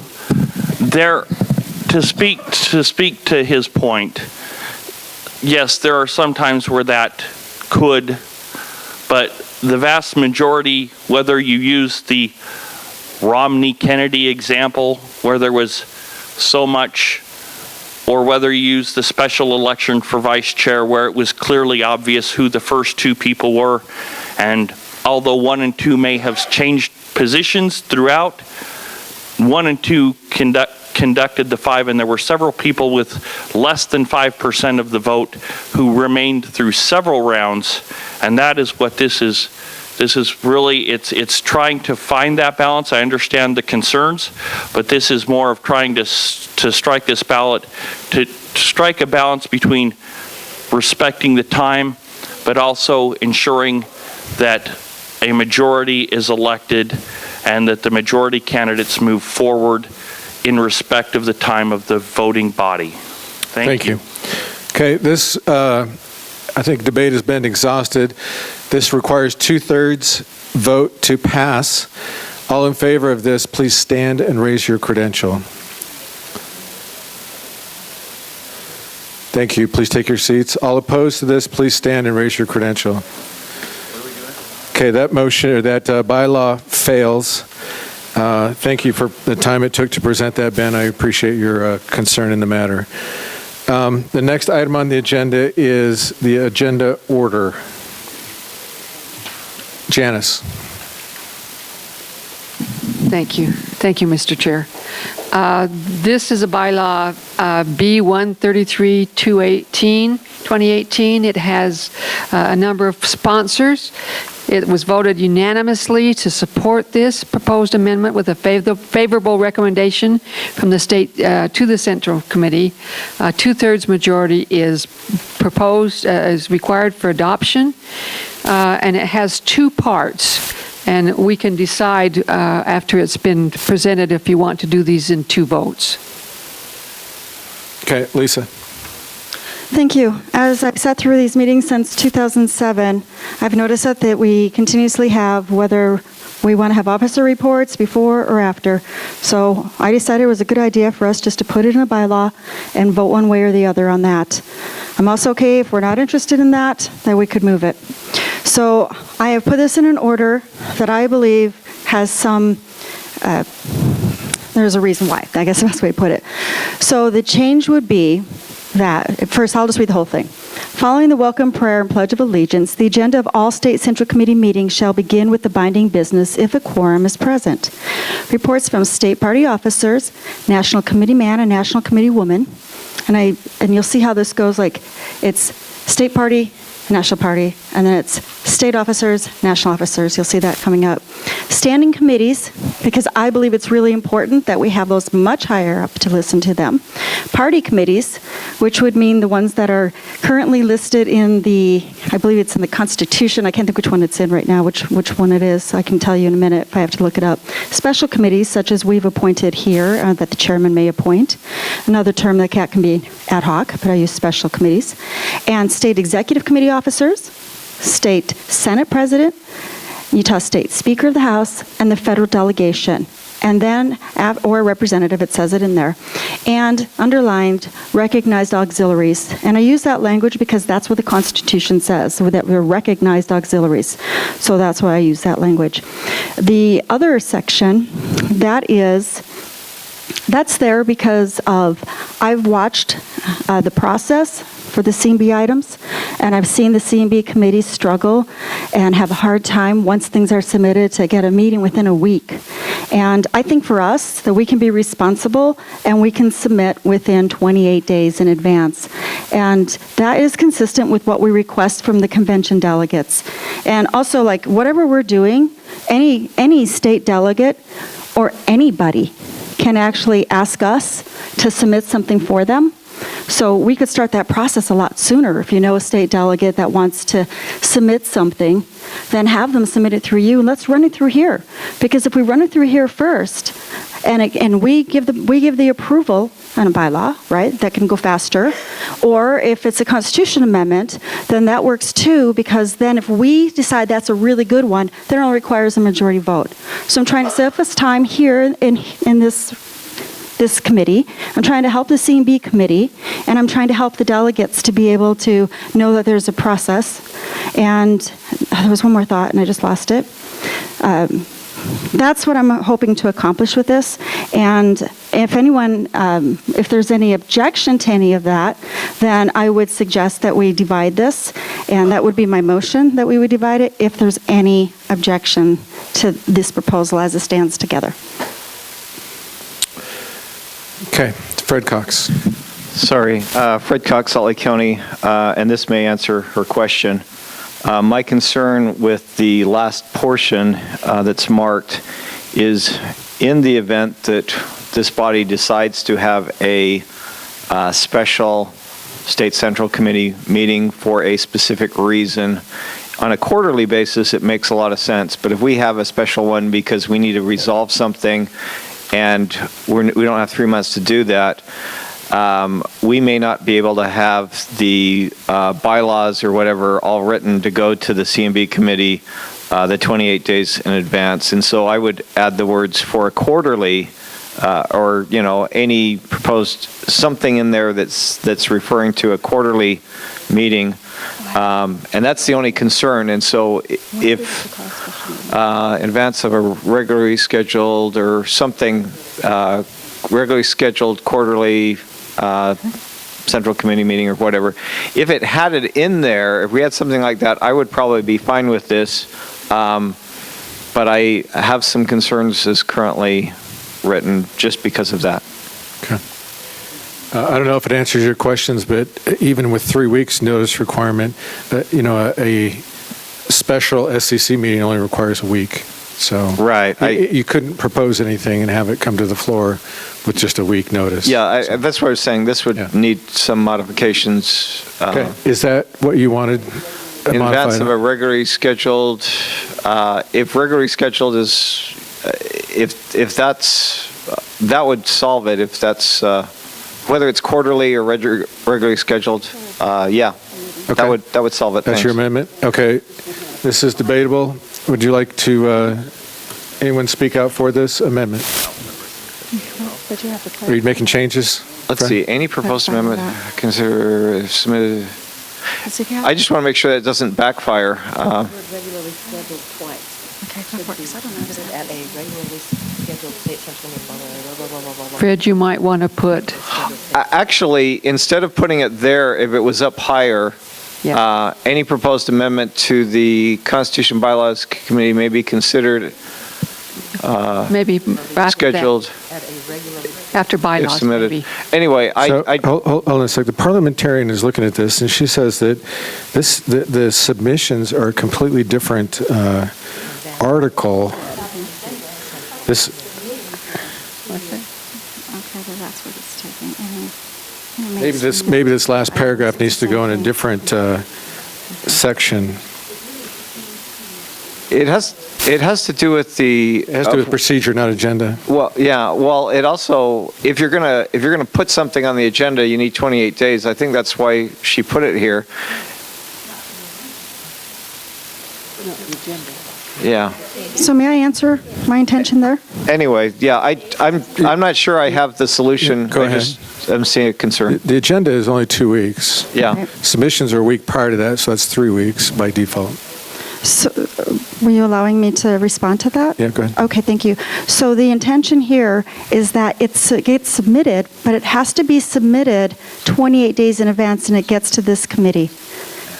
And then because an agenda item and a Constitution and Bylaw Constitution and Bylaw item, they're not always exactly the same, so that allows that to go that process. The Constitution and Bylaw Committee to have an extra week to. And I don't have a problem with that on a regular one. And I'm not, like I said, I'm not sure that we had the solution. Which anybody can submit a Constitution Bylaw change today for the next meeting. And this may not affect it because currently our bylaws don't deal with the special central committee meetings. The Constitution does, but I just don't want to create an additional problem. Thank you. Okay. Did you withdraw yours? It may be fine. Okay. I'm not sure if I've got an amendment to solve the concern. I just want to make sure we don't create a scenario where we can't present something at an emergency meeting in less than 28 days. Mr. Chair, may I amend this?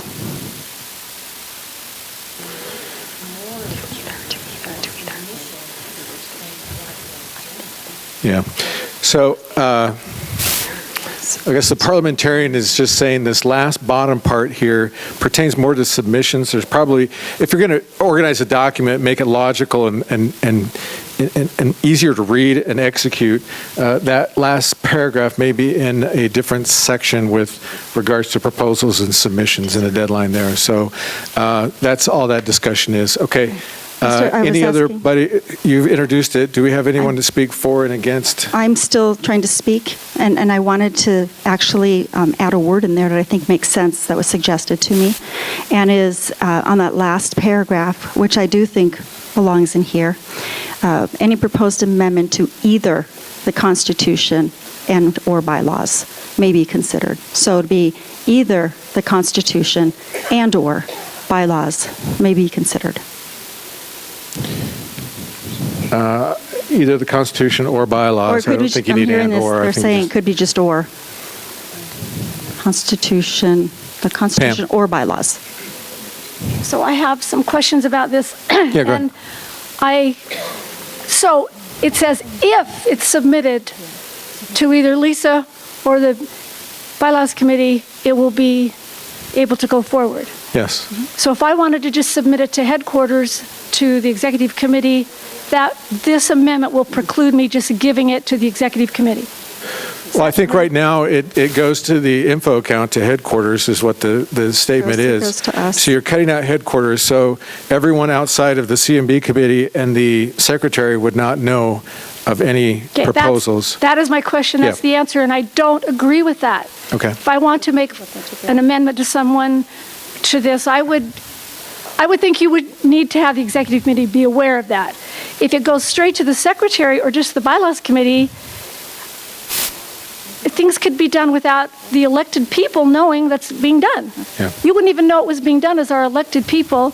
Lisa's elected, she would know. I just think that's wrong. I think if it comes, it should come to headquarters where you guys know, and then you direct it to the proper committee people, whatever. That's just Okay. me.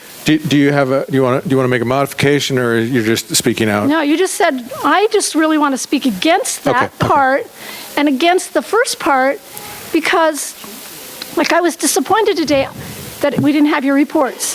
The first time you were as the chair, you were totally X'd out by putting that at the bottom of the agenda. We never even got to hear from you as the brand new chair of the party ever in that meeting, I guess. That never even happened. I just think that's wrong. I think that you should do your reports as the executive committee because the information that you have would pertain to stuff we're going to be voting on or discussing. That's why you came. You're prepared to tell us what's happening. Yeah. And we need to hear what you're saying to make an informed decision. Yeah, Today we were totally X'd out from any information you might have had that would be able to help us in our decisions today. And I just don't agree with that. And I don't want to amend it. I just want to defeat this amendment because I don't agree with it. Thanks, Pam. I think the other thing is this does not follow Robert's Rules of Order as far as conducting business in an organization. Okay. Mr. Chairman, if I may address some of those things there. So I would disagree with the parliamentarian in regards to this needs to go to a different section because currently the way we submit Constitution and bylaws. To be fair, okay. You've spoken for this. Let's get somebody else to speak for it. She just spoke against it. And then you can sum it up at the end, okay? So keep that down. Okay. Go ahead. I am here to speak against it. Okay, well, No, we've then already I had have- against 4? I haven't spoken for it yet. 4? Yes. Okay, go ahead.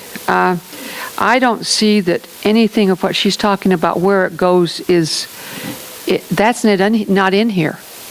It doesn't, it doesn't change where the bylaws go to. It just says that the Constitution and Bylaws Committee needs an extra week to do the business of the Constitution and Bylaws Committee. No, I think the words are sent it to the Secretary and the CMB Committee. Okay. All right.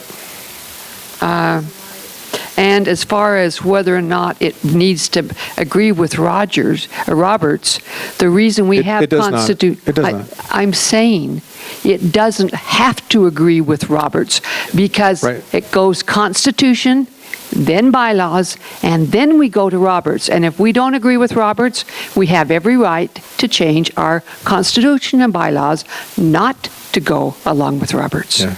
You misunderstood my point. Back to Ben. Are you speaking for or against? I'm speaking against. Okay. I don't agree with the language in this amendment to the amendment. I think it should just be the two either needs to, if we're going to propose amendment to the Constitution and bylaws as considered as SCC meeting, I don't think those words need to be in there. We just put any proposed amendment to the Constitution and Bylaws Committee. Either is, why do we need to use the word either? It's extra additional verbiage that doesn't need to be there. Excuse me, he spoke against the word either. Is that right? Because I actually said that we can take that off and put or. Okay. Just in between the two. Any proposed amendment? What's up there? To the Constitution To or either, you said to bylaws. either and I know, or. but I asked to have that taken off. Maybe you didn't hear that. Or bylaws, okay. Yeah, because it was Are you okay with redundant. this? Change? Okay, since she made this, is this, you vote on this change? Okay, this change will be voted on. Is there any debate on this? Sounds like everybody's ready to vote. Are you ready to vote? Majority required only for this amendment. All in favor, say aye. Aye. Those opposed, say no. No. Okay, the ayes have it. The change will be inserted in there. Now we're voting on the whole thing. Are there any more against, for? Against. Okay. Do we have another for?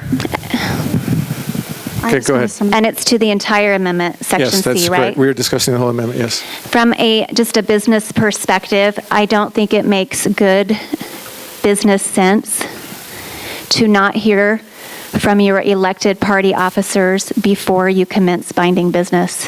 If 3 months have transpired, as is typically the case between our meetings, I think that there's a great deal of business and information that has come into the party headquarters via the officers that this body has not heard and should hear prior to conducting any business. I recommend that the reports from the state party officers be stricken from that highlighted section. The rest can remain, but I just think that it is poor business practice not to hear from the officers of an organization prior to conducting binding business. I don't think you're modifying that. You're saying you're against that whole.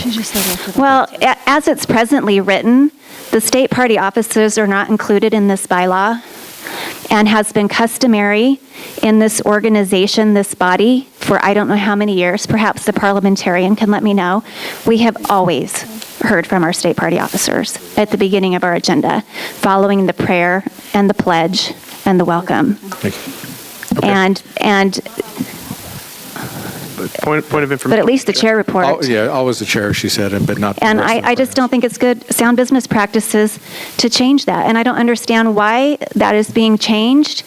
It seems awfully personal to me. We don't like this chair. We don't want to hear from this chair. He perhaps might say something that might change our minds. We're not going to give him the opportunity.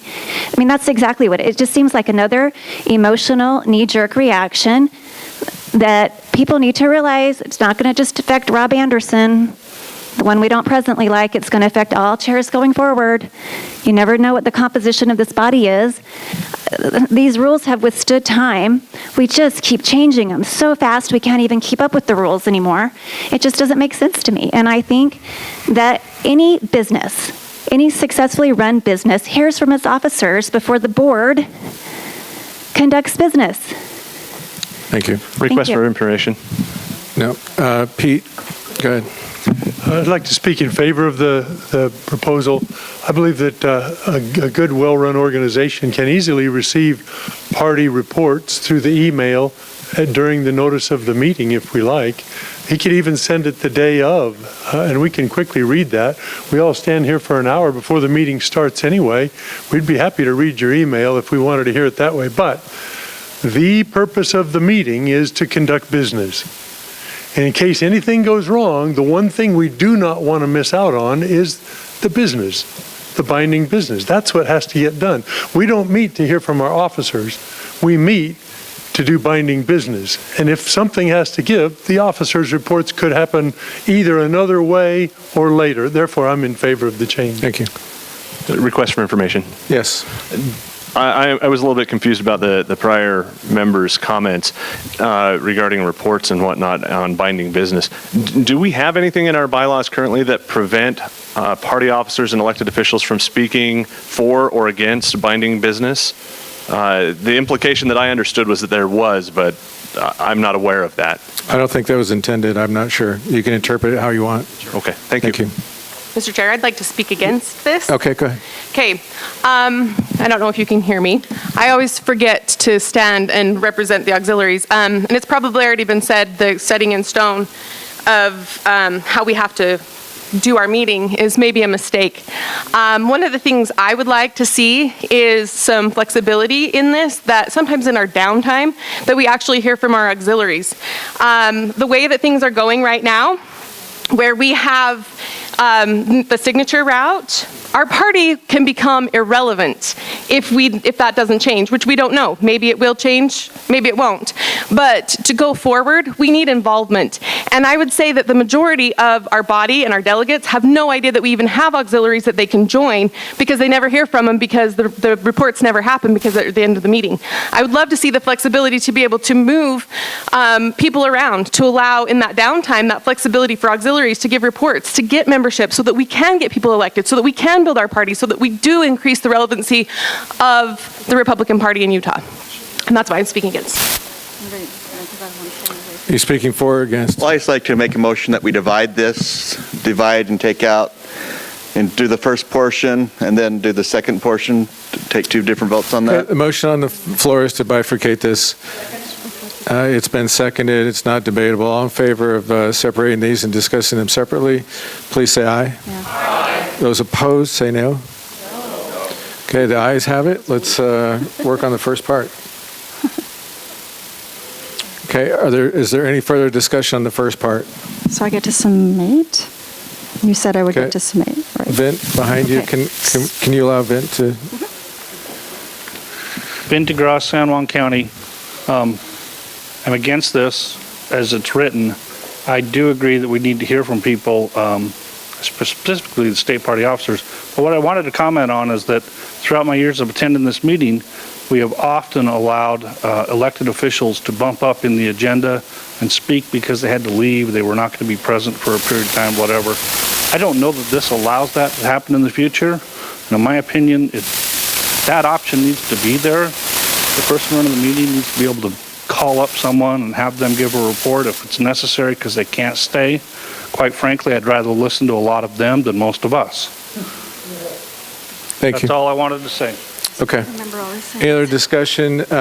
Anyone speak for the first section here? Go ahead. I'm against the first section. Okay, hold on. We already had against. For or against? I'm for the first section. Okay, go ahead, Nelson. The reason I'm for the first section is I appreciate that there's information that could be available to us from the leadership.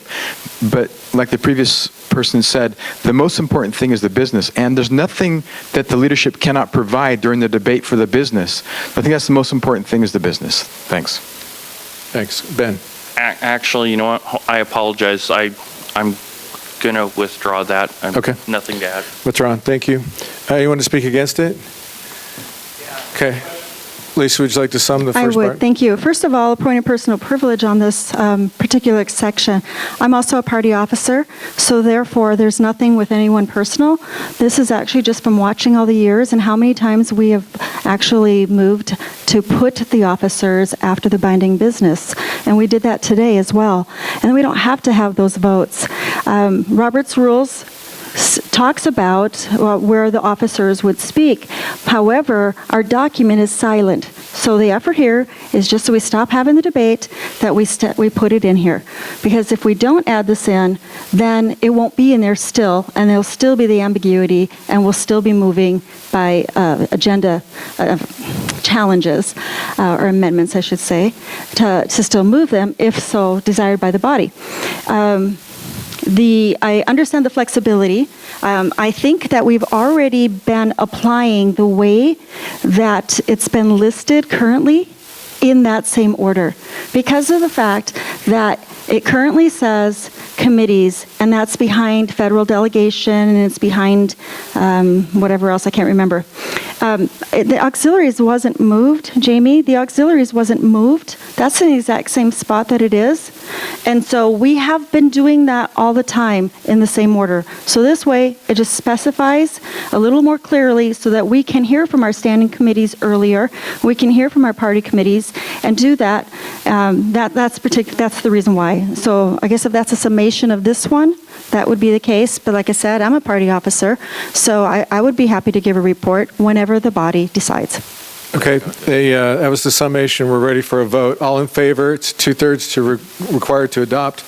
The top first section only that you see displayed. All in favor of this, please stand and raise your credential. 2/3 majority required. Okay, please take your seats. Those opposed, please stand and raise your credential. Okay, the chair rules that does not pass the 2/3 majority. Okay. We'll now discuss the end. I'm not sure it looks like. So I'm confused on the 2/3 again, and I apologize, Mr. Chair. It's a bylaw change. So it's a bylaw change, so to be immediately enacted, we need to pass by 2/3, but to pass on to the convention, isn't it half? Isn't it a simple majority? It's a bylaw, it's 2/3. It doesn't require convention approval or ratification. Okay. Mr. Chair, it is a bylaw, not a constitutional amendment. Constitutional goes to the delegates. The bylaw is only within this body. That's a way that the delegates actually get a chance to vote on what we're trying to do. So this isn't shutting down the voices of delegates. This allows them to have a discussion. Go ahead, Don. You want to explain? We have a process in place that if you would like it to go to convention, that can simply take it to convention and re-put it forward to the delegates. Okay. Thank you. Thank you. I was just confused on that, so I appreciate the opportunity to ask. Thank you. Okay, bring up the last part there. Thank you, Peter. Now we're discussing this. Is there any more debate for and against this last proposal? Okay, it sounds like everyone's exhausted on debate. With that being said, again, this is a 2/3 for adoption. Do I get to sum for this? Go ahead and sum it. I could, thank you. So as I said earlier when we were talking about them combined, currently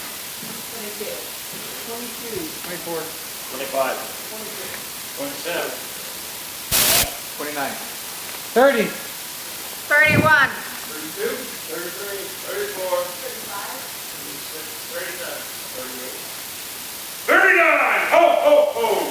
40. All right, 41. All against, please Just a stand and raise second, your we're not done. There's still people counting. What's that? 43. Okay. 43? Okay, all opposed, please stand and raise your credential.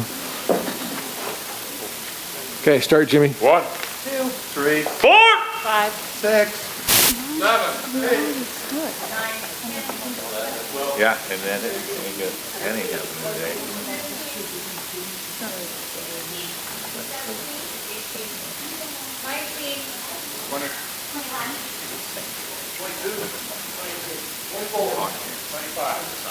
26. 27.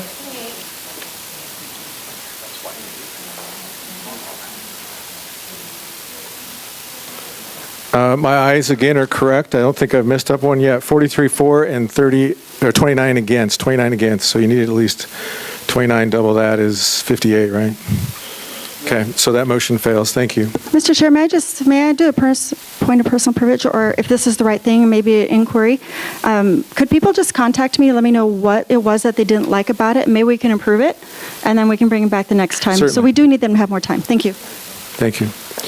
Okay. Next item on the agenda is caucus and convention procedures. Big Ben.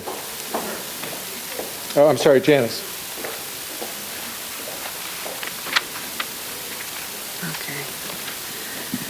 Okay, this is C-133. It's a constitutional amendment. The CBMB, we unanimously voted to bring it forward with a favorable recommendation, 6-0. 2/3 majority required to forward to convention, and then it must pass convention at a majority vote to be ratified. And this one is from Ben. Go ahead, Ben. Mr. Chair, thank you. I would point out that this was passed by over 70% during the last year before the previous nominating convention. But because of events that transpired at the convention, this was not allowed to be voted on by the state delegates. So I'll just give a brief, so it fell to the floor, so it is coming back in its original, how it was presented last year. This basically says that we are going to follow that whether you're using IRV, fan, multi-ballot, hands in the air at a rock, lighters in the air at a rock concert, each county follows its governing documents. This makes it a grassroots measure so that the counties have control over caucus night elections are conducted and not the state party. Thank you. Okay. Thank you. For and against? Against? Would the sponsor yield to a question? Yes. My question is... Ben, a question for you. Right. Ben, my question is, why did we strike multiple ballots or preference voting instead of simply leaving that in and saying, or any balloting method allowed? And this is the same thing that was passed before. That's irrelevant because any balloting method allowed by the respective counties' governing documents gives authority to what method you use. If Davis County wants to do IRV, more power to Davis County. If Tooele County wants to do IRV, more power to Tooele County. If Salt Lake County wants to do multiple round only, then more power to Salt Lake County. This is a county, this should be a county, a separations of power and giving the power, empowering our counties and taking that authority away from the state. I would like to speak in against the proposal, Mr. Chairman. Okay. Go ahead. Against. Is anyone for the proposal before? Yes. Okay. Against. Go ahead. Thank you, Mr. Chair. Lowell Nelson of Utah County. In my view, we're actually limiting or reducing the number of options allowed to a precinct in the state. In other words, right now, precinct, right? We're talking about precinct caucuses. So precinct can choose to use either multiple ballots or preference voting. Now, if the governing documents of a particular county do not provide a balloting method for caucus because they've depended on the state documents to specify these two, then we're de facto saying that in your county, because you don't specify any balloting method, then you don't have a method to use in your precincts in that county. Whereas today, they have at least two options. So that's my number one objection, is that we're reducing and limiting the precincts throughout the state to only those options allowed by their governing documents of the county party. Number two is,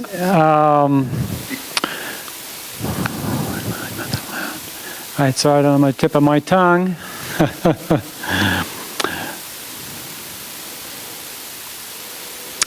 But it escaped me. Thank you, Mr. Chair. Step back. If you think of it, I'll let you talk again. Jimmy. I deferred to Ben Okay. for a minute. So Ben's already talked, so if you... No, please go ahead, Jimmy. Okay. Jimmy Keston, Washington County. I am in favor of this amendment for the simple purpose that we're from Dixie, and it's none of your business up north how we run our elections down here in Washington County.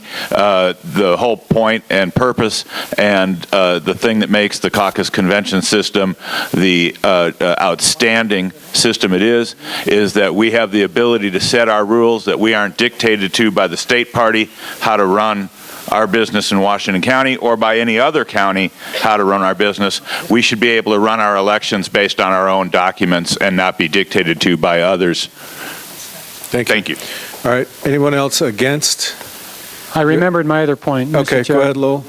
My other point was this really, let's remember this is a state-sponsored meeting, the precinct caucuses. It's governed, before 1994, our Utah code actually specified this caucus. And then in 1994, when this was deregulated, you could say, the party took it over.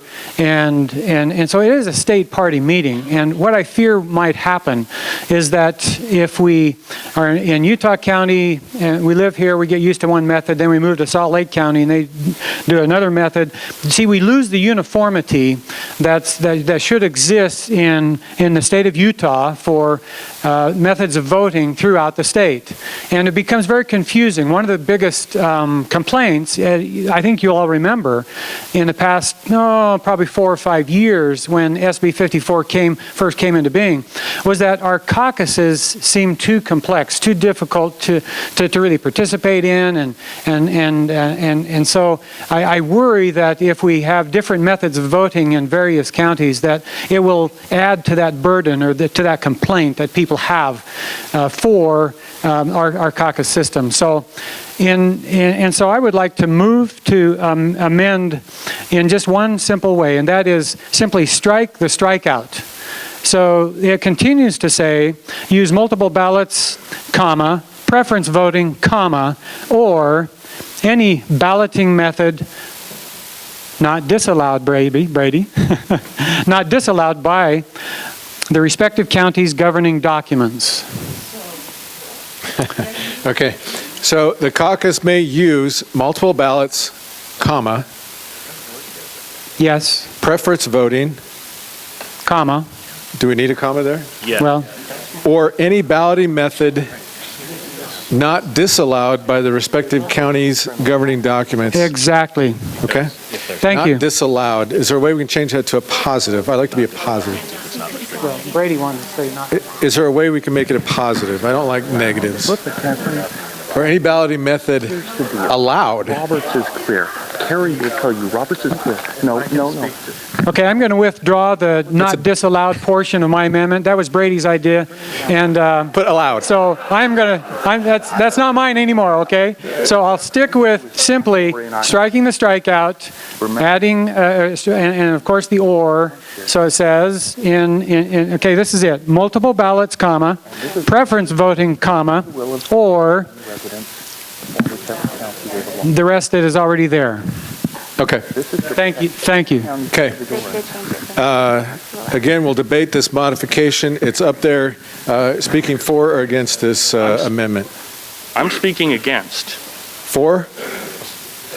Well, I'd like to speak against the amendment. Yes. Okay, go ahead. Against All right, the amendment. so We need a Brad four. Green, Iron County.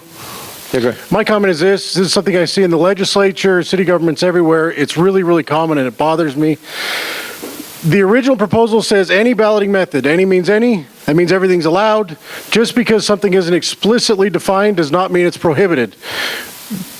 The proposal for the amendment says if we're not specifically giving somebody what they can do, they can't do anything. And I disagree very strongly with that. I think it's foolish.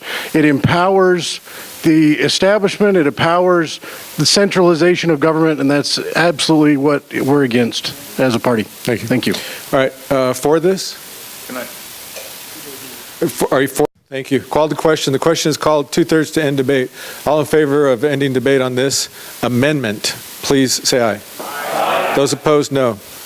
Okay, the ayes have it. This is the amendment. We'll vote on it now.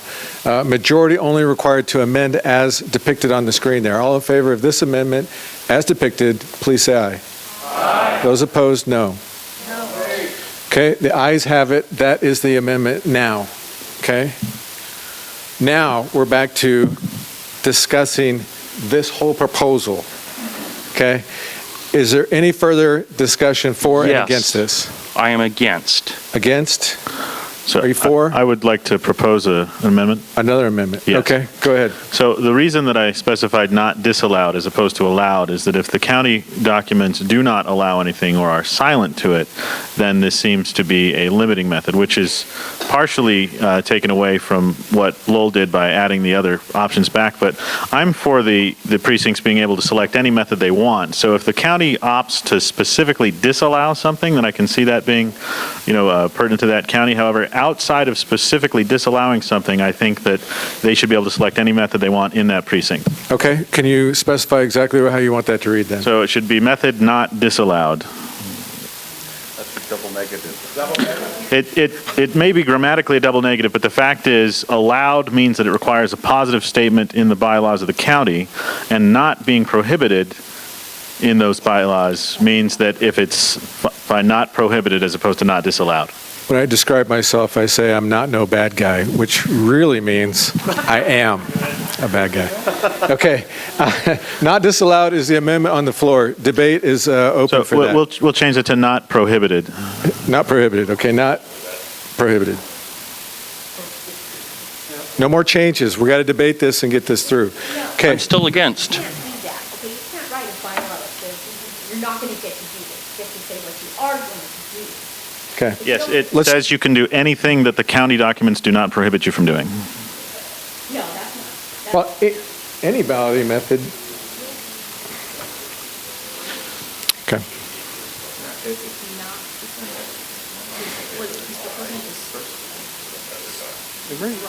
Well, why wouldn't it say any method allowed by the respective, that's the same thing, any balloting method allowed? It's not the same thing because it would require that the documents specifically allow for it.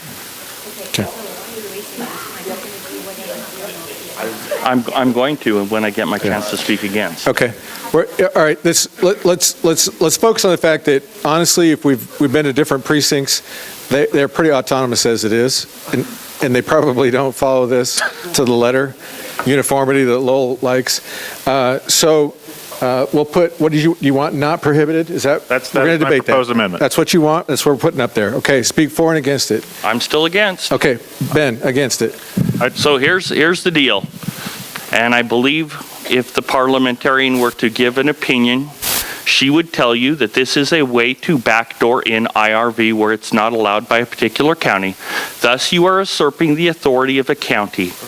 In Roberts, it clearly states that when it comes to elections, if IRV is not covered in the documents, then IRV is not allowed. That is in Roberts. I have been beaten over the head with Roberts all day. Now I'm going to beat you over the head back. Pardon the pun, Mr. Chairman. Roberts clearly states that if IRV is not specifically in the governing documents, then it is not allowed. This amendment and the amendment prior, these are ways to usurp the county and to backdoor in IRV and other methods that someone in St. Washington County may not want handled at their caucus night. So if you vote for this, you are basically voting to usurp the rights of your brothers and sisters in their fellow counties. Thank you. Thank you. What he says about Roberts has been confirmed by the parliamentarian. I think Bill Olson was up, so let's let Bill speak and then. Bill Delos. Come, Bill. Mr. Chairman. Yes. The one thing I don't like about the whole thing is you're trying to dictate to how I run Emery County's caucuses. Emery County will run their caucuses the way they want to, and we will get the results to you. And always the results is what's important. How we vote for it is our business. Thank you. I agree. Thank you. Mr. Chair. We need someone for this. I think we had a couple against. Are you for? Can I call the question? Yeah, you can. I was going to summate my amendment. Go ahead and sum. Okay, so this is specifically enabling each individual precinct and each individual county to do as they please. This is deferring authority from the state to the caucus. We're specifically saying if your county doesn't prohibit it, you can do whatever you want, basically. Now, personally, I'm not a fan of IRV. I don't like it at all. But if the county doesn't prohibit it, then they should be allowed to do it if that's what they choose. If that precinct wants to do it, and the majority of members of that precinct elect to use that voting method, they should be allowed to. And that is what this does, is it prevents them from being prohibited unless the county prohibits them. Okay. This is a constitutional amendment. Actually, this is just an amendment to this before we vote on the constitutional amendment. The amendment to the words "not prohibited." This requires a majority vote to add this language in there. All in favor of this, would you please stand and raise your credential? Of the amendment only, those two words in there, not prohibited. Okay, please take your seats. All those who are opposed to this amendment, please stand and raise your credential.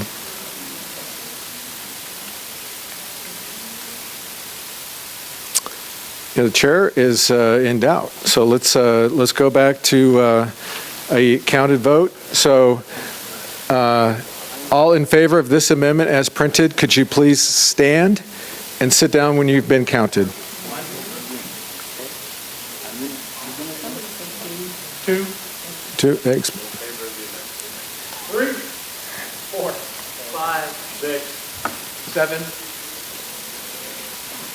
Oh, back here, over here. Janine.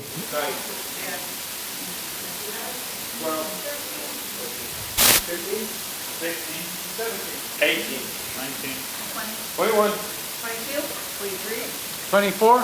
25. Okay, 26-4. All those opposed to this amendment, not prohibited, please stand. Jimmy, start. 1, 2, 3, 4, 5, 6, 7, 8, 9, 10, 11, 12, 16,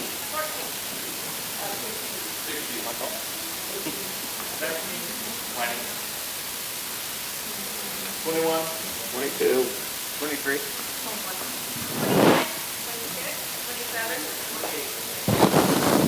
Way in the back. 29, Are you 30, 31, 34. Okay, it was 26-34. That amendment fails. Can you go back to the previous language, Peter? Okay, now we're back to this proposal as presented. Is there any further debate that we want to do on this? Still against. Call the question. Okay, question's been called. How about I just do this without objection? We'll end debate. There's no objection. We're ending debate. We'll vote on this. It's a constitutional amendment, 2/3 required to forward to the delegate body for passage. All in favor of this, please stand and raise your credential. 2/3 required. Okay, let's, while you're standing, why don't we count?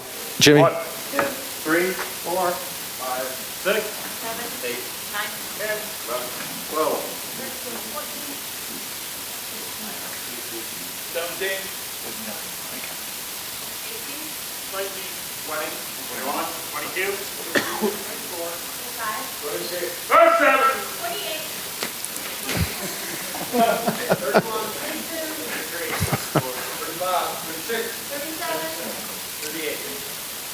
39, 40, 41, 42, 43, 44, 45, 46, 47. 48. 50. 51.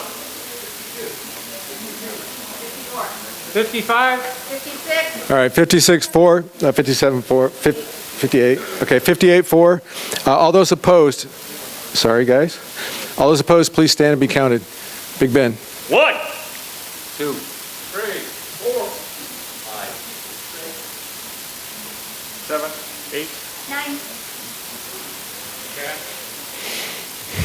10 against, that's the 2/3 majority that will be forwarded to the convention to vote on at this time.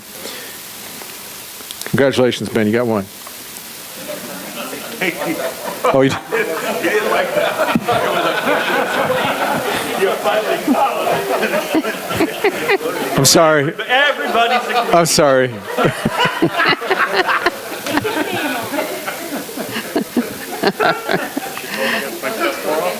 Janice G. Yeah, it's C-135. Yeah. Which is a constitutional amendment proposal. The CBC voted 5-1 in favor of forwarding this with a favorable recommendation. 2/3 majority required to forward to convention where it will need a majority vote. And it has to do with defining who the party personnel include. Bill. Thank you, Mr. Chairman.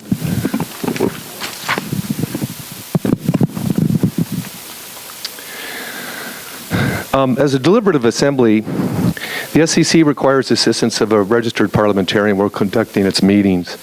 The role of the parliamentarian really is to aid and assist not only the chair in conducting the meeting, but also the assembly to properly position within procedure those things to be debated. When Governor Herbert attended our last SCC meeting, he introduced a 5-point plan to right the party. One of those points in his 5-point plan, he mentioned, and I quote, "If our current parliamentarian has misled the party or acted unethically, then we need to get a new parliamentarian for a fresh start and to build trust." Now, I'm not suggesting that we get rid of our parliamentarian. What I'm suggesting is that the SCC should have a role in deciding who the parliamentarian is.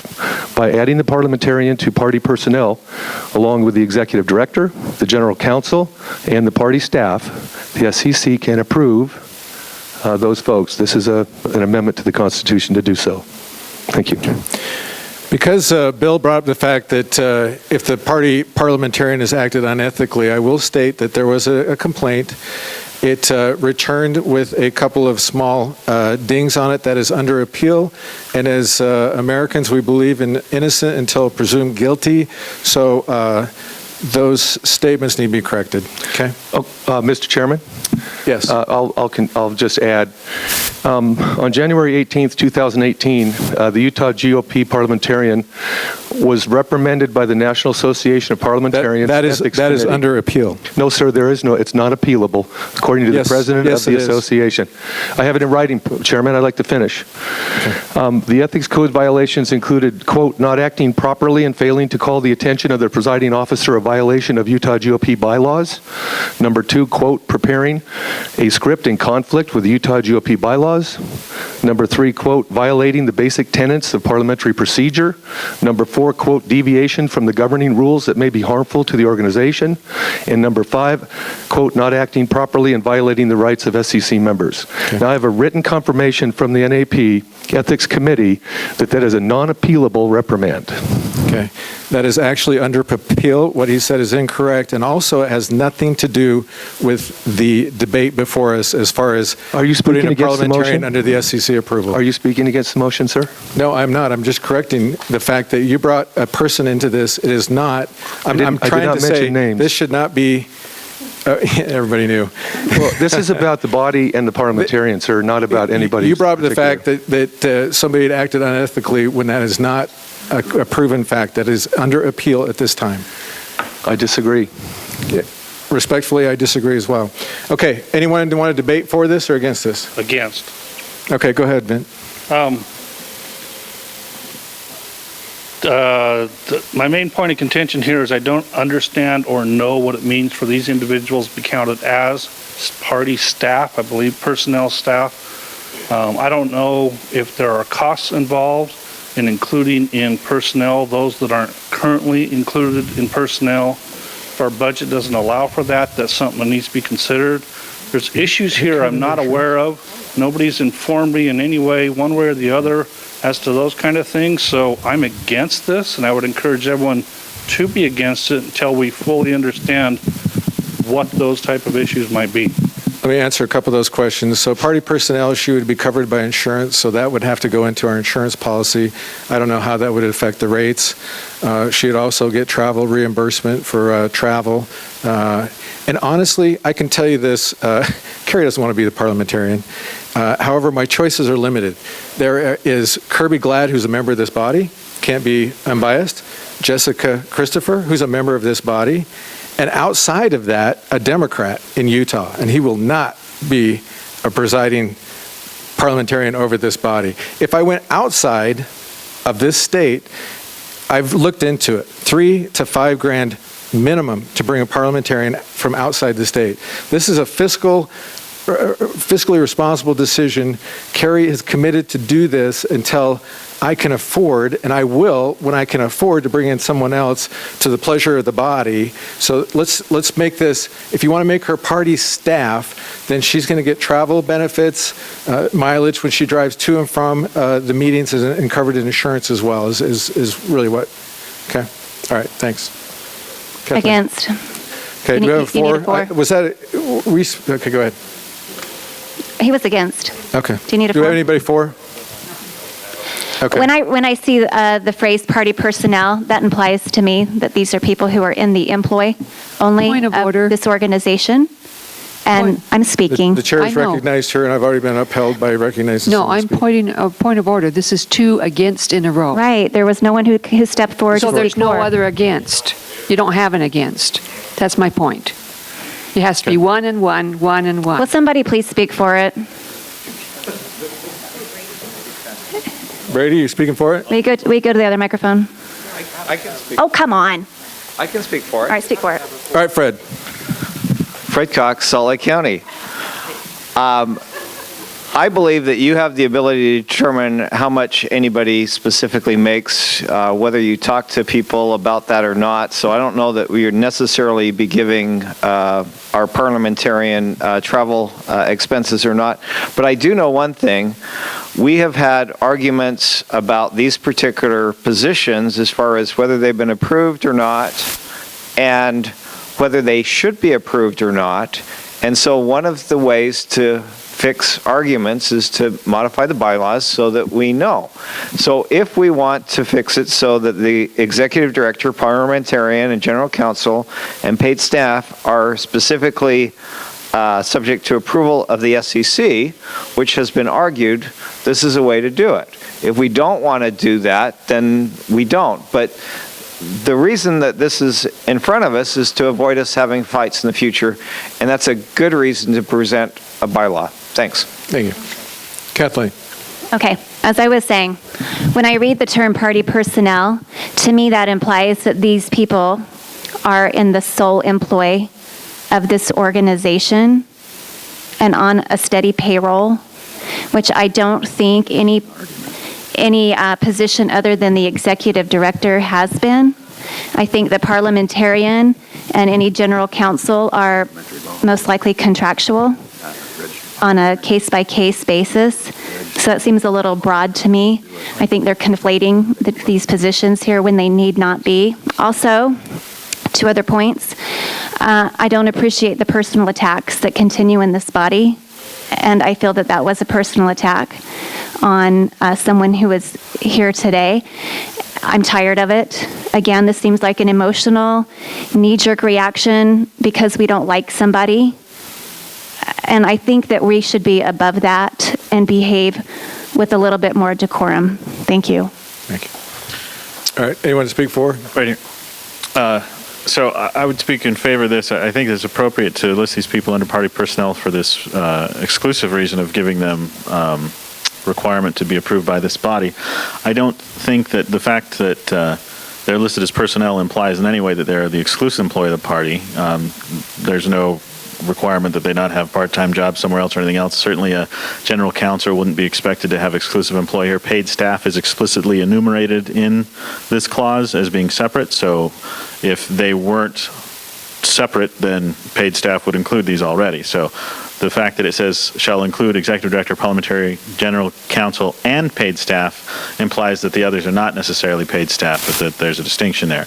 So that also doesn't imply that they couldn't be paid staff, but the fact that the idea that it seems like they're all one and the same, I would argue against that interpretation, and I would say that this is appropriate to do to give this body purview over selection of those individuals. And I disagree with the interpretation that there's any other restrictions on those people outside of that. Lyle, we have an attorney. Would you like to speak to this? Thank you. Okay. All right. Great. Yes, that's true. I just have a point of clarification. Okay, go ahead, So Jamie. these are constitutional amendments, correct? Yes. So when we're voting in favor or against this, we are voting in favor to send it to the convention. Yes. Rather than dying here. Yes. Okay. Versus what we were doing before was things that are passing because they're bylaws. The last two have been, Okay. yes, Thank you. constitutional amendments, yes. I would Okay. like to speak for it. Are you speaking against it? Against. Okay, good. Tim? Against. Is it? For, okay. Jimmy? Okay. Jimmy Keston, Washington County. Once again, to me, it seems like we are trying to enact permanent solutions to temporary problems and micromanage our duly elected officials, which I don't think is something that we want to do, because I think that does a disservice to our delegates who elect all of our officers. It also puts us in a position where, like I say, we seem to be trying to make a lot of permanent solutions to temporary problems, and that is not an intelligent way to do business. Thank you. Okay. I would just like to say that as we look up there and we see the 4 officers that are elected, we see Carrie sitting up there, not to necessarily name her, but just the parliamentarian that is not an elected officer, but is, in this case, volunteer, but to make her a staff makes her more accountable to the state central committee, where if she or any parliamentarian now or in the future makes recommendations that we don't agree with, we can hold her accountable. And I also believe that the comments that Kathleen made were actually she was doing exactly what she was accusing Bill of doing. I think that he is being thoughtful. I think he's looking into the future. I don't think he is in any way trying to be abusive to our current parliamentarian. I think that he's just trying to protect the party in the future to make sure that we have parliamentarian that is as approved by the State Central Committee and is unbiased and serving the party rather than the chair. Thank you. Okay, are we ready for a summation? Okay, go ahead. If we do approve this, let's say that we have an approved parliamentarian, and Bill can answer this. If that parliamentarian's unavailable for the next scheduled meeting, or is sick, or something's happened, what do we do then? Do we show up for a meeting and we no longer have an approved parliamentarian, so we spend the next meeting fighting over the person who's going to be here that day? Or they're the member of this body? Yeah, she's not available for the March 13th meeting, Right. so I'll figure out some acceptable solution between now and March 13th. So in summation, the definition of personnel is, quote, people employed in an organization or engaged in an organized undertaking. And I can certainly say that we'll have plenty of time between now and the convention before this bylaw reaches the delegates.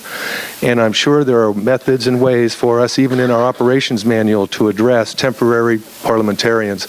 I also believe that this body should have a standing committee, a search committee, and I'm just throwing this out here, I'm not going to debate it, to look for future roles to be filled by this organization because the turnover rate is so high. Anyway, in summation, I'm asking you to vote in favor of this constitutional change by adding our parliamentarian as party personnel, subject to the approval of the SCC. Thank you. Okay. Any other debate? That was a summation. So let's stand up and vote. 2/3 required to forward this to the convention. All in favor of this constitutional amendment, please stand, and we're going to count. Bill. 1, 2, 3, 4, 5, 6, 7, 8, 9, 11, 12, 13, 15, 17, 18, 19, 20, 21, 22, 23, 24, 26, 20, 27, 28, 29, 30, 31, 32, 33, 34, 35, 36, 37, 38, 39, 40,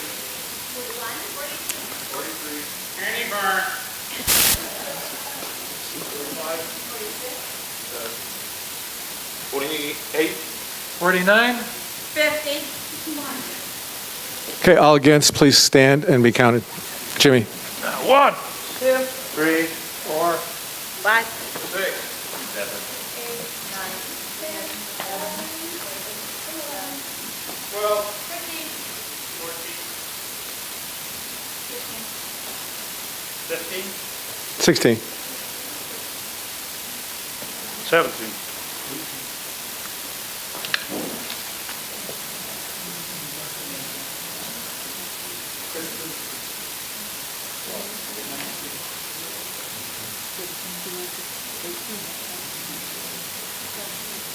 Yeah.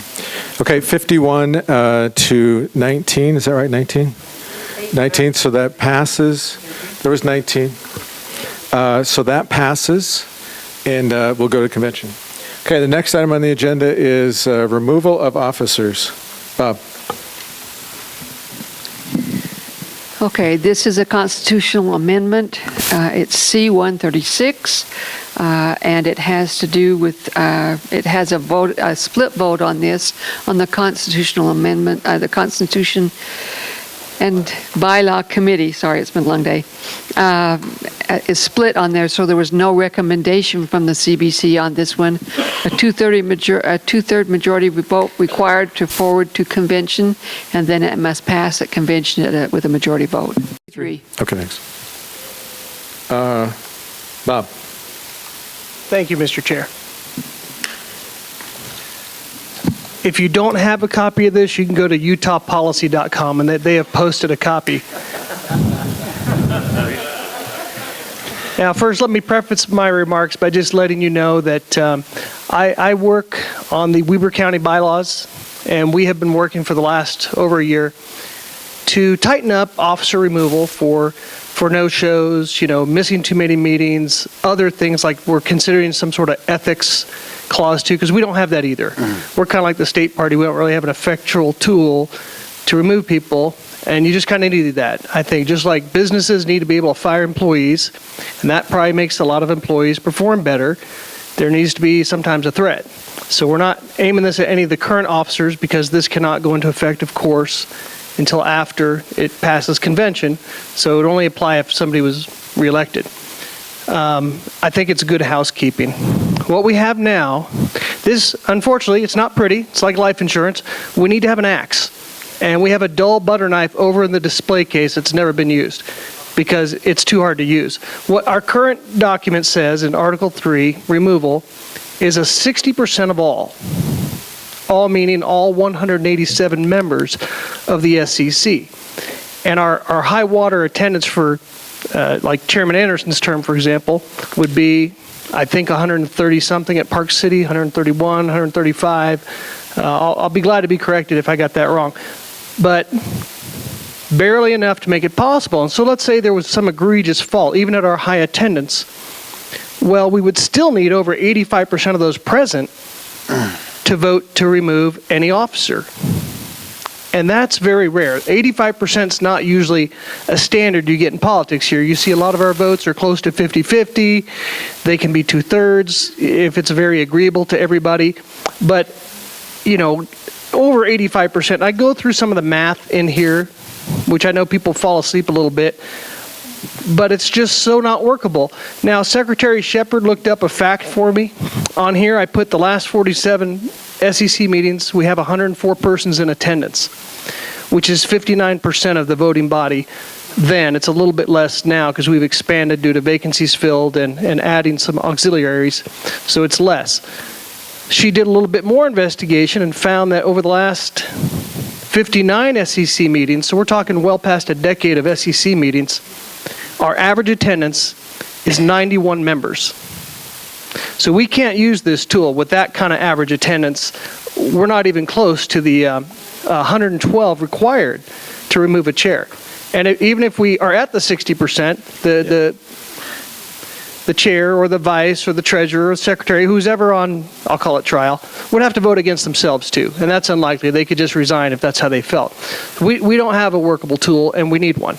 And it's not to be offensive. It's just good housekeeping, just like we're doing in Weber County. So I came up with 2/3.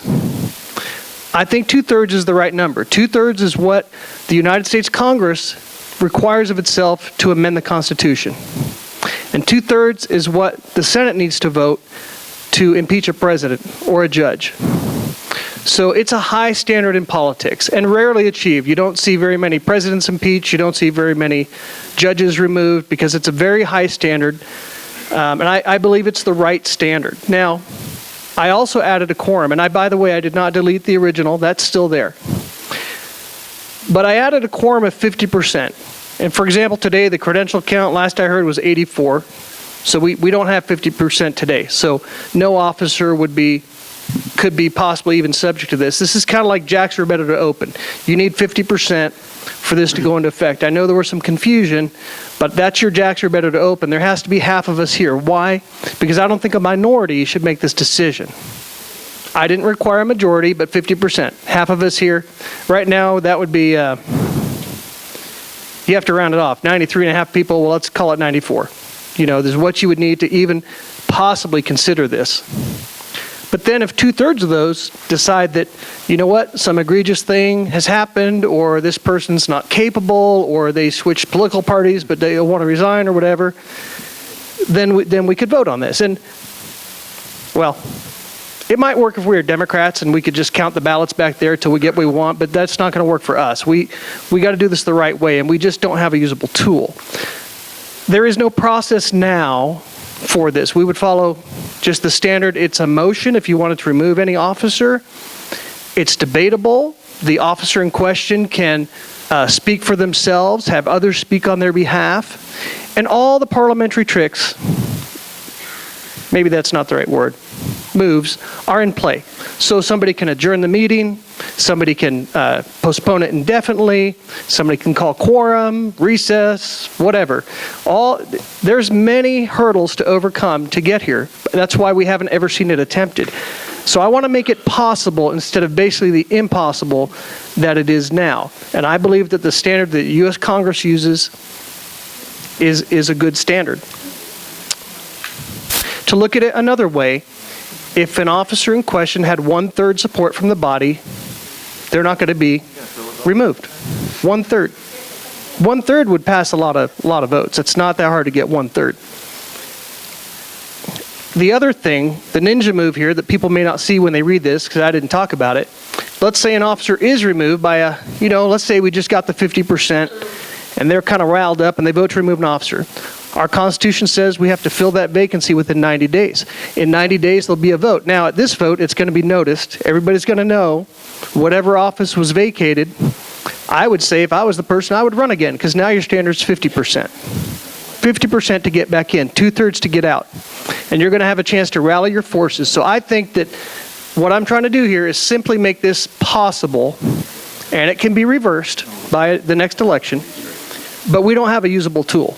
You know, when we have many of our meetings like today, well, it would take I don't know, 120% of us to get the vote. We can't do that. We couldn't even open under this amendment. And we need a usable tool. Here's the paradox. If you have the tool, it's less likely you'll need to use it. Okay?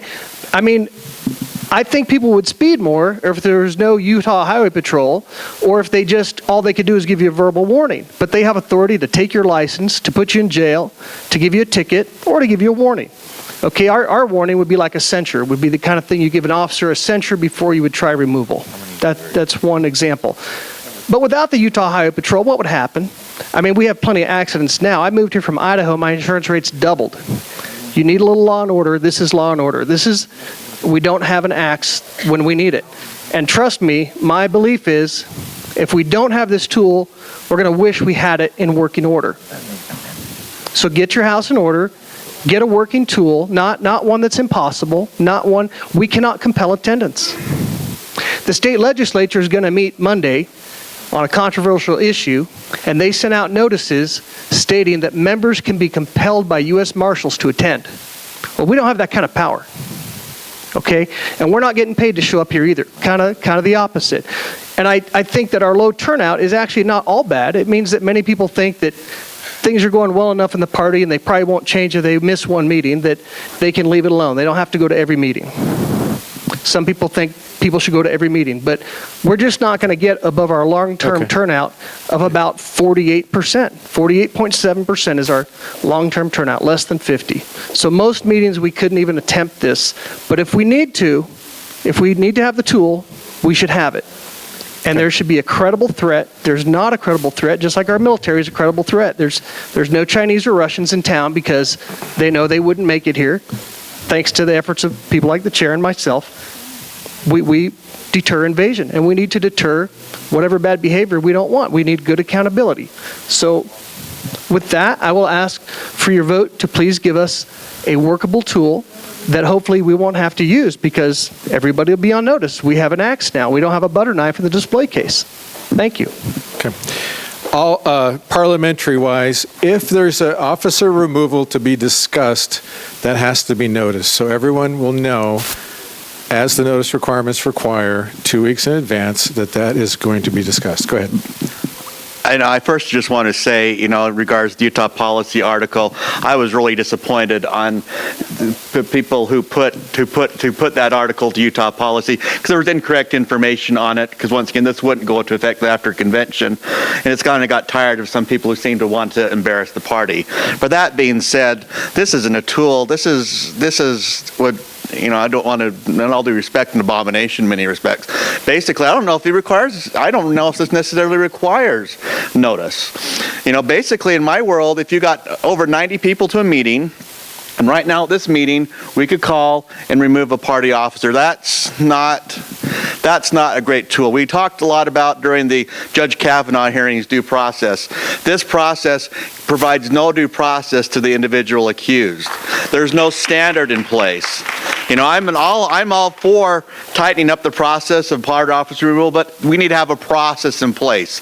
In Davis County, we have a threshold of 50% at each level, but in order to do it, you have to get 3 different committees to agree that that person needs to be removed. So once again, with all due respect, I think this, I can see situations many people in the time I've served probably would have removed from their positions because they had positions that were not popular. And so once again, it's important as the party of due process and a rule of law that we have a set of procedures in place to protect the rights of the people accused.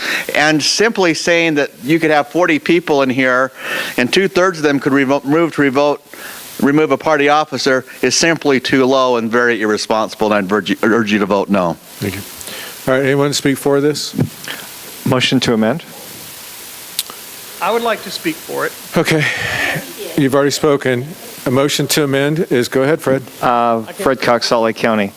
I have attended a lot of SCC meetings over the last decade, and we oftentimes get 120 or 130 people show up, particularly if it's a big deal, and obviously this would be a big deal.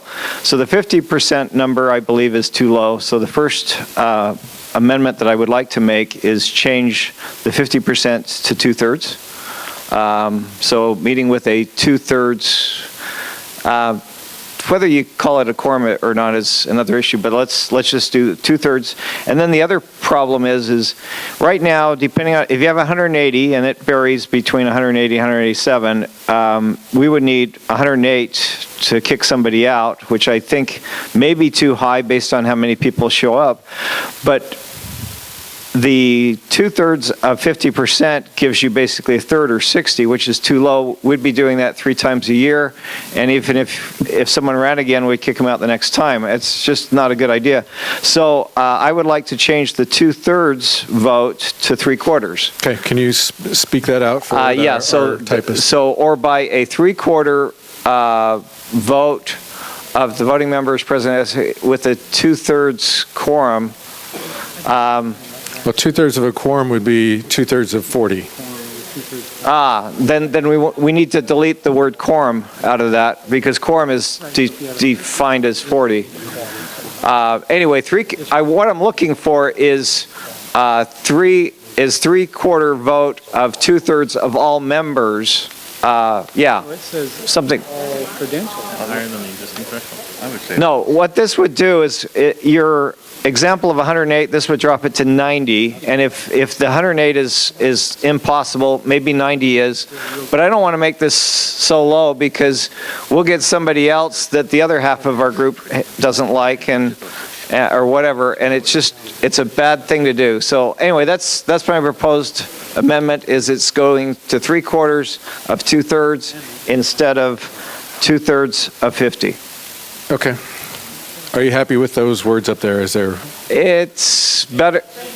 It's better than what I'm looking at. Do you want to delete voting of all SCC members credentialed? Or by a 3/4 vote of voting of member. Yeah, get rid of the word voting, because it would be members present and SCC with 2/3 of all voting SCC members credentialed. Yeah, that works.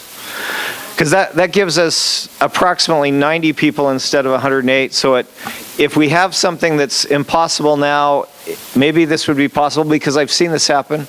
The wording is 2/3 of all voting members credentialed. The second voting, you want the second voting there? Well, let's see, 2/3 of all voting members. Yeah, get rid of the last word credentialed, because it's the total number. So yeah, that's right.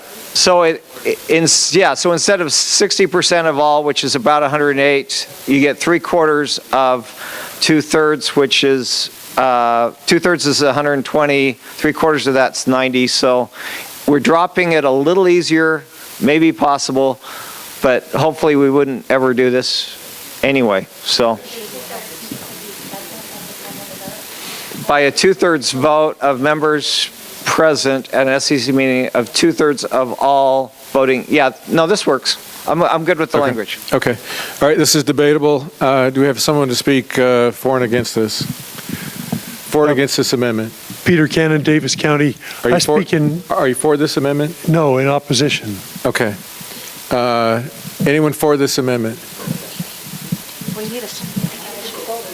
Okay, any seconds out there? No, because if you do Okay, no seconds? Going once? Twice? Point of information. Second?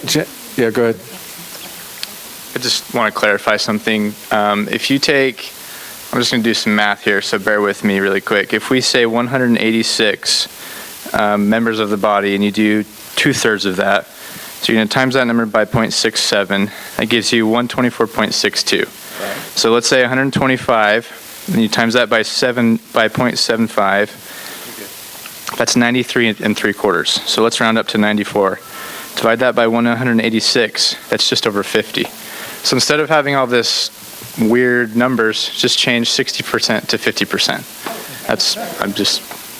You can't? Okay, but yeah, that's outside the scope. Out of scope. Okay. I just don't want to make this too easy. Anyone else that was seconded? Anyone to speak for this? Opposition. Anybody to speak against this? I would like to speak against it. Okay. No, I want to speak against it. Let's just vote. The question's been called. Caroline has called the question. All in favor of this modification, the debate ending for this amendment? This is ending debate. We didn't even begin debate. This is to, On the amendment. this is to bypass the debate on the amendment. I don't want to bypass the debate. I want to speak Then vote against no. it. Then vote no. So No, this I is want the to debate question. it. There has been no debate. The sponsor of the amendment has spoken. There has been no debate. The question has been called to end debate. It's the body's choice to whether or not to end debate. If they vote not to, then we can continue to debate. Does that make sense? Please vote against. So the question has been called. It requires 2/3 to end debate. All in favor of ending debate, please stand and raise your credential. Just on the amendment, Just on the amendment. Just on the amendment alone, ending debate and voting on it. Okay? Thank you. Take your seats. All in favor of continuing debate on this amendment? Sponsor of the amendment voted. Well, this is just ending, ending debate. Yeah, Ending debate. yeah, I'm fine on ending debate. on the amendment. 2/3 required to end debate. Yes, I oppose the amendment. This did not pass 2/3, so debate is still on. So for and against. For the amendment? I'll speak for it. Okay, go ahead. Brad Green, Iron County. All right, so I ran the numbers because I'm a numbers guy, and here's what I see. So on the original proposal, if you take 2/3 times 50%, you end up with 0.333. You end up with 1/3 of the total body would be what would be required. In my opinion, regardless of how 2/3 is difficult and regardless of how uncommon it is for us to get half of us to a meeting, I think it's still too low a standard. The new proposal seemed too high to me, but I ran the numbers, it ends up being 50%, like this gentleman here had run the numbers also. I like the idea of being able to have something that's workable in case of an officer with a big problem. But I think the standard needs to be high. I think the amendment actually is a pretty good standard. It's reasonable, it's possible, and it's probably more likely to pass, in my opinion. Thank you. Thank you. All right, against this, go ahead, Peter, now. Thank you, Mr. President.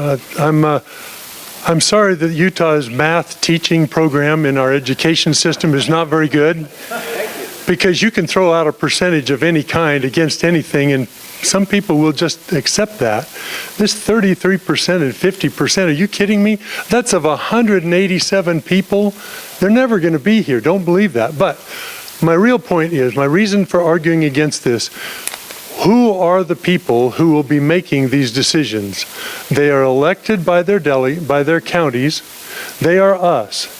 We're going to make good decisions. We're not just some mob that might get fired up one day and decide to fire our boss. We're not going to do that. We know that it's the delegates that elected our chairman. And therefore, you need to have a little bit of trust that we can use good wisdom. And yet, if you make it so hard like this, that it's virtually impossible, unless he raped a child in public, I mean, other than those circumstances, this will never remove an officer from our party. And yet we don't want to be embarrassed by an officer of our party who hinders our work or whatever the cause may be. I believe that we can use good judgment, and we need a tool that will work. We don't need to have it restricted by unreasonably high percentages. Thank you. Okay, anyone else to speak for this amendment? Are you for? Yes, I'm for. Okay. Bill Olson, Weber County. The SCC currently in Utah today does not have an ethics committee. We don't have a code of conduct. We have nothing to hold a member or an officer to account.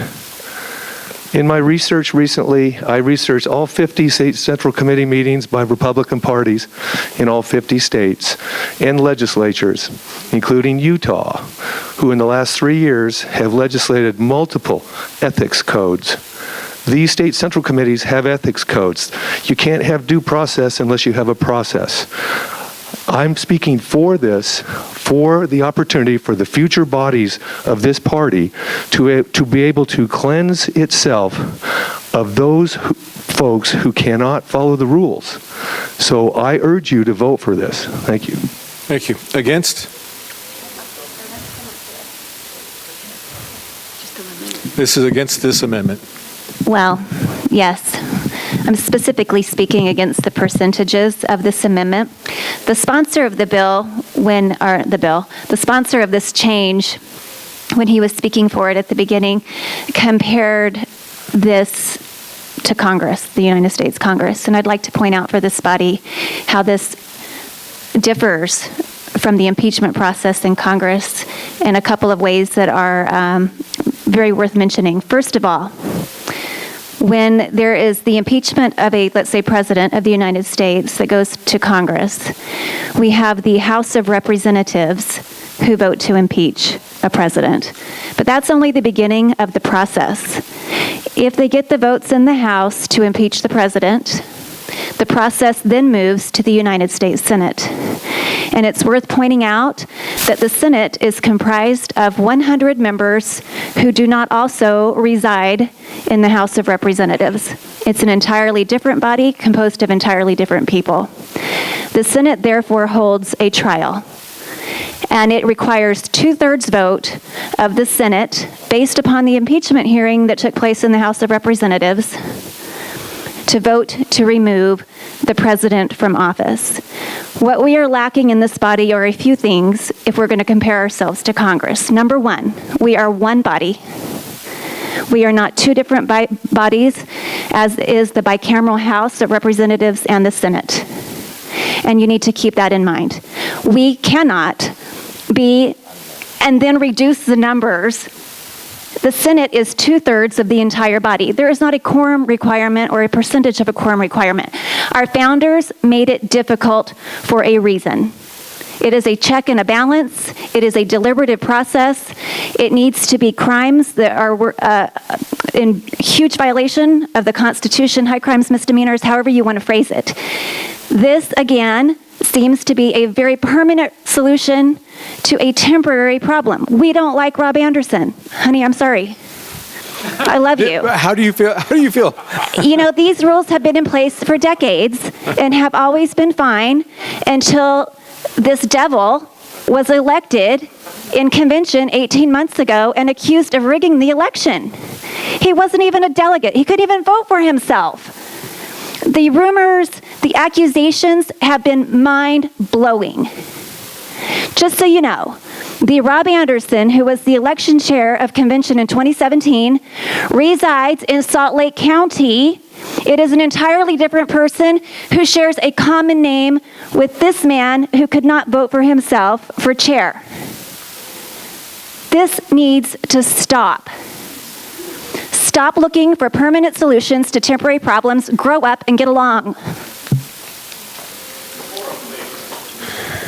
Okay, anyone to speak for this amendment? I'm going to have to pass by you, Peter. Are you against? I'm not for this amendment. I want to speak for the whole. Okay, so who made the amendment? I did. Fred, sum it up. I would just like to sum this amendment. If the body believes that the current 60% of all is for some reason too high or not possible, then going a little lower to 3/4 of 2/3, which gives you a little bit lower number, but not very low, is what I'm proposing, because I'm concerned if we go too low, it'll be abused. Okay, thank you. All right, this amendment is up for vote now. It requires a majority only. All in favor of this amendment as posted, please stand and raise your credential. Just the amendment, just the changes in percentages, the amendment only. All in favor of the changes in percentages, the amendment, please stand and raise your credential. Thank you. Majority required. Wait, hold on. There's got some people still standing up. All in favor of this amendment, please stand and raise your credential. Okay, thank you. Take your seats. All opposed to this amendment, please stand and raise your credential. Okay, that amendment fails. Go back to the original. Peter, please. No, I'm standing. Okay, now we're debating on the original proposal without the amendments. Speaking for or against? Move to amend. Okay. Go ahead, Nels. I'm trying to think if this would have been better if the other amendment had passed. As it's been mentioned already, just lowering that first percentage, not adding any new language, just changing the first percentage would accomplish the same thing. My proposal is to amend it to 50%. It's out of scope, sorry. Okay, Just not noticed, that's out of scope for this. Okay, great. Now back to this original proposal, for and against. Do we have anybody for?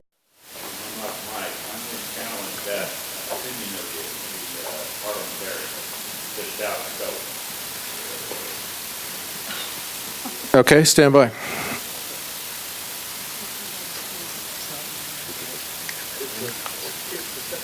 You say what all that.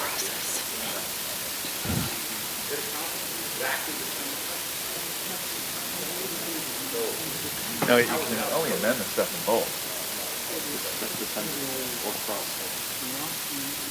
The changes. The changes is what you can amend. Okay, so when you change the 60% up there, which is outside the scope of the rest of that, you've now changed the entire change or proposal. And when you do that, you must meet notice requirements. So it's outside the scope of that. Is that what you were saying, Nels? Is you wanted to change to 60%?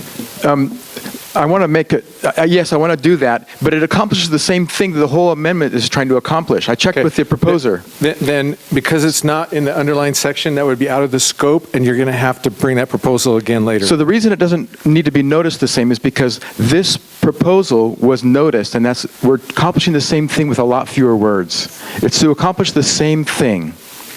This is friendly to the proposal. Yeah, but you're alienating all those people who I understand. Looked at this and chose It's kind of not splitting to hairs. debate. Mr. Chairman. So I think we could decide as a body if we want to allow that. It's a notice requirement. Mr. Chairman, you have a parliamentarian that has advised you that this is out of scope. What I'm suggesting is that your acceptance of the parliamentarian's opinion that's what I want to challenge. I don't believe it is out of scope because, frankly, it accomplishes exactly the same thing. Anybody who got this on the agenda, who spent any time looking at the agenda, would recognize that lowers. Hold on, let's do this correctly then. The ruling of the chair is that's outside of scope. You're appealing the ruling of the chair. Now the body can decide whether or not they feel like they're harmed those people who are not here because it's outside the underlying That's correct, section. and it takes a what? Okay. Second. What vote does it take to sustain or not sustain the chair's opinion? Majority. She says it's parliamentary law, so I think I just allowed you to do something that I'm not allowed to do.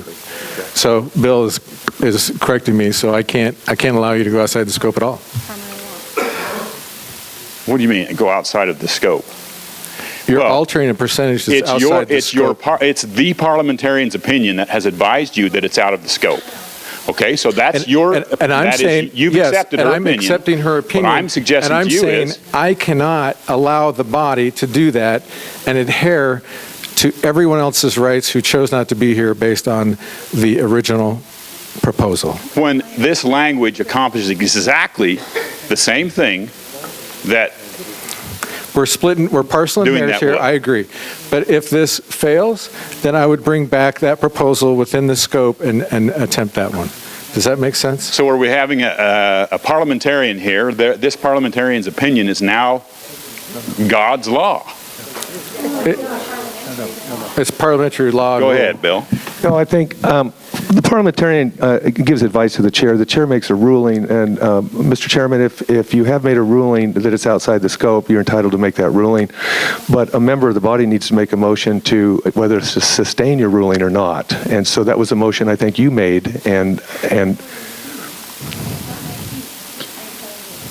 yeah, she's saying parliamentary law says this, okay? It's not an opinion, it is, she's advising me, this is what parliamentary procedures is saying, okay?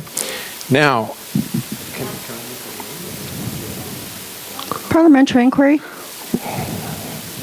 Okay. Mr. Chairman, Okay, so I she's saying understand- if you want to appeal the ruling of the chair and go down that path, that rabbit hole, we need to make sure it's documented properly that she advised, because the next thing that's going to happen is somebody's going to file a parliamentary opinion against her. Yeah, and I don't want that to she's advising me that this is law and that this is not debatable. Okay, fair enough. Well, Okay. I'm just saying that there's no such thing as a appeal the ruling of a parliamentarian. And so as a body, we need to have a method to communicate this and debate this. And Right. so if that method is to... And I did explain to you that the ruling of the chair was to follow the direction of the parliamentary. Of course, absolutely, which was sir. parliamentary law. And now, what are you saying? Well, what I'm saying is I'm appealing to this body, and I would like to appeal the ruling of the chair to sustain the ruling of the chair based on his based on your opinion of You want to parliamentary law. sustain my opinion, or you want to Well, I'm appeal? asking the body to either sustain it or not, but the motion has to come from the floor. You can so. find that out by appealing or not. So just appeal it. I am. Just- I'm asking the body. I'm appealing the ruling of the chair on this parliamentary position. Thank you. So he's appealed the rule, the rule of the chair, which is that we can't. It's outside the scope. It's clearly outside the scope. Okay. Parliamentary inquiry. So I believe that Robert's rules, and I was thinking it's page 25, maybe Carrie could help me with that, but Robert's rules actually allows this body to do anything even contrary to parliamentary law. It's written in here. And so I'm just I don't have it right here, but I can find it for you if we need to. Yes, I can find it. I have to go back. I'll go electronically. Yes. Out loud? I second the motion. Okay. No matter what, it's outside the scope of this, because if all 180 people are present here, if all 186 people are present here, this makes it harder to remove me than, honestly, it's out of scope. It's out of scope. So anyway, the appeal, the rule of the chair is out there. Point of order, please. Point. Go ahead. This cannot pertain to you unless you run again. This would not go into an effect until... This has nothing to... Elizabeth, no, this has you nothing to do said with this would be me. No, no, no. This is a procedure that needs to be put in for future use. We need to get that in our heads and not think it's because of personalities. That's not true. This has nothing to do with me. This has everything to do with parliamentary procedure. I think I clearly explained that.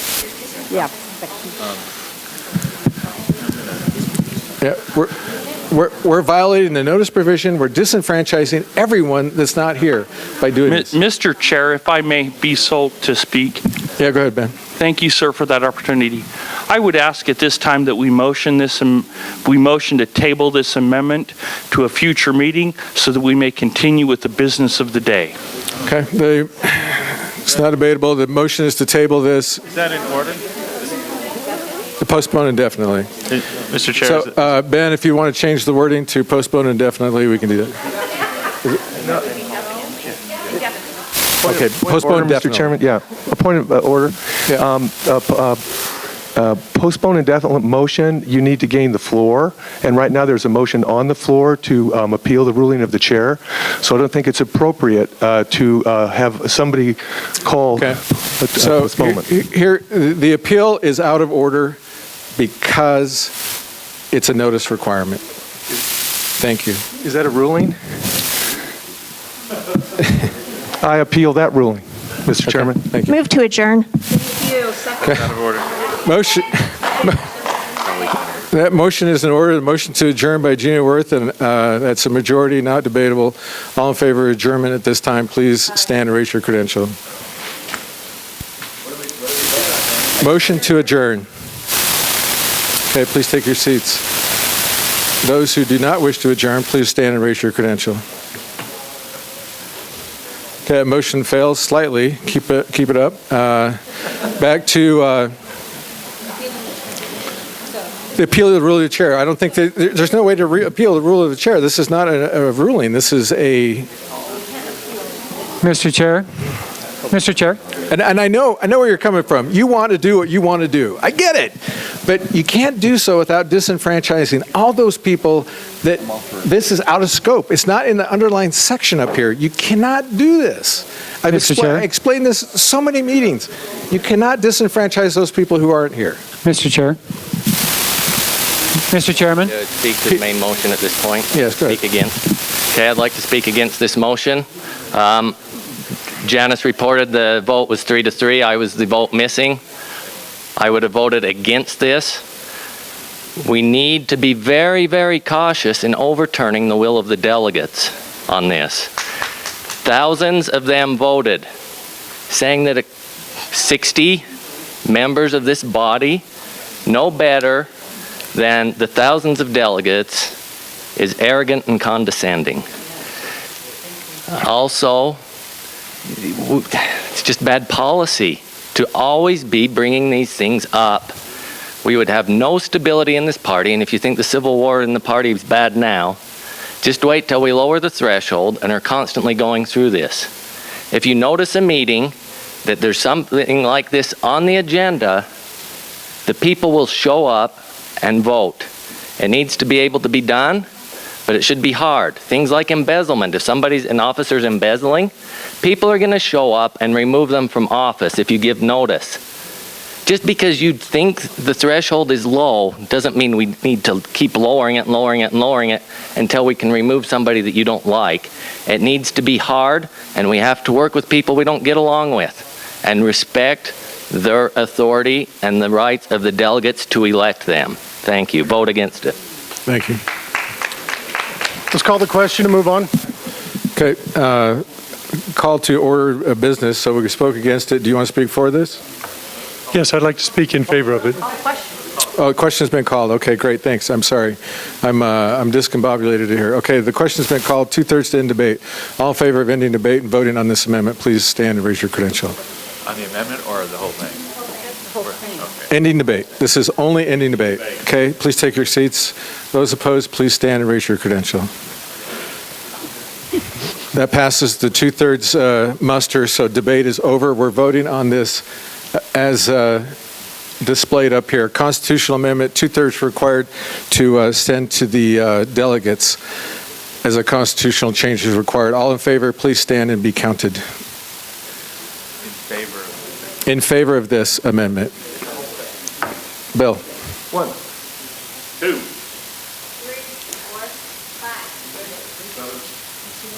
8, 10, 12, 13, 14,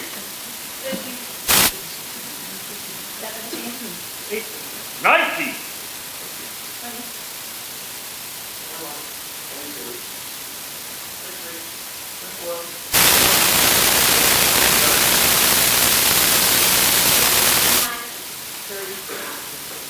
31. Okay, all those opposed, please stand and be counted. 1, 2, 3, 4, 5, 6, 7, 8, 9, 10. 12, 13, 14, 17. 18, 19, 20, 21, 22. 23.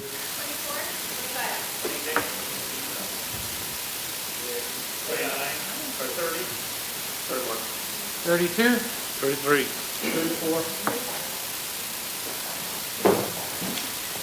32 for, 35 against. That motion fails. Was that the main motion? Yes, it was. I didn't get to summarize, which I believe is due.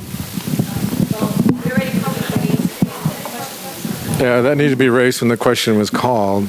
Well, I point of When the order question now. is called and it's passed, it goes right. Bob, you had 15 minutes to begin with.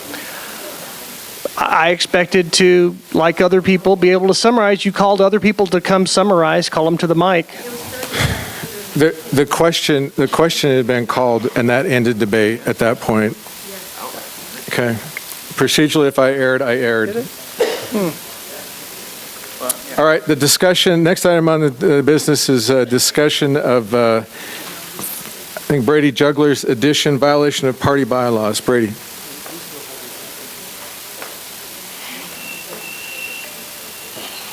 Mr. Chair, I think it would be appropriate to move into executive session for this discussion. So I move for that. Okay. Requires a majority vote to move into executive session. All in favor of going to executive session, please stand and raise your credential.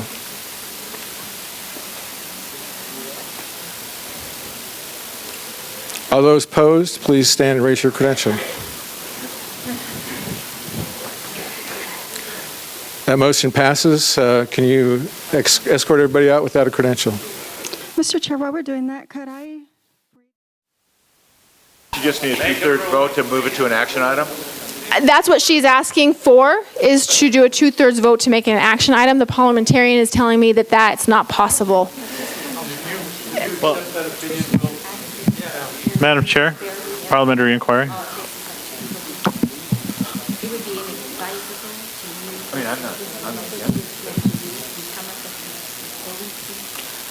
No, I understand. Is Rob, does anyone know, is Rob still here? How many, he did officially leave? Okay. Madam Chair? Yes. I would inquire as to what the difference is if an item wasn't noticed at all and can be added, and so anything can be added regardless of notice with a 2/3 vote.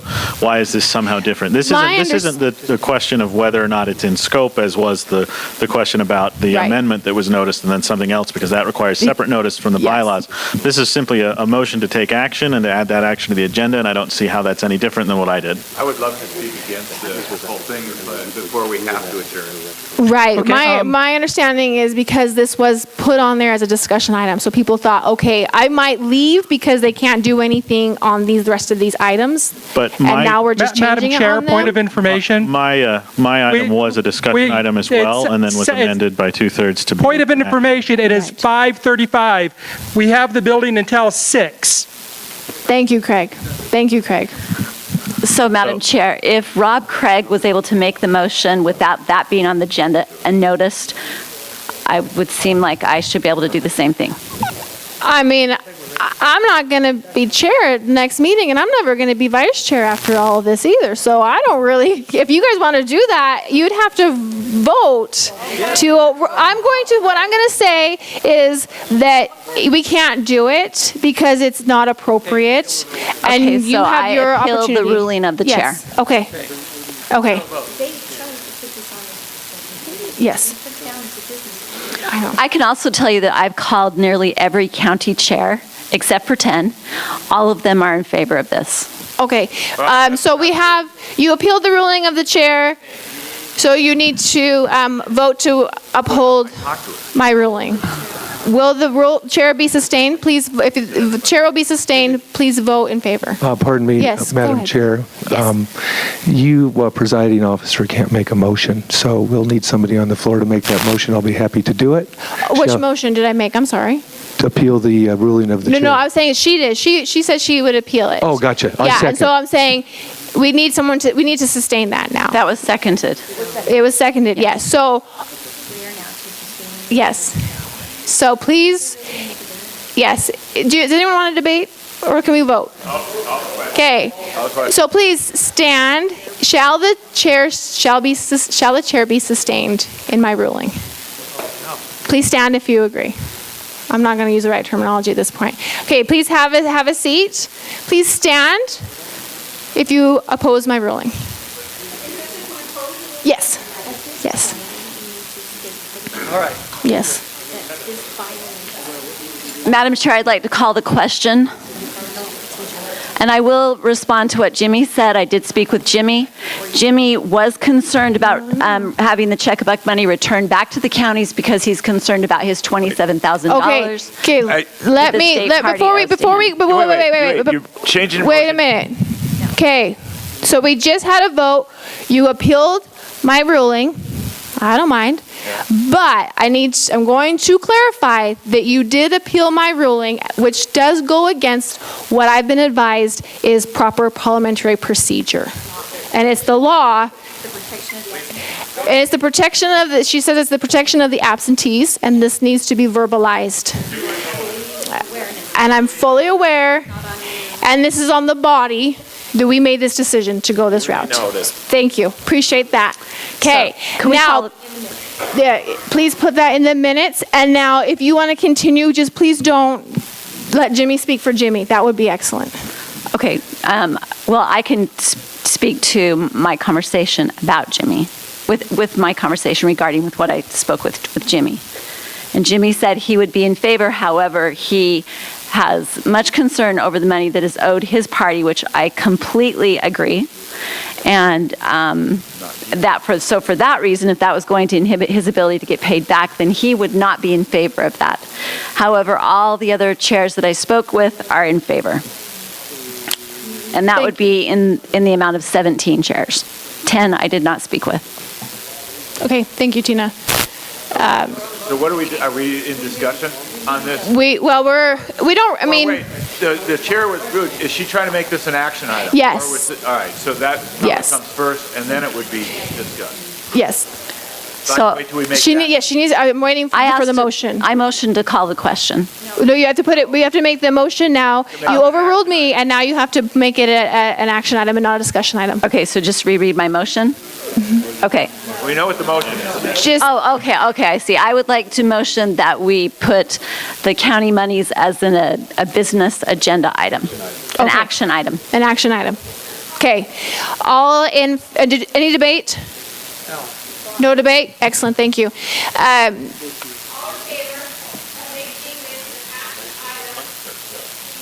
that's a 2/3 vote, right?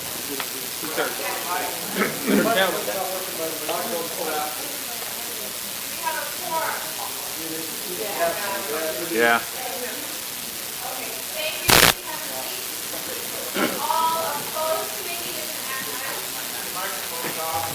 Thank you. Yeah. All opposed? Thank you. Okay. I don't know. Looks like it's an action. Okay, so it's now an action item. So can I make my motion again? So it'll come up in just a little bit. We're going to go through our discussion items first. Okay. No. Discussion items first. Finish the item. Well, but we're in discussion items. We didn't. I was the first one in discussion items. The business item, it needs to be done now. Point of information. So, I believe. Now we have to discuss this motion. Yes. What? Why are we talking about this if no one knows? That's a good question. Oh. In the hall? Well, there we go. Decorum, everybody. But regardless of whether, excuse me, Madam Chair. Yes. Regardless of whether they have the checkbook money checks or not, we still need to make this a motion. Excuse me, I have the floor. So we still need to make this a motion because we are asking that when the money is given to the Utah GOP, that it is remitted to the states within 30 days. Okay, and that is remitted from the state to the county. That is your motion, and you want it to happen right now before the next discussion items. Actually, Stuart is being more generous than what I'm asking for. But go ahead, yes. Okay. I don't know the rules, but if we're going to vote, let's just vote on it now, right? I would like to speak against this first. I've got plenty of people speaking for me. I don't even let my vice chair, even she lets me speak for myself. Yes, thank you. So that's the motion. Now we're going to have debate. Thank you, Jimmy. Jimmy Keston, Washington County. I am strongly opposed to a change in anything that reduces funding to the state party, and speaking on behalf of all of the delegates of the County Central Committee of the Washington County Republican Party, anything that reduces funding to this party until the state party pays the $27,000 that is owed the Washington County Republican Party is an abomination. It is unfair, and it's unrealistic to say that we can just ignore an entire county that is the reddest county in this red state and gets our people elected by huge margins. And I believe that it is completely unfair to my county and my delegates and our central committee, which for 2 years has heard that we're just going to have to wait till the county has money, and now we have a proposal to take more money away from the state before we get paid, before there's even a payment plan in place, I think that that is ludicrous. Thank you, Jimmy, for your comments. Do we have another 4? Janice? I understand your frustration, Jimmy, I really do. But I have to go on record stating that that county is not the only county that was owed money. Davis County was also owed money, substantial. We're the only county in the state who has No, that's not true. That's not true. Davis County didn't get their caucus money either. And we finally just had... But that was because we knew we weren't going to get it back. Let's keep it on point, can we? Can we keep it on point here? Keep it on point. Janice, would you please finish with why you are for this? I don't know that Jimmy is ever going to get that money because I don't know when it's ever going to come up where we're that rich again. That's my point. Judging by today. And so to hold all the hostage money to all of the counties for one county that hasn't received the money, I think better yet would we try to raise the money for Jimmy, but not hold other counties hostage. Okay, do we have anybody else speak against? So I really didn't talk to anybody about this. I kind of heard it from a couple birds, but that's it. I don't even know what the whole thing is about. But I certainly would not support this and watch Washington County get screwed out of $27,000. Okay, do we have... I don't think they will. I call a question. Call the question. Thank you. We need to vote to come to I'm going to try without objection. Can we end debate? Sure. All in favor?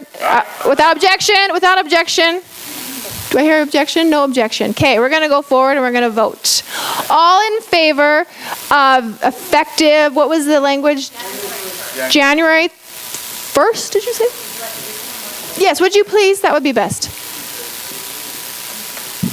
I motion that the Utah GOP disperse all check-a-buck monies back to the counties beginning January 1st, 2019, with the requirement to remit the money within 30 days of receiving it from the Utah State Treasurer. All in favor, please stand.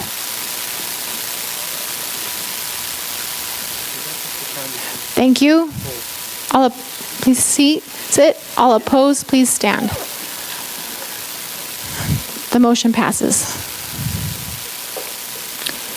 Okay, the next item on the agenda, we have 15 minutes before we need to leave, is the Utah GOP website and Facebook pages. Drew Chamberlain, could you come to the microphone? I would just like to ask a question before we move on. I would just like to know if the check-a-buck money ever went to the lawsuit. What was that money used for?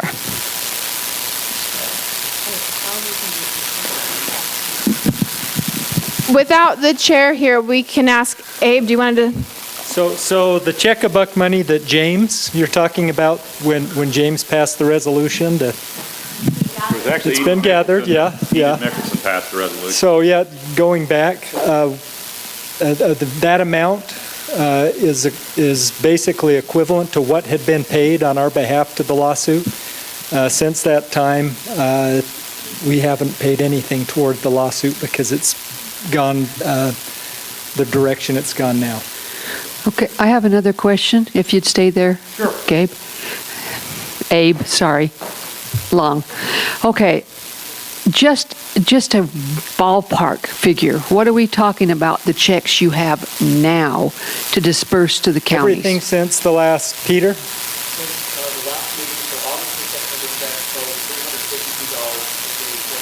Yep. Okay. That's only 325 counties, but that's what's come from the state. Laugh all you want. That's what's come from the state. Laugh all you want. I would like to propose that we donate that money to Washington County, and all the way through December until it starts going to county what we just voted for. No. Well, I propose it. Well, the motion on the floor, if I understand correctly, Janice, you may have to clarify this for me, is that all the money that Abe just mentioned, and what monies? December 31st. through December 31st will go to Washington County. To help make them whole. That's the motion on the floor. Oh, we just got our second. Madam Chair, point of order. Yeah. If the party belongs to the other counties, I don't think that the State Central Committee has the authority to do that. It's not our money is the whole point, I believe. Well, we could motion that. I think, yes, I mean, the minuscule amount of money we're talking about, we could easily motion I understand. but I just don't think we have the authority to do that.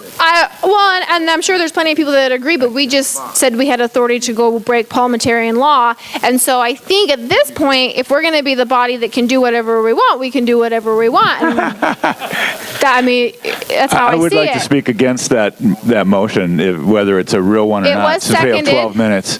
Yeah, and I do have a question. We need to be out of here, or because we still have to get all of their stuff? We've got to wrap it up. We got to be done at 6 o'clock. We got to finish this meeting at 6 o'clock, which was Okay. So There's a motion on the floor, Right. and it was seconded. Right.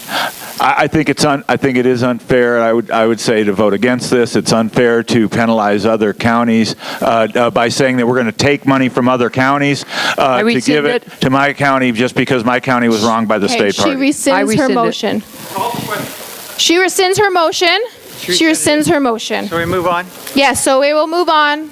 Okay, it's my turn. I understand. Not yet. Goodbye. I move that we move items B and C, which are now C and D, both say Utah GOP, as action items, and I call the question.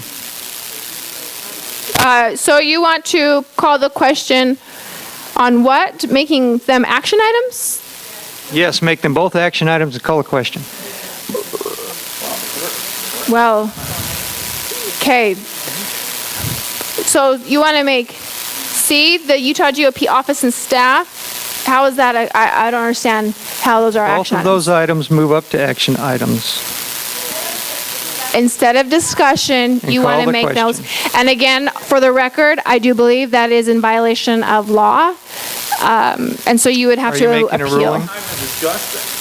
Is that your Then we would ruling? need a ruling, Is that I'm going to your make that ruling? ruling that it's against Okay, the I law. appeal the ruling of the chair and call the question. Okay, we have to vote to sustain my ruling or not. All in favor of sustaining my ruling, please stand. Okay. Thank you. Please have a seat. All opposed, please stand. Okay, this was to object to my ruling. Right. you That it would be, my ruling was that it is not appropriate and it's against the law to make B and C, parliamentarian law, of course, would be to make B and C action items. And he's appealing that ruling of the chair. And And you lost. people kind of stood and they kind of sat down, so we need to revote. If you want to sustain the ruling of the chair, please stand. Okay, thank you. Please have a seat. All in favor or all opposed to my ruling, please stand. What are we voting on? My ruling. My ruling. Yeah, whether it's appeal or not. What do you think? Did it pass or not? It did not pass. It requires 2/3. Division. I'm sorry. The majority. So it did pass. The division. We're going to do division. So everyone in favor of sustaining my ruling, please stand and count. The ruling, I ruled that changing, as we did with Tina's item, I stated it again, that it is against parliamentarian law to do what Drew has requested, to change B and C from discussion items to action items. I'm sorry. We have 8 minutes to be gone. Yes. I have a motion. I would like to make a motion to re-vote on Tina's motion, because I thought that we were voting for the state to give back the money to the counties that was owed. I did not understand that it was to cut off and start over. Like, give it all to the state? Is that what we did? So the state keeps what they have. The state keeps what they have. And then starting in January, so that's, I didn't understand that. We'd have to vote to reconsider. No, he had cut checks before he even got here. He brought them. So that's my motion. I would like to re-vote on that issue. We do have a motion on the floor to adjourn. And so we'll go with that, and if it doesn't pass, we'll move on. But first we have to take a vote on the motion to adjourn. All in favor of the motion to adjourn, please say aye. Aye. All opposed? Nay. Point of information, I would just like to say we can stay past 6. We just have to pay extra. Jim, Washington County already paid the $500 for us to be here today, so there was no cost to the state party. The state party doesn't have the funds to pay this. We only received $300 today. So did the motion pass or fail? The motion failed to adjourn. Okay, so can we vote on this motion? You want division? That's great. Please do. Geez. Everyone who would like to adjourn, please stand. You want to count off? Yes, please, count. 1, 2, 3, 4, 5, 6, 7, 8, 9, 10, 11, 12, 13, 14, 15, 16, 17, 18, 19, 20, 21, 22, 23, 24, 25, 26, 27. Okay, thank you. Please have a seat. All opposed, please stand. Kristen. Bill? 1. 2. No, you 2. 3. Nels is 4. 5, 6, 7, 8, 9, 10, 11, 12, 13, 14, 15, 16, 18, 20. Failed. All right. We're adjourned. Okay, we are adjourned. Thank you. Please make sure that any